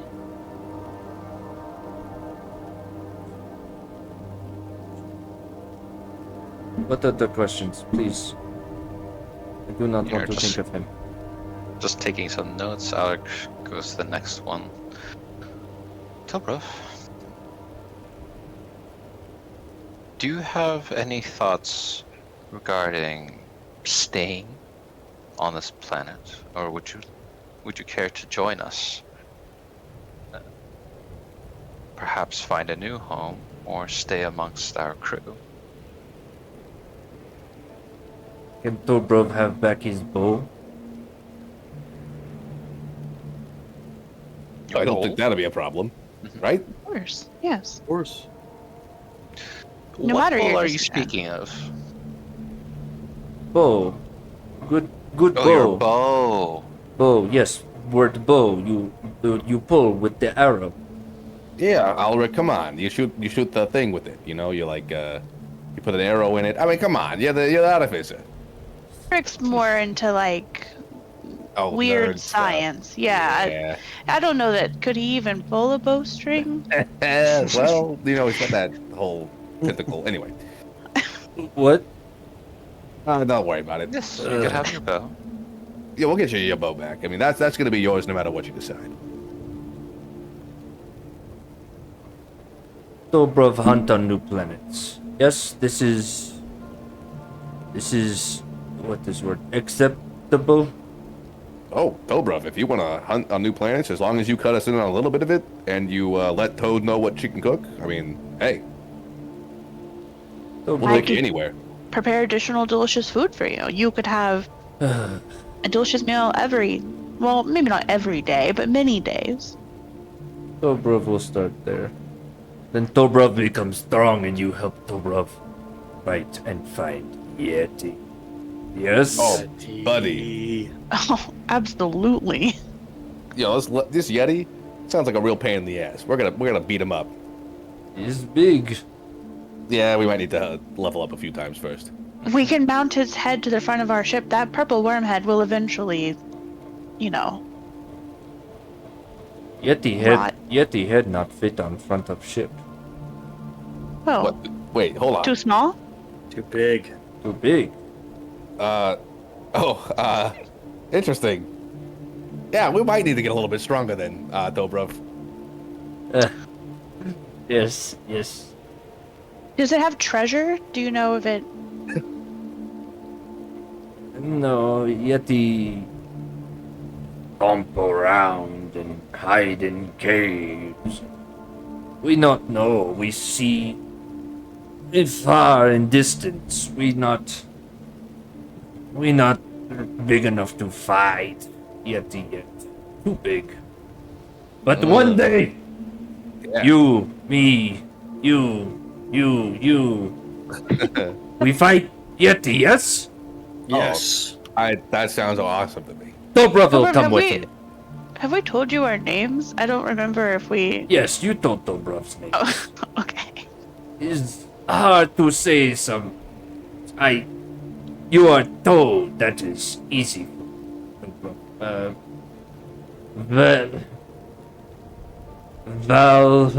Valerian. Perfect. Amazing. Wonderful.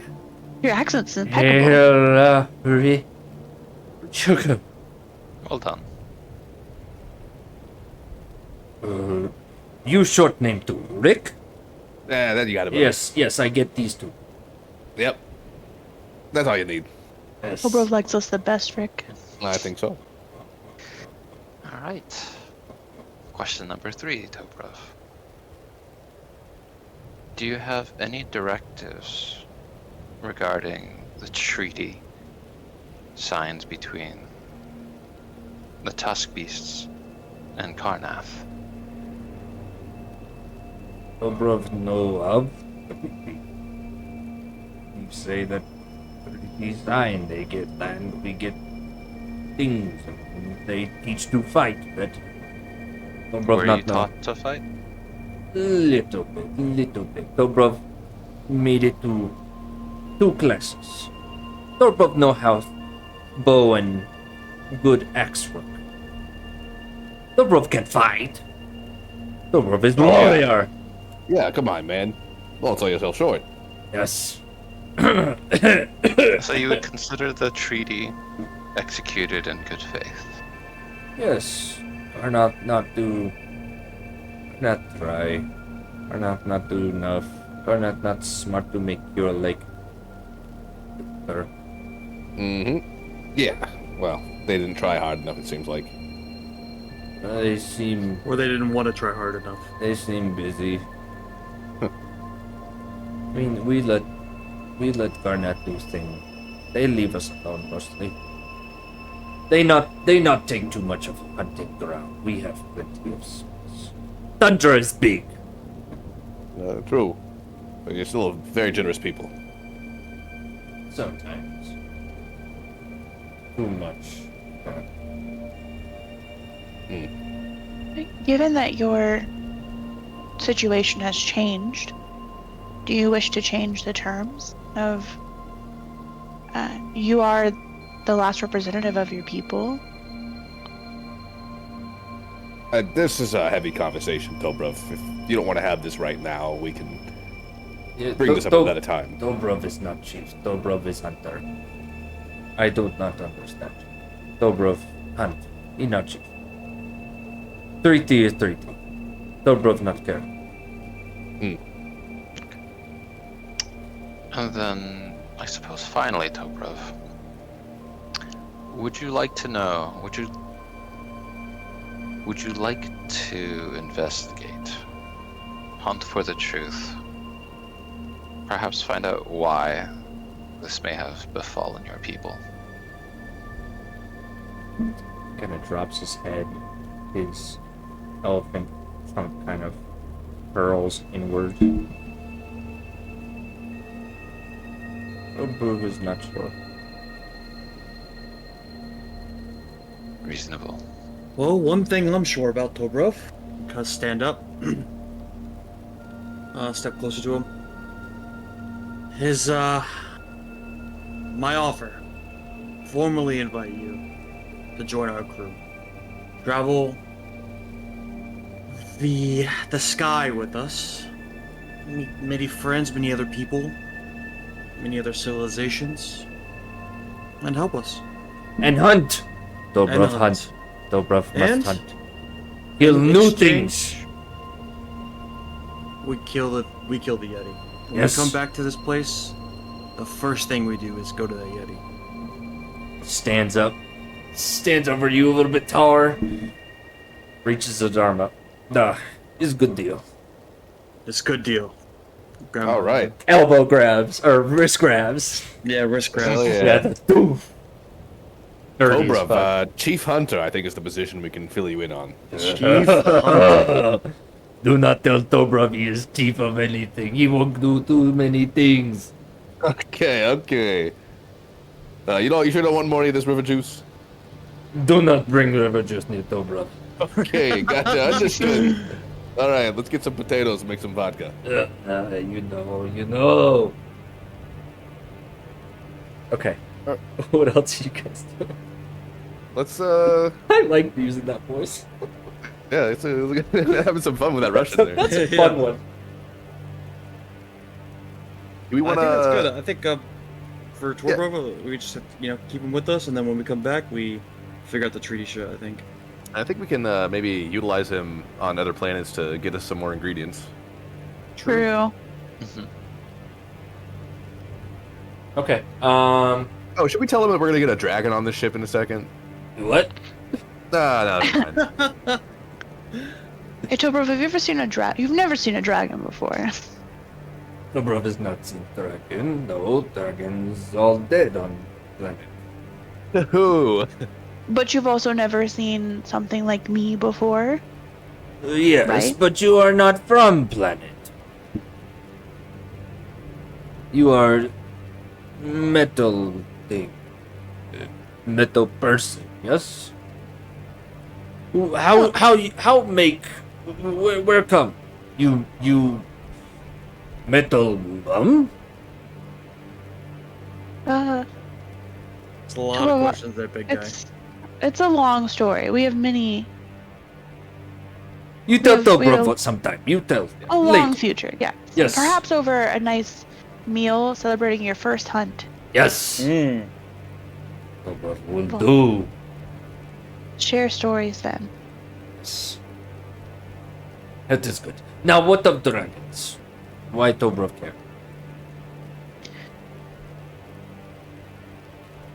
Well, You're not gonna be our only passenger from this planet. Okay. Hard cut to Tallraw on the ship. What the hell? Okay, do you wanna go to talk to Tallraw now? I don't think Yeah. I really have. I mean, at least for me, I don't have anything to say. Yeah, do you guys have anything else to say to Talrell? Because he's already think- agreed to join you on the ship. Yeah. I think the only thing that's pertinent is that Toad would want to collect like all of the mushrooms. Okay. So They're in canon is the hard cut to the dragon. We're saying, what the hell? It's canon, yeah. It's in stone. Okay. Alright, Okay, so you're trying to do what now? You're trying to harvest all the mushrooms?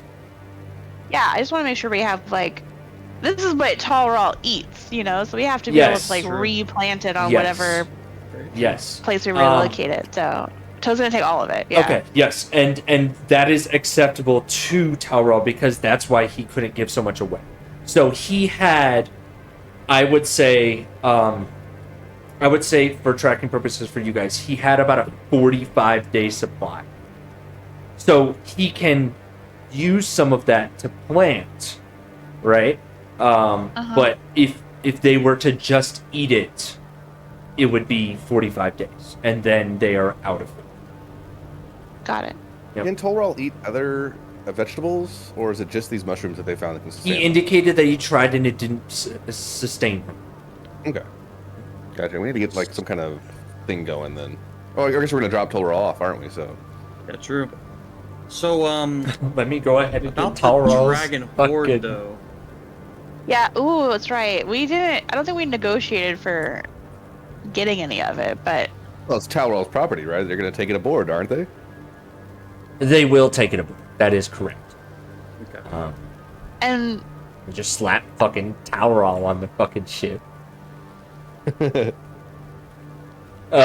the we've talked to the crew about it already. Okay, Yes. So they're not surprised by Yes.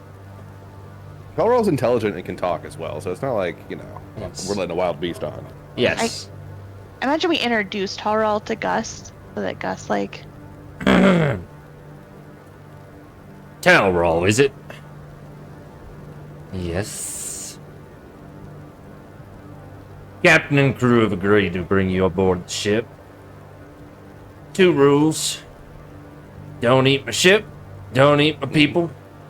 Oh, Mhm. third one. Don't piss off Oak Blossom. We go. Oh. That is strangely acceptable. Oh, great. Go. Dragon aboard my fucking dragon ship. Hey, Dragonhawk, dragon ship. We got This a dragon is on the ship. totally normal. Yep.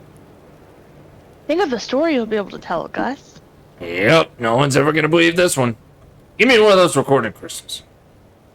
Ah, of course. They're not in short supply or anything. It's not like we can't get it anymore. Yep, sure, Gus. You could have a recording crystal. Toad learned very good how to do sarcasm now. Yeah, true. I think Toad is being totally genuine. Okay. X, I will use this. Definitely not interrogation means. Mm. Alright. You have a dragon on your ship. You have a Tobrov on your ship. You have Look, a fuck ton of mushrooms Tobrov's- on your ship. Dobrov's just a bro. You know, he's totally. He's Tobrov is bro. Tobrov. Yes. Tobrov. Dobro. That's excellent. Okay. What else? You guys need to talk to Hidozi. Yeah, we can just fast forward on that if we want to save that for next session. I'll just sum it up for you guys. How about that? Okay. Yeah. You strike a deal with the Hidozi that they will provide their services to build hulls made of very strong wood. Nice. So you now have an ally that is a hull manufacturer. Obviously, they do not have the technology to enchant or, create actual flying ships, but they are very well versed in hull repair. So if you need to take your hull back and get it repaired, they can do that.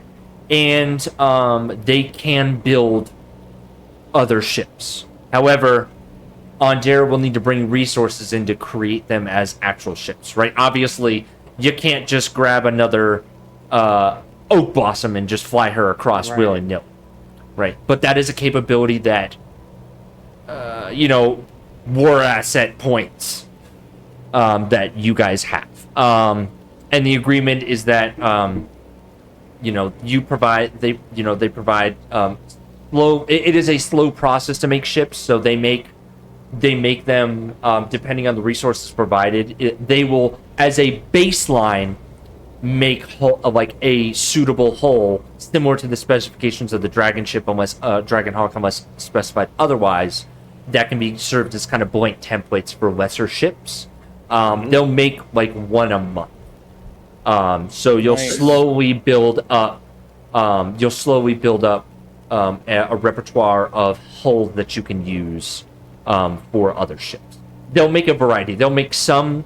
So I'd say like every month you'll get like either a smaller hull or a larger hull, depending on what you guys want. Like a smaller hull, you'll get like basically like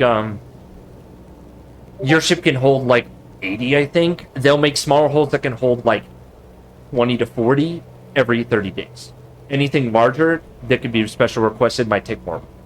Make sense? Yeah. So that's the best way to explain it. Is there any upgrades they can do to our ship currently? To your hull, no, because your hull is very well reinforced.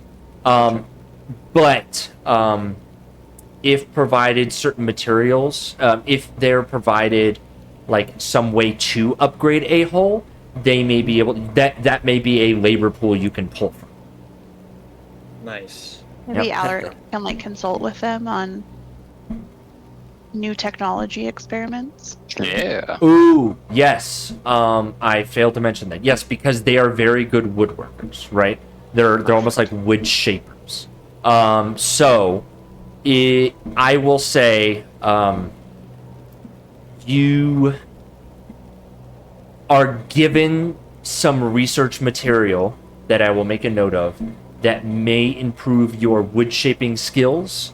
That can be. I'm gonna put this in D&D info after session. I'll make a note of it. This is like a research project where you can get better at repairing the ship. That's basically, you basically are given the study material to learn how to better repair the ship in a short period of time. Make sense? Nice. Wooden ships Yeah. specifically. So, Could that be developed Actually- to? Yeah. let me see. Go on. Actually, I'm not going to make this in D&D info thing. I think this.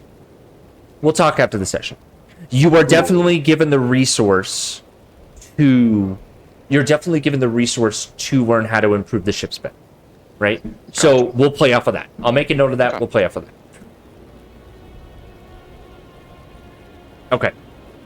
I think that's. Was there anything else specifically that you guys were looking for?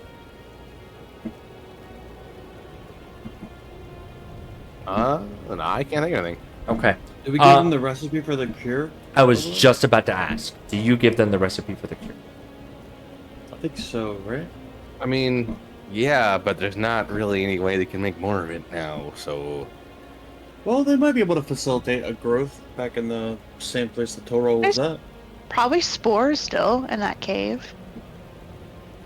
Here's the recipe. Good luck. Good Yeah. luck. Yep. Okay. All right. So, after quite a bit of time in real time and in game, Yeah. you have had some successes. You've had some failures. Right? You've met with another major power player on the world stage in Karnath. Right? You've made some allies. You've picked up a couple passengers to potentially transport as part of an agreement.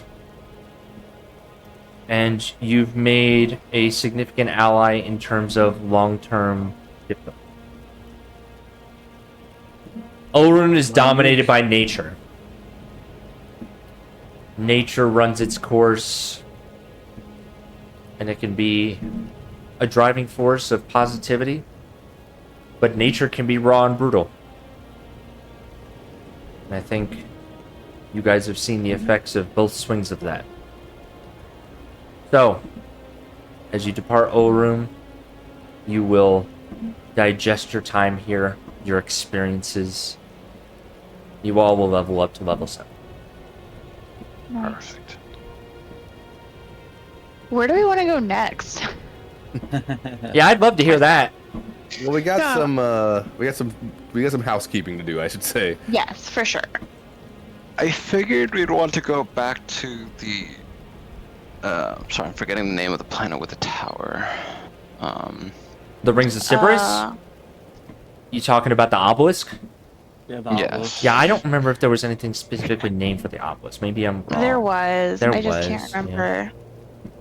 Really, the Plasmoids get the opportunity to rename it at this point. Yeah, Alaric has the key for the obelisk, but the Comad Moraz manipulator. Ah, There we yes, go. Comad Yeah, that's Moraz. what it's called. Yes, thank you. And so, we could check up on them. B, we could find a place. We could let Tolral and Tobrov loose. They could hunt, and maybe Tobrov could help us to find, a place where Tolral could set up. Set up their farmed area of mushrooms. Mhm. And then we can also further explore the tower. Okay. It'd also give us time to wait for, reinforcements to show up from Ondair to, claim the tower, I guess. True. Are there going to be reinforcements? We can call for some if we Yeah. need to. We have to send back a report about Eberron anyway. Just Is my there any- impression is that aren't we the one ship Onder has right now? No, There's there is at another least ship. Another ship. Because I Yeah. came back to get The Aaron. Wind Sailor. That's yeah. right. That's right. The Wind Sailor. But that ship moves incredibly slow. That Luxury ship, cruise. that ship is basically quadruple the travel times that you guys are seeing on the cyberspace map. Quadruple the travel times because it is slow. It is more of a habitat kind of thing. There's a lot of scientific experimentations going on there.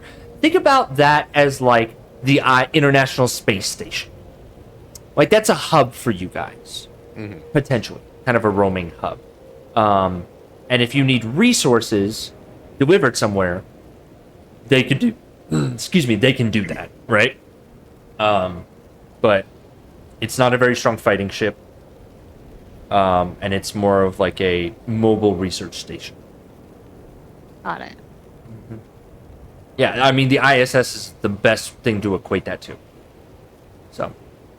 Well, I suppose we should at least ask for it, and if it takes time, it takes time. Mhm. But I guess they're really keen on it, so they're gonna show up. Mm. And So you can let Ondair know. So I'm gonna ask next session what you guys send back in your recording to Ondair. And I'm gonna ask. You guys are gonna have about 4 to 5 days of travel to the Rings of Sybaris because you're on Eberron. You're gonna be going to the other side of the planet. So I'm gonna say about 4.5 days to get to Comad Moraz. And then if you want to explore the tower, it's very much ready for you. If you gotta want to mess around with that, I will remind you.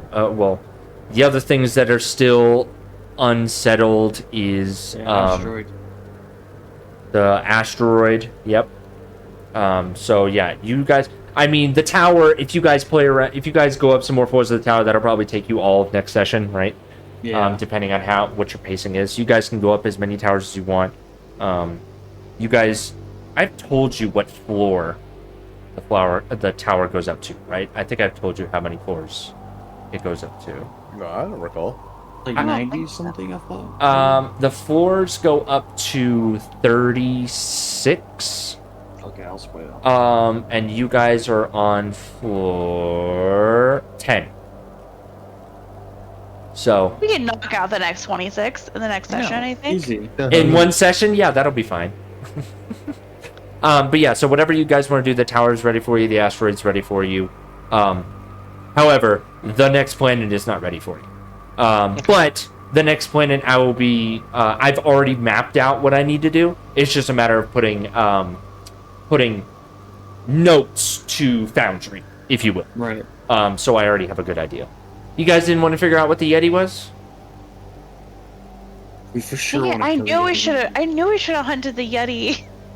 I also do want to do the Yeti hunt there. I'm just telling you right now, it's not like the stat block of a Yeti.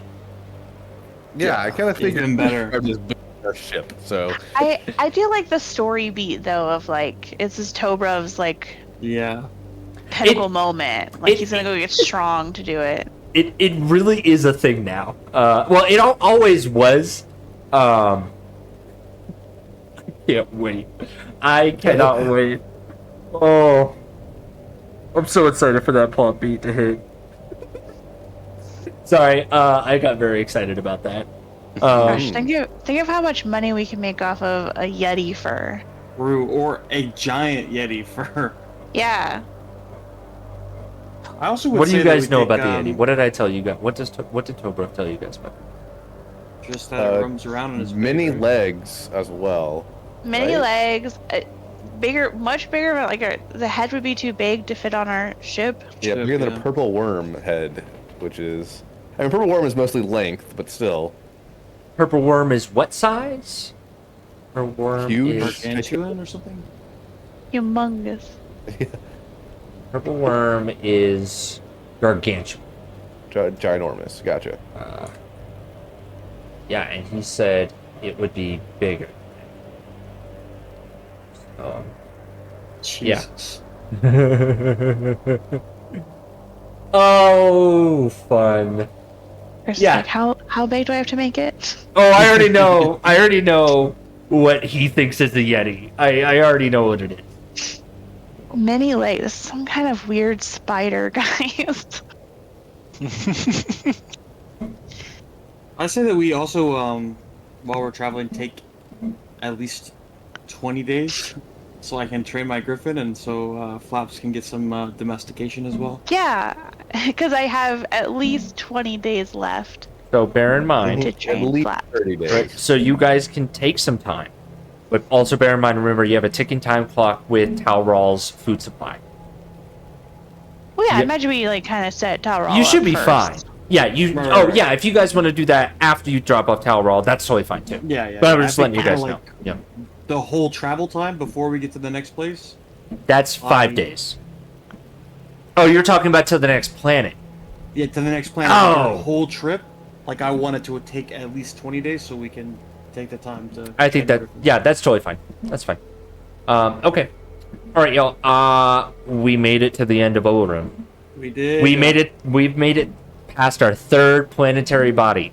Level 7. Session 24, and we've made it past our third planetary body. And there are how many planetary bodies? Hey, that Let's means go we down got this. some content for days. You guys, this is gonna be a long campaign, and I love it. Like, are you guys bored of this shit yet? No. Like, I don't know. No. 1, 2, it's taking so 3, long because we keep 4, going so 5. in depth. yeah, 7. exactly. We're getting way too immersed. In You it. have 10 more. You guys have 10 more planetary bodies to explore. Nah, the One, time it's two, taking us, some of them are just gonna blow up. I think. 13. Yeah. So, How do we roll HP again, by the way? you roll the die. So you can either just take the average, or you roll your hit die. You're a fighter, so I think your hit die is a D10. So I just roll one. Roll D10? 1d10, and then you add your Constitution modifier. Okay. So 1d10 plus 2. Or you can take the average. Can So I I take the see- average after I rolled. You can take the average after you roll. I'm very nice about that. Nice. Well, so that's 5, right? So, by the math that I'm seeing, the estimated amount of sessions to clear phase 1 of this campaign, which is just going to the planets for first visit, is 80 sessions. And that is not going back to planets or handling Like what, another year and a half? handling your quote unquote Reaper 3. Right? Because I guess that is we'll completely have to phase keep 2. Playing. Oh no, Dang guys. Gosh, twist my arm. Oh I man. guess. And maybe this next one will just be like a speed run. I feel like Yeah, my what if we get there and everyone's already dead and we didn't do anything? We're not involved in any way with any guilt related to. It could be People just like die. a regular ass place as well. Like, oh yeah, what's Yeah. up? What's up, guys? Or maybe Braylon's like, sorry guys, dibs. And we're like, oh, alright, peace out. that could very well happen if you spend too long on a planet. Right? Karnath already kind of called dibs on half this planet. True. Well, for now. For now. Well, like 100 square miles. Yeah. Hold on, I wrote that down very, like, not a lot of space in the long run. That is a lot of space, somewhat. Okay. All right. I'm gonna call it because it's almost midnight. This was a super fun Yeah. session. Again, another session without combat. However, we had a good negotiation there. I kind of thought they were gonna hit us, to be honest. Yeah, true. There were a couple of times where you're like, she's pissed. I was like, oh, alright, guys, I don't know if this is gonna work out. He is Next Friday, right? interesting. Next Friday, yes. I don't have anything Next Friday. scheduled for these Fridays, so yeah. Eugene, was this one of the weeks that you said that you might need to, like, Ooh, change yes. the date? Yeah, I've been confirming it. This one is fine. Like I had something in like early. I will have something earlier Okay. that day. I'm gonna end but the I should be recording. available for the. All right, sounds good.